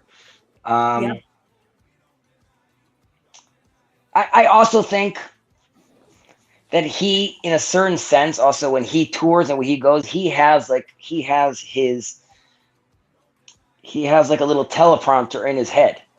Getting him off the cuff, or having like just like a flowing conversation with him, I think it's very difficult for him to have that probably now. I think like he has an agenda on his mind right now. He's like, you know, I want to, you know, change the world. So, but honestly, what's more disturbing is that Luke won't be there. Luke's not going to be there? I don't know that that's true. I might be able to pull it off. I would love to come. I would love to be able to bring my family, but I don't know. My wife doesn't like this stuff. She's not into it. I know. I told you, neither does my wife, but like the Jennies could hang out, Luke. That's true. Yeah, it seems like a lot of wives are either flummoxed or maybe not super fond of the corner. At least that's what I'm hearing. So that's Well, you have interesting. to realize for my wife, I don't know if this is true for Luke's wife, but why is this taking up so much of your time? Right. Right. Why, like, who are these people Why you're have we talking to? taken And past that and yet? and like it's more, it's like you could explain. You have to understand, like, I'm talking about God. It's the deepest of the deep. Like, yeah. But like, Right. what are you what are you talking about? Like, She just thinks she thinks it's crazy, like what you were saying earlier, like double dipping and turning something up to 2 times speed. She's like, you're insane. Have you ever thought about just like being quiet with yourself ever? She's like, you're nuts. Yeah. I could say like, yeah, I did that for like, like over 30 years of my life, and then like I didn't want to do that anymore.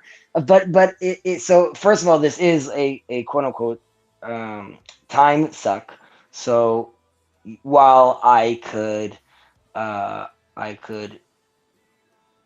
rationalize it by saying, I mean, I get to learn Torah over here, right? I get to get closer to God over here in some certain circumstances.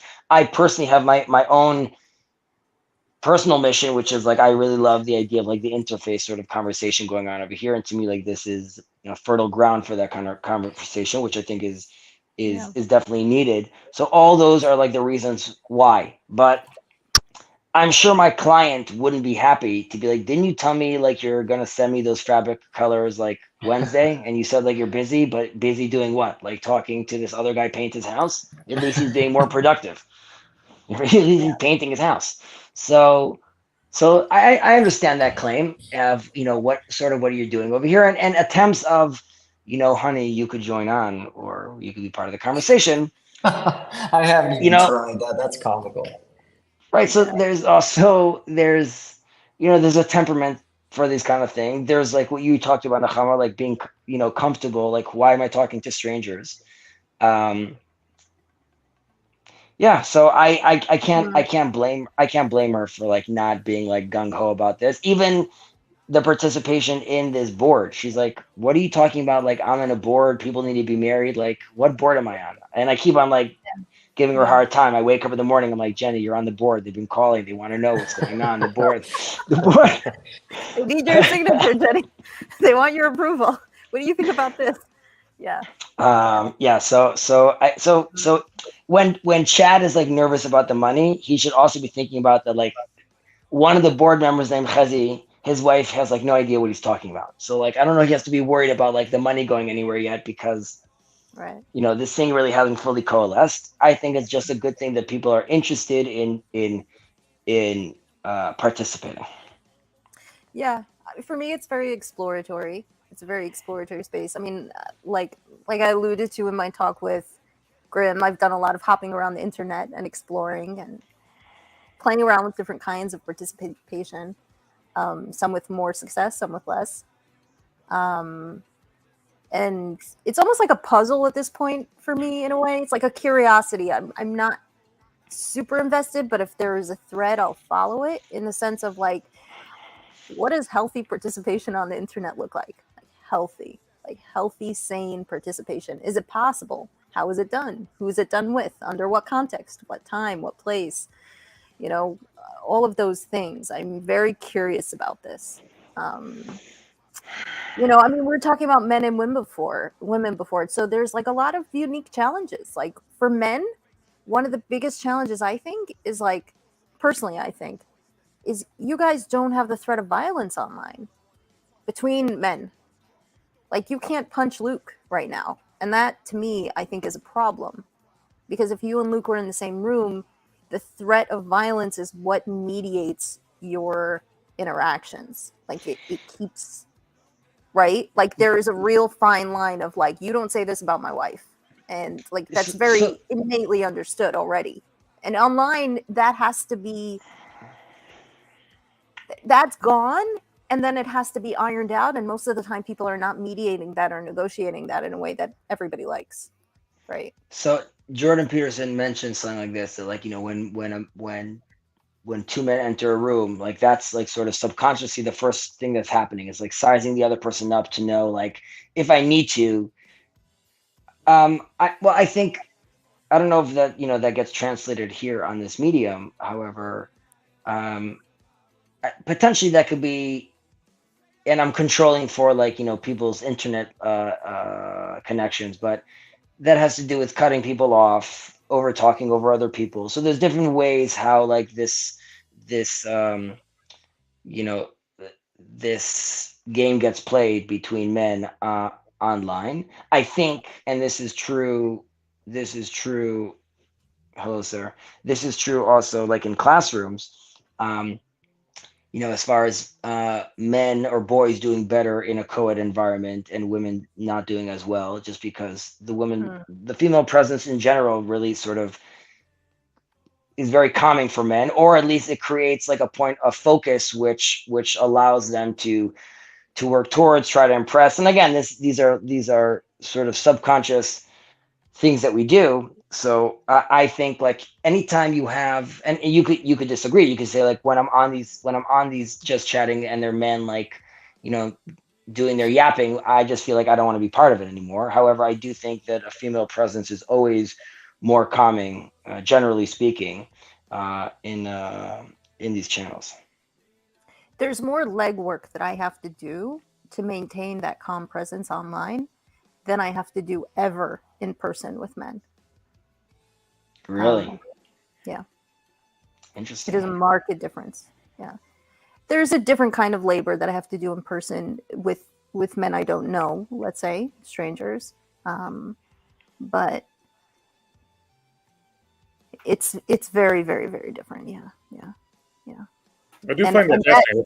Part of why I joined on is the physical violence aspect of it. I mean, I live in a part of Chicago where that's an ongoing thing, to the point where it's like subconscious. Like I go outside and I walk down the street and I have a mean face on subconsciously. I'm putting my shoulders up a little bit subconsciously, to the point where my wife says she sees me down the street and I look scary, and it's kind of purposeful. Well, isn't that a defense mechanism, though? A survival, I would say, a survival mechanism. Survival mechanism. Yeah, it's a tool. Yeah, it's a tool. It's a defensive. Don't mess with me, because before I even have to, you know. Yeah. Yeah, and when you engage with me, you know that there's a risk if you do it inappropriately. And yeah, that gets lost both online. It's a little bit here when we in the video chat, because we can see each other, and so I think to a certain degree our brain interprets it similarly. In the written format, it disappears a lot. I've learned that a lot on CRC Voices with Paul. There's people that say stuff. I'm like, man, if I was physically present, you would never speak like that to me. Yeah. I'm just responding to a comment that I saw Grim mentioned over here about Yosef and I were attempting to do this little corner version of an Exodus series. And he asked if it petered out. So like Yosef did one and I did one, but scheduling, the fact that PVK wasn't able to capitalize on the Exodus series due to Daily Wire's restrictions on it. So like we were sort of going to comment on Paul's comments, and also one of the videos I did, just in Judaism specifically, there's just so much commentary that, like, as I was going through, like, I did like chapter 3 and 4 of Exodus, and it ended up being like an hour long, and I'm like, okay, this line and that line and this line. So I need to sort of work out like a more like a general overarching sort of theme. And then I was thinking, if I'm going to do that, I really want that to be in tandem with like what the conversation is. I don't want to be like constantly throwing in like, random field. Left field facts. So that's sort of why it petered out. I was actually excited about it at the time, but maybe we'll bring it back up again. Okay. Yeah. Yeah. And Moises, I think that I appreciate and I told you this earlier, I appreciate. Here he is. Jacob. I had to jump in just to say, as far as the Exodus series. Yeah. So Betsy and I today at 4 on my time, we are going to be doing Torah studies on Exodus, and everybody should come and listen because, frankly, I think it's one of the best ideas that I have ever stolen from anyone. Is so Torah studies is an anthology that Rabbi Jonathan Sachs wrote. It's an they're adaptations of the Rebbe's Sichas on Parshas, and so what we're gonna do, and so the English is available online on Chabad, but what we're gonna do is we're gonna actually dig into the actual Sicha that he adapted it from. And like Sicha is the conversation or the speech. The discourse or the speech that the Rebbe gave, that Rabbi Sachs decided to adapt for his book. So it's like twice curated. It's like the best speech. It's like Rabbi Sachs's selection of the best speeches of the Rebbe. So just to stress the point that Rabbi Lord Jonathan Sachs was the chief rabbi of England back in the day, and he unfortunately died, I think, like 2 or 3 years ago. 2 years ago, 2020. Yeah. Which was extremely disappointing. I mean, he died very young. I didn't know he had cancer. Yeah. But he was a powerhouse, and specifically, I found him to be like he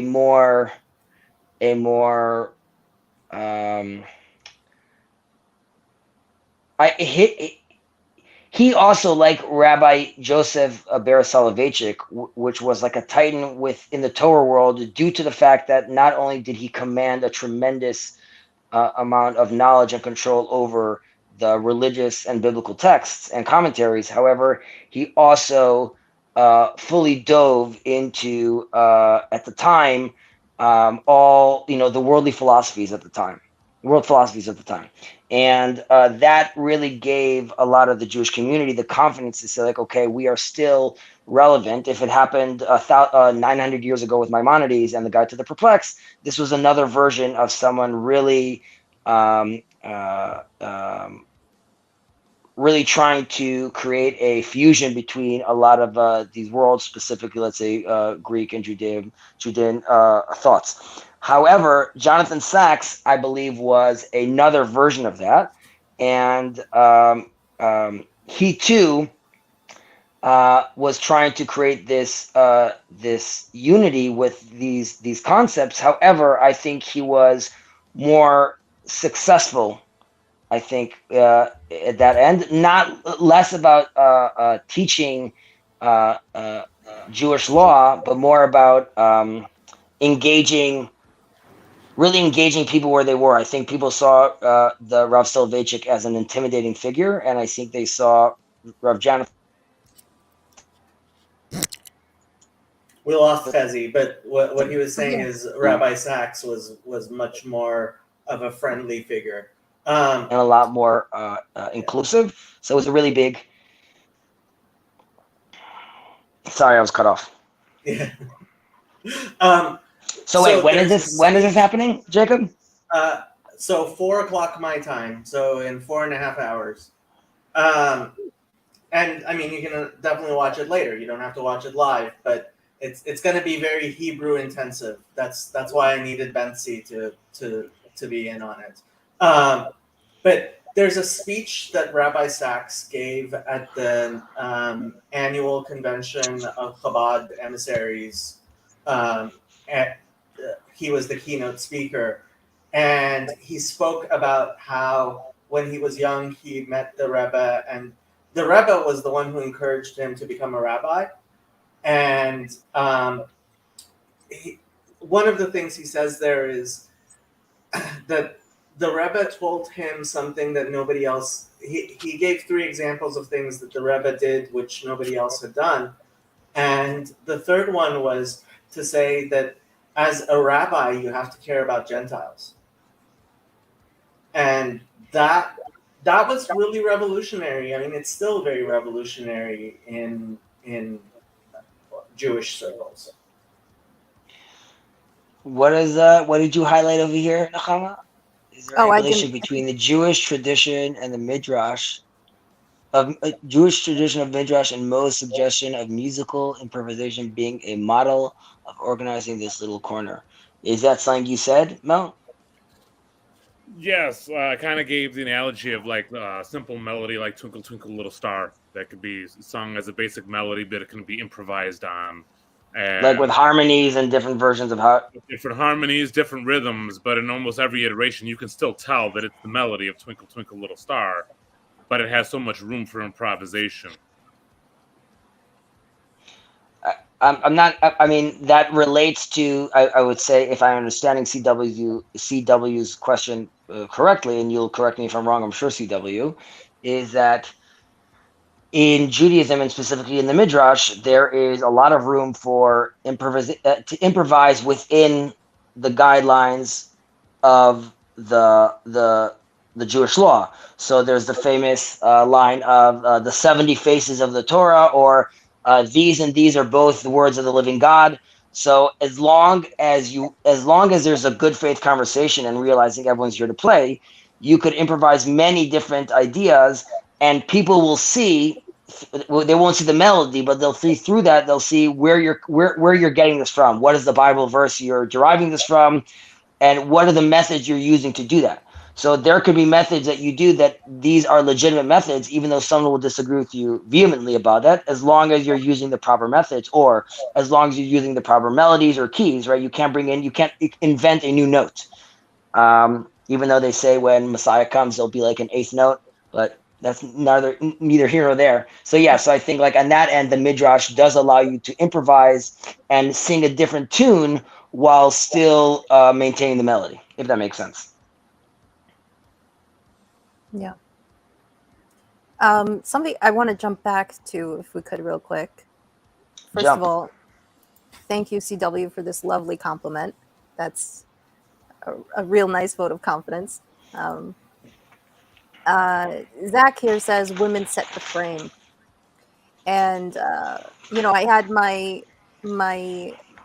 critique on men and their challenges in this space as far as the lack of violence, being able to mediate. My critique on women would be we've forgotten our power. Like, I truly believe like women are super, like, we are insanely powerful. The men do, I think, look to us for direction and guidance and shape.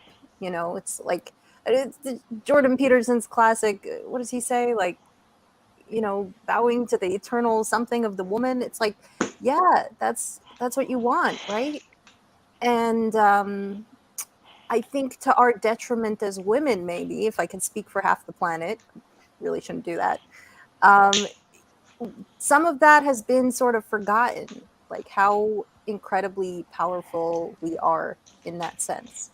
And a lot of the focus on, blaming other people or blaming men or blaming society or blaming whatever, when truly, like, we could walk into a room and it could revolve around us. And I take that as a huge responsibility.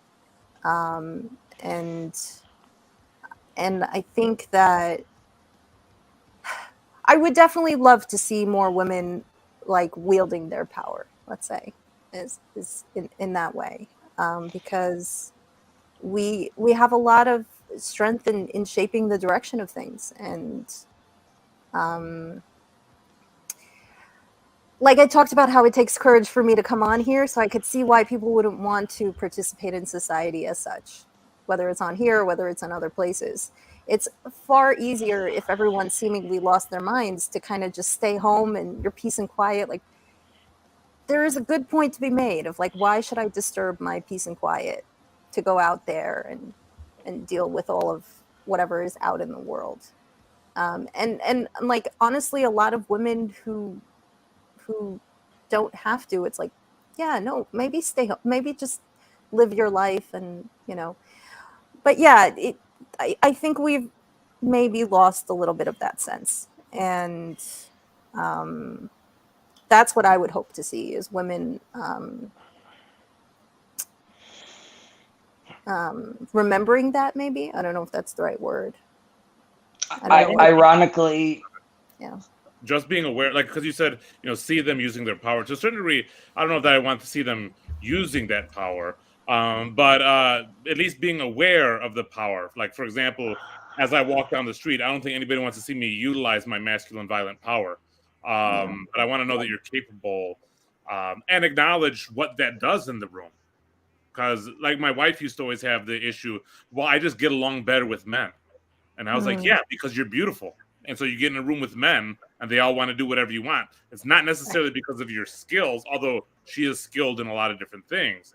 But how do you know? And she wouldn't even, in her mind, the idea of the effect that she had on men, it wasn't even on the radar. Right. But you get to see it because you see the men without her and you see the men with her. And there's a marked difference. Yeah. I'm going to say something that's a little controversial, so I'm trying to get some brave space, Chazi. Exactly, some caveats. So women could be the president, women could run the world, rah women, believe in yourself and do everything you need. Having said that, I think we're in a curious time right now because, like you just said, and which I would agree with, that women have a tremendous amount of power. However, that goes together with Matt Walsh's documentary of What is a Woman, right? So it requires women to sort of, when we're playing with the concept of identity and gender today, so what are you defining sort of as woman? And in order to access that power and fully utilize that power, one would potentially need to define for themselves what it is, like where are the boundaries of women where they could then sort of use this power. And having said that, less about, while the physical attributes are definitely one component, I'm just using a classic example, but seeing a mother mothering very well and that is extremely impressive. And seeing and that doesn't mean that is a summation of what the woman's job is. Of course, that's not at all what I'm referring to. However, I'm referring to, if they fully want to use their power, I don't know if that's going to necessarily happen if they're looking for it in the wrong space or trying to manifest it in the improper context.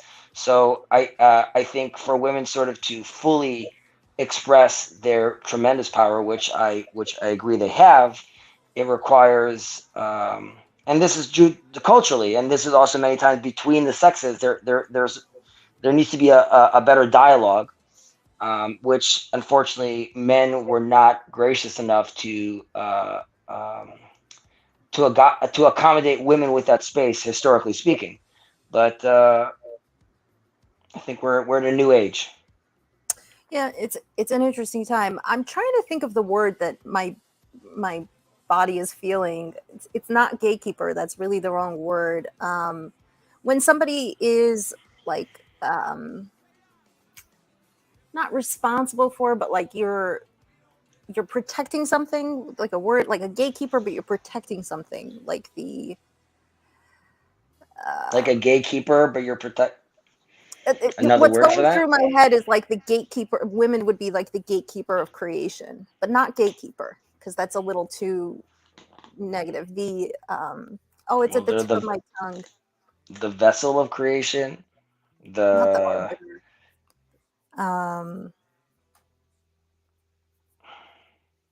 in the sense, the custodians. Okay. Yeah, so they're to guide and oversee that process. Yeah, okay, exactly. Stewards, custodians, yeah. Stewards is when we're really. I'm just thinking now of Lord of the Rings, yes, but stewards. Yeah. That's sort of how I conceptualize of the power and the responsibility. And I like that you brought up motherhood, because that is like the seed of creation, right? So that's no small thing. That's like a big deal. And I see society personally as like the family structure being foundationally on the bottom That's I see that as the health of a society, the health of a globe, to me, has to do with the health of the collective family. From like the very bottom, like literally, how is my family doing? How is your family doing? How is my relationship with my other, and etc. and the children? Because everything, in my mind, and I could be so wrong about this, it's a big world and people have all different motivations and intentions. But from like the people that I've met throughout life, it's like that's where a lot of the motivation for everything else comes from. You know, why am I going to work? Well, it's so, you know, it's because of these cute little things here, and I want to make sure they're happy and safe and peaceful. And That was true for a very long time. However, now there's the sentiment of why am I going out to work? To be a killer, to be a boss, to be a shark, to win, to be the top of the pyramid. And that's not to say that mother can't do that. It's just to say that if you're trying to conquer all these fields and these stages around the world, then you know you can't have all your plates spinning. So yeah, you're going. yeah, no, 100%. I mean, this is so personal. Oh gosh, I hope this is not one of those things I regret saying, but No one is watching. nobody's watching. Something that when people meet me, that I've found in the last couple of years, after they get to know me for a couple of weeks or whatever, one thing I'll hear them exclaim, literally, they'll go, "You're so powerful." And like that kind of baffled me to begin with, because I don't have positions of power, so to speak, right? I'm not attached to any institutions or anything of that sort. I'm literally just like me in my little house with the, you know, interacting with the people I know and care about and love, and all, and doing the things that interest me, and playing my way around the playground of the world. And so it took me a while to understand, like, what are they saying? And then I realized, like, I think, and I could be wrong, is they're saying people are paying attention. Why People are they are- paying attention though? What are you doing that's demanding their attention? And this relates to the conversation in a certain sense that you were having with Laura and Sandy, which is why were all these people chatting on this conversation and sort of listening in? What was intriguing about it? And Luke and I were expressing, and other people were expressing on this chat, that it was powerful. And by powerful, that doesn't mean like obviously like a physical, you know, like it was just powerful because you get to see this like beautiful flow, and it's very powerful when you see that natural sort of conversation happening at the levels of it, that it's happening, with the graciousness that it's happening and the openness that it's happening. We're drawn to that. Yeah. I'm thinking of power in terms of influence and attention, as opposed to like brute force power or building a building power. Or running a country power, which I have no interest in. That sounds like a nightmare and a headache. But like we said, stewards. So like the person, historically speaking, that's going to build that building. Not that it can't be a woman, but let's say it's a man, right? That man has to come from a household, from a parent, how to learn how to use that power, how to use like. So it all ultimately stems back to the parents, and obviously each has their own role to play. However, you know, mothers that and you know, Jordan Peterson talks often about like the devouring mother. So like, you know, you could go into a bad place, obviously, with that, but mothers that mother properly, and I don't know what that means fully. I mean, I get to see my wife, and I hope she's doing a fantastic job, and I had a great relationship with my mother. But mothers that mother properly, I think, produce the most powerful men. Yeah. Yeah. On a completely different note, so Naharia. Yeah. That's where you decided to live, up north. Why up north? Why not closer to the center? So many reasons. First of all, I've lived in Manhattan for 15 years. And before moving to Israel, I was considering moving to somewhere quieter. So Israel was a bit of a do you call it? It was unexpected for me, but had I moved here 10 years ago, I'd probably moved to Tel Aviv, right? But I'm a little bit over the city life at this point. I really wanted, like, I'm in a retirement phase right now. I wanted the nature, and I wanted the countryside, and I wanted the peace and quiet, and particularly looking at potential lockdowns, because I came in 2020. I wanted somewhere where it really didn't. I wanted to curate an environment for myself with the town and the city and the people in my house and what I'm seeing every day, that I could sort of be oblivious to all that it wouldn't matter what was going on in the world, and that I can, like, love every day of my life that I wake up. I wouldn't have to, at least to the most degree that I can influence it. If I would have to be, say, stuck in my house for a year, that I make that the most pleasant experience for myself as possible. So I found a place that's on the water. So I'm looking out to the beach every day. It's beautiful. You know, I don't have to be paying attention to what's going on in I don't need to know what's going on in the outside world. And that to me is like really, really lovely. And being away from the city has been also, it keeps me sane at this point. As far as like why Nahariya, because I did start in Ashdod, not Ashkelon, and I made my way up, and I stayed in a couple at Bat Yam,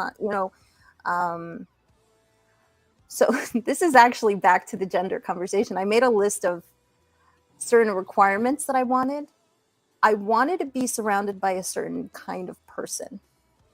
I wanted what my eyes would see would reflect a reality that would continuously give me hope throughout the next couple of years. Because I was sort of anticipating some rough times, in let's say in spirit, based on our interesting times we live in. And in particular, I wanted a place where people had healthy relationships with each other and healthy relationships with technology.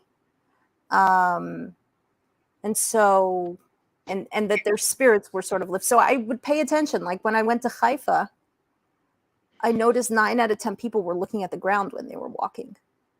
Whereas here in Nahariya, I didn't see that. People were looking up, or they were looking at each other.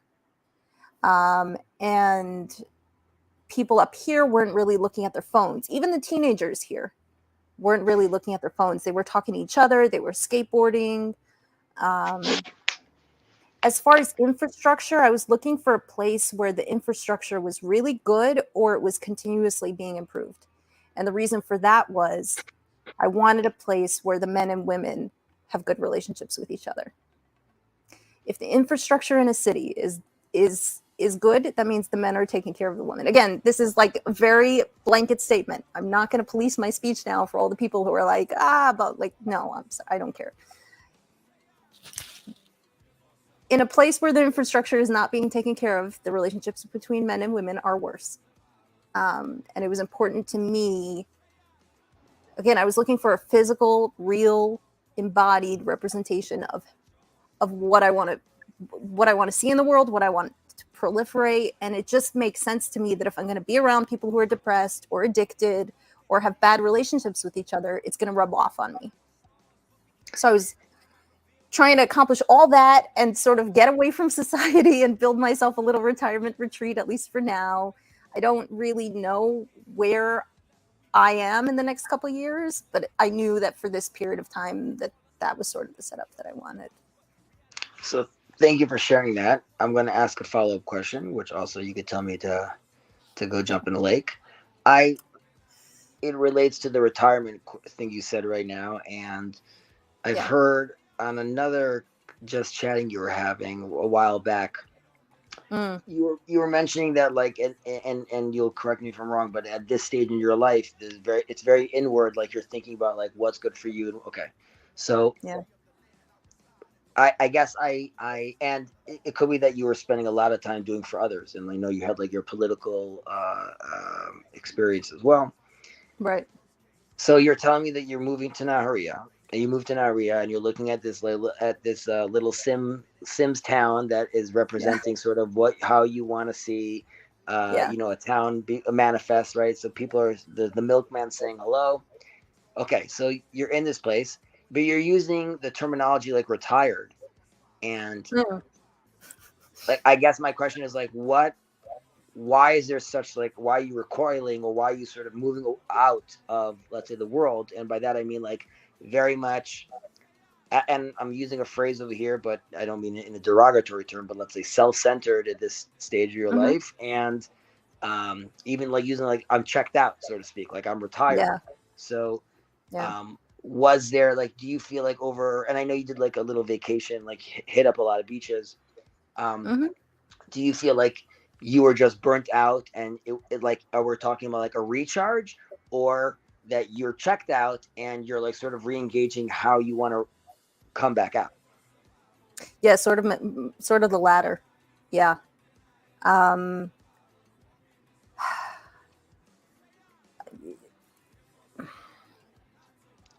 We could have this conversation where we meet once in person. You feel you want to have this conversation?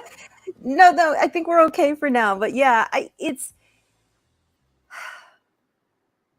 been a busy life for me, let's say. Not just the past couple of years. Like I felt actually quite prepared in 2020. I was like, oh, okay, I got this. To me, it actually felt less challenging than some of the previous experiences that I've navigated in life prior to this, and I've maintained that still, although it has certainly been challenging. So I am sort of exhausted and tired and burnt out, physically, mentally, spiritually. And I definitely, when I was in Manhattan, like there's so much to love about that. I have so many good memories about that, but it wasn't an environment that was aligned with my spirit. It wasn't aligned with my values. And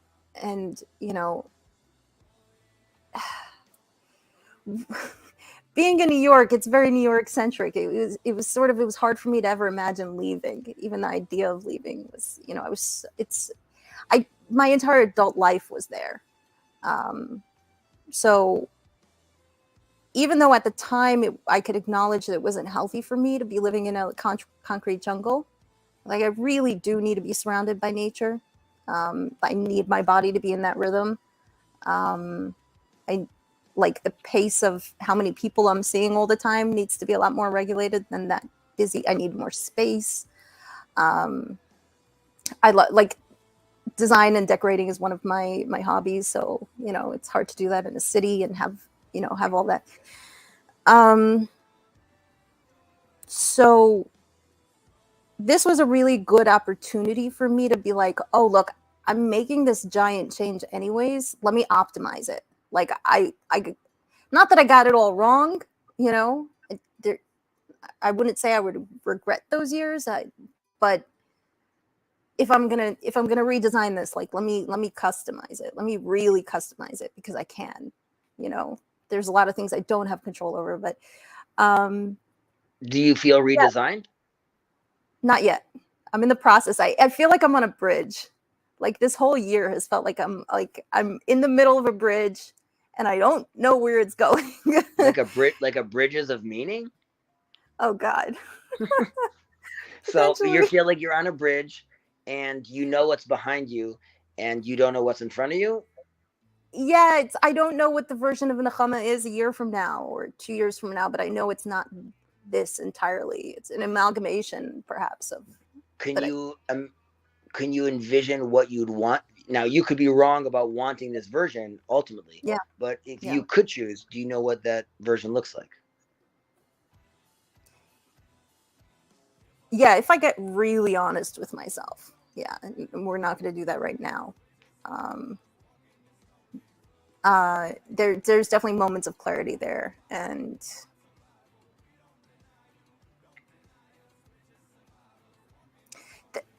so two things. One, there's definitely still a tension that I feel. You alluded to this, which is I've sort of pulled myself out of society, and now any engagement I have is very voluntary. And so, like, that's not super duper healthy in the sense that I don't have to interact with the society, and that's not good. Like, you're not retired. I'm not retired. I don't have to have responsibilities to people. That's not good. So there's, right, I've like bounced really far back and pulled away because I sort of feel like I need it. But, you know, I mean, that's probably also one of the things that keeps that brings me here or to places online, right? It's like trying to sort of get that interaction, but how do I do it on my own terms in a way that's actually useful and satisfying?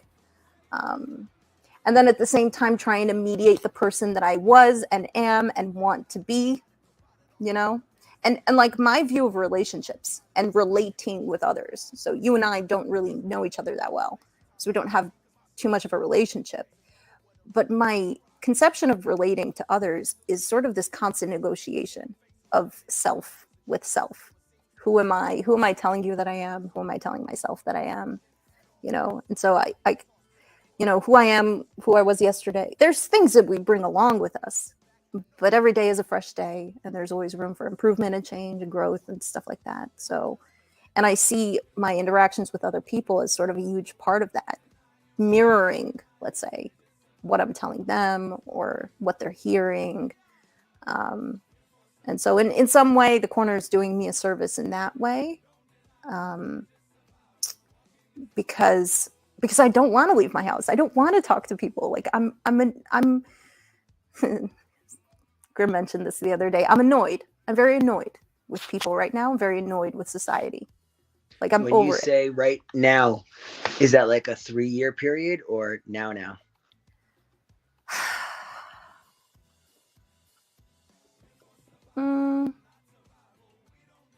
While you're ruminating, I'll just respond to Grim that we're thinking of having this event in Jerusalem.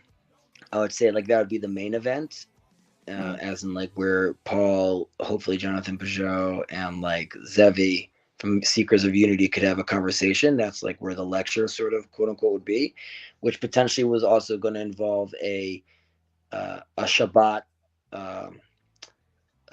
Shabbat festivities. Aside from that, I would like there to be a trip up to the Galilee, where whoever wants to ride a donkey could ride a donkey. Grizz, you could go up the Arbel Mountain on a donkey, which is right next to Migdal, where Mary Magdalene is from. And there's a few churches across the way. Maybe you could get baptized. I don't know if you could get crucified, Grim. He wants to do that in Sacramento with PBK. Right. So so I would go there, potentially to Masada. Maybe that would also be a move. And I also envisioned having some sort of meditative psalm reading in the desert where like King David was hiding and running around. So I think that would be like very, again, you know, sort of living the Bible in a certain extent. So that's sort of what I was thinking, but I'm sorry if that was like a distraction. Back to our conversation. No, that's lovely. I would also recommend some joints in the desert. I think maybe other stuff that might be nice. For those who do you feel like while you've been here though you've managed to, like, we've established right now that you're in this your voice has gotten a bit muffled the last minute. Sorry, is this better? Oh, much better. I think you were blocking it with your finger. Yeah. We've established that you're in retired mode right now, annoyed mode. Yeah. But aside from the virtual world right now, yeah. Do you feel like this retired mode is allowing you to do any, let's say, are you still in soul searching or self-development mode, or are you still, is it too soon to be that and we're still at like retired annoyed mode? No, I've dipped in.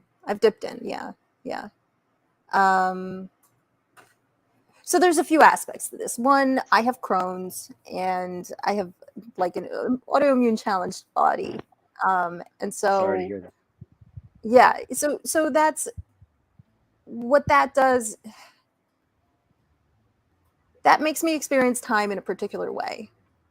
It makes me appreciate time that I don't have pain. That's like, you know, it makes me appreciate Like, think really deeply about who I'm spending time with, because there is an energetic cost. So I'm not spending time with people flippantly, and really appreciating the relationships in my life and what they give me.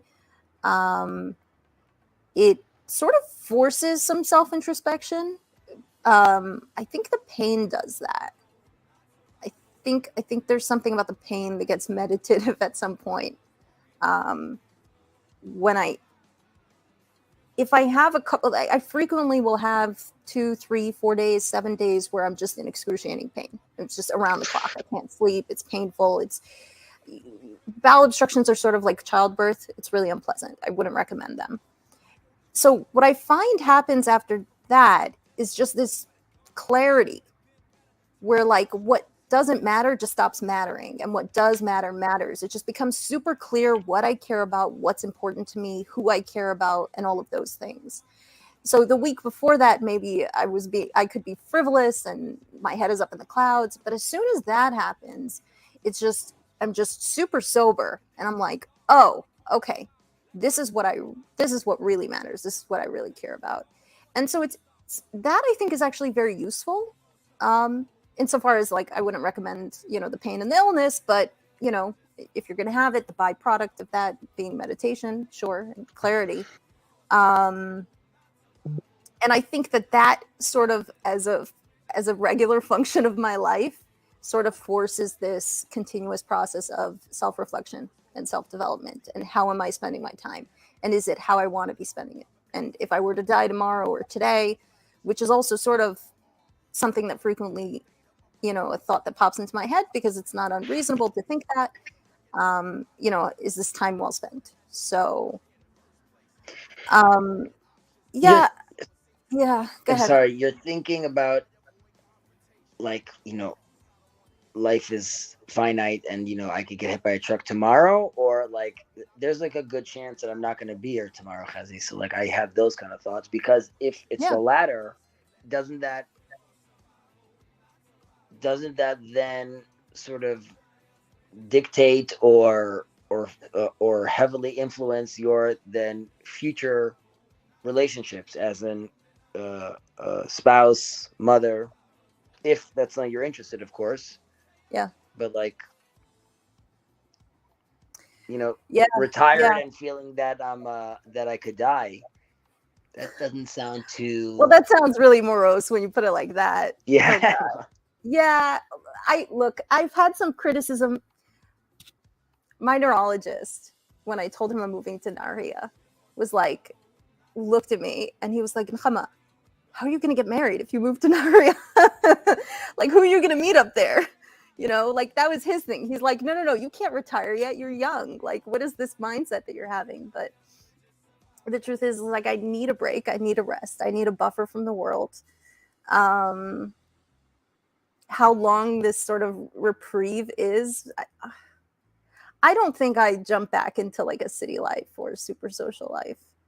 I don't think, though, that this mode of being that I'm in now, which is sort of detached, is going to lead me to particularly what I want either. Like, I do want to get married. Kids is a whole other story. I'm not particularly fond of that idea, although I'd consider it under certain circumstances. It's the idea of marriage as well is sort of confusing to me, because I frankly don't know who I would marry. Look, I come from a frum family. I'm very attached to my family. Like, I'm very close with my family. They're important to me. We're also very clear, and like there's no confusion as far as like observance and not observance. Like, we're really sort of clear on those boundaries and all of that. We as the family, or we as you? We as the family, So I'll go there for Shabbos and I'll enjoy Shabbos. I'm not going to pull my phone out, like, God forbid, My parents aren't trying to make me frum, and, there was a time that was the case, but we have a very good understanding now, sort of where everybody's at and what those boundaries are. Like, you know, my mom used to cry when she saw me wearing jeans, right? There was a time that that would happen, and that was painful for her, and that was painful for me. She called me one day and apologized because one of our neighbors who was around the same age as I, had died of an overdose, a drug overdose. And, you know, Like she said, look, prioritize what matters to her. yeah, she said, look, I, you know, I'm just happy you're here and you're alive. And it took us a long time to get to that point. That took like 10 years after me not being religious, right? And then, so it's taken us a long time to get there, but we've gotten there. And I'm very grateful for that, because especially with all this meaning crisis stuff, it was a very deliberate decision on my part to reconnect with my family. I didn't have to. We weren't connected for a while. But I saw what happened to people who broke those ties and tried to live a satisfying life. And I saw how it would affect their relationships and their marriage and their kids and stuff. And just like purely like a psychological, spiritual level. And I was like, look, it was a difficult process to mend those bonds and to come to understandings. But I saw it as like ultimately that I saw as selfish. Mending the bonds with my parents was a selfish act for me. It wasn't for them, it was for me. It was so that I could have a satisfying life in the future, even beyond when they're not here. Because I wanted to, you know, so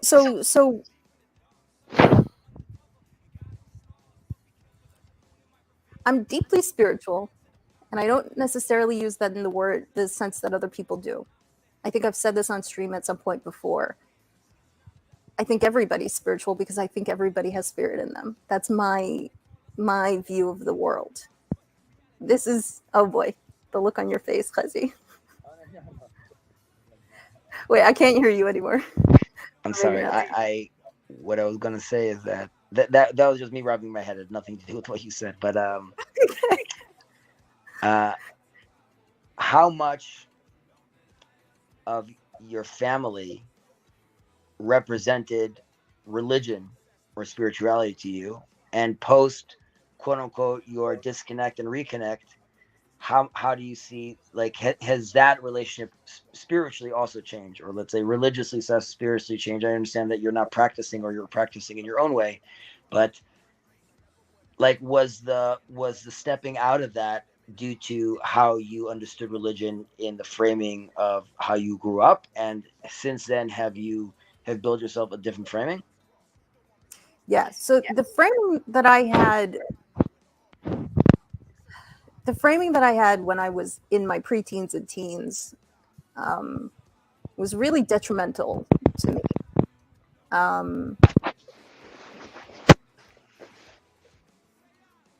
You know, being super, super curious, that was not welcomed in Beis Yaakov. It was taken as an attack when I was more of a curiosity.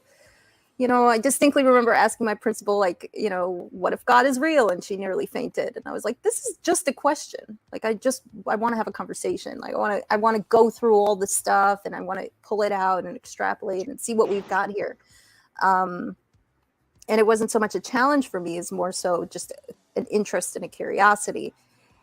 And I think it turned antagonistic when people saw it as a challenge. And as a child, I didn't have the wherewithal to understand how they were receiving me. So I didn't understand that I was to them a troublemaker, whereas to me, I was an angel. I was like, what are you talking about? Like, I'm this lovely, I've never done anything wrong in my life. Like, what is this reaction here? My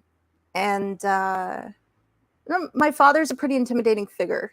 And so I was scared to ask him. I felt comfortable talking in school and asking in school, but again, it wasn't received well. I didn't feel comfortable talking to my father, not because anything he did or said, but because of a lot of assumptions that I made. and a lot of the way that he was parenting back then. My parents have changed significantly over the years. They're very impressive in how they sort of evolve over time. I don't see that frequently, especially with people their age. You know, they're both in their mid 60s.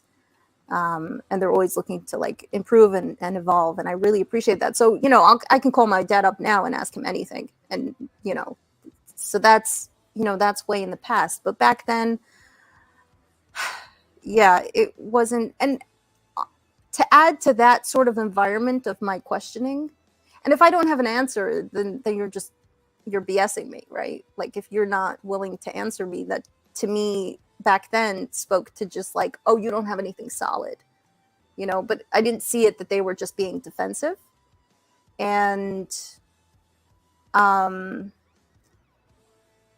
add on top of that, there was a lot of really unhealthy behavior amongst people I was interacting with, my peers in school, my teachers, the neighborhood, like a lot of really unhealthy dysfunction. So among the girls, anorexia, cutting, you know, these sorts of things. And the responses and sort of denial from the community, the inability to look at that and deal with it, you know. So teachers telling us one thing, this is for your good, da da da, but then on the same hand, you know, when there's like a real health concern, really not being helpful, really being antagonistic, you know. And again, from a child's mind, not understanding that like adults are people and they simply just don't know what to do. You know, like I have a lot more context now, you know, being an adult myself now, like, oh, okay, they really didn't know what to do. None of this was malicious, really, for the most part. It's just how it all interacted with me and with my brain. I just saw people who were villainizing me for things that I thought were good and innocent, and who were villainizing my friends and, you know, like not being helpful in the way when people really needed help. And so, and then going into the teen years, my friends started doing drugs and getting, you know, and there was this really terrible aspect as well where so I was stuck in this rock and hard place where I was like, this is not working for me, but I see what happens when people leave. Like the people that I know who left ended up in prostitution, drugs, or dead. And I didn't, and totally separated from their family and or also homeless. So that to me didn't seem like a good idea. Like those, but I wasn't getting any of my needs met where I was. Just to stress to the people listening, to Nechama very bravely sharing her story, people need to realize that the cutting and anorexia and prostitution, none of these have to do with your involvement or your friends' involvement with social media or smartphones or anything like that. So this is not due to predates all that. Correct. Yeah. Which is more disturbing in a certain sense, because you could say like, oh, it's due to this. This is due to the fact that some of these institutions, well, I don't believe for a second that they have malicious intent, teach in a very dogmatic and fundamentalist way. And not to say that what they teach can't be interpreted in other ways. However, it is very hard for the students in this kind of environment to balance their religious studies and existence alongside the secular world or quote unquote reality outside. And like you mentioned, once there are questions or cracks, they do not get perceived as, like you mentioned, something curious. Rather, they get attacked, and one could get shunned, ostracized, and that is obviously a death, in a certain way, a death sentence to a lot of these, or at least figuratively speaking or emotionally speaking, to a lot of these students, which leads to such horrific and extreme responses. Some of them are just because they're lost. Some of them are cries for attention. Either way, I just wanted to stress that out, that that's not due to the rise in like people cutting themselves. Now, obviously, you predate that. Not that you look old, of course. I just mean that I just wanted to stress that out. I point that out. Yeah. Sorry. Yeah. No, that's a very good point to make. Yeah, this is all pre cell phones, right? I think when I was in high school, flip phones were starting to, but nobody really had them. Yeah. It was my teens were a very traumatic time, and then my early 20s were difficult because I was on my own. Like I left when I was 16 and moved to the city and started doing my own thing, and so like, and then like the stress of all of that, the responsibility of the food and the money and all of this stuff. Gotta grow up quick. I don't know what I'm doing. Like I started working. I worked from like 16 to mid 20s. And I remember one day when I was in my 20s doing like a thought exercise. I was like, if I had $1 million, what would I do? Like trying to figure out what do I really want? Because I'm on the grind, right? So what do I actually want? And like the first thought that popped into my head was I'd go to college. That was always like a luxury thought for me. Like, because I love learning. That's the curiosity, right? So I did that. For a while. And that's when I countered all the SJW stuff. And I was like, oh, I feel like I've been gypped. I wanted to learn. What is this? I had a mixed experience. In community college, I had a really, really solid education. And then when I went to NYU, things got really janky and useless. So that's quite ironic, actually. You'd think it was the other way around. But, yeah. My sister-in-law went to NYU Gallatin. And yeah.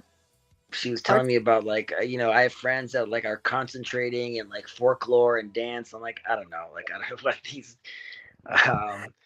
The Gallatin students were always really interesting to talk to. Yeah. Always that's very charitable. Yes, they're very interesting to talk creative to. and wacky. Yeah. Nechama, thank you so much for sharing. I know that wasn't easy. I appreciate it. I'm going to actually do a little reading now, but I appreciate you sharing your screen with me, and I'll catch you on the flip. Take care. Good to see you. Shabbat shalom. And to you. Shabbat shalom. Okay, I think I'm going to end broadcast now, and thank you for everyone for being here. Let me just check the comments real quick, see what I've missed. I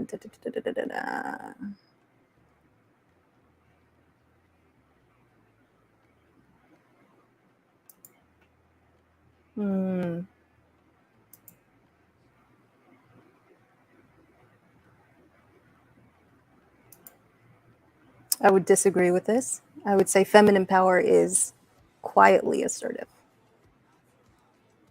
But yes, I think we can be quite assertive, just maybe not loudly.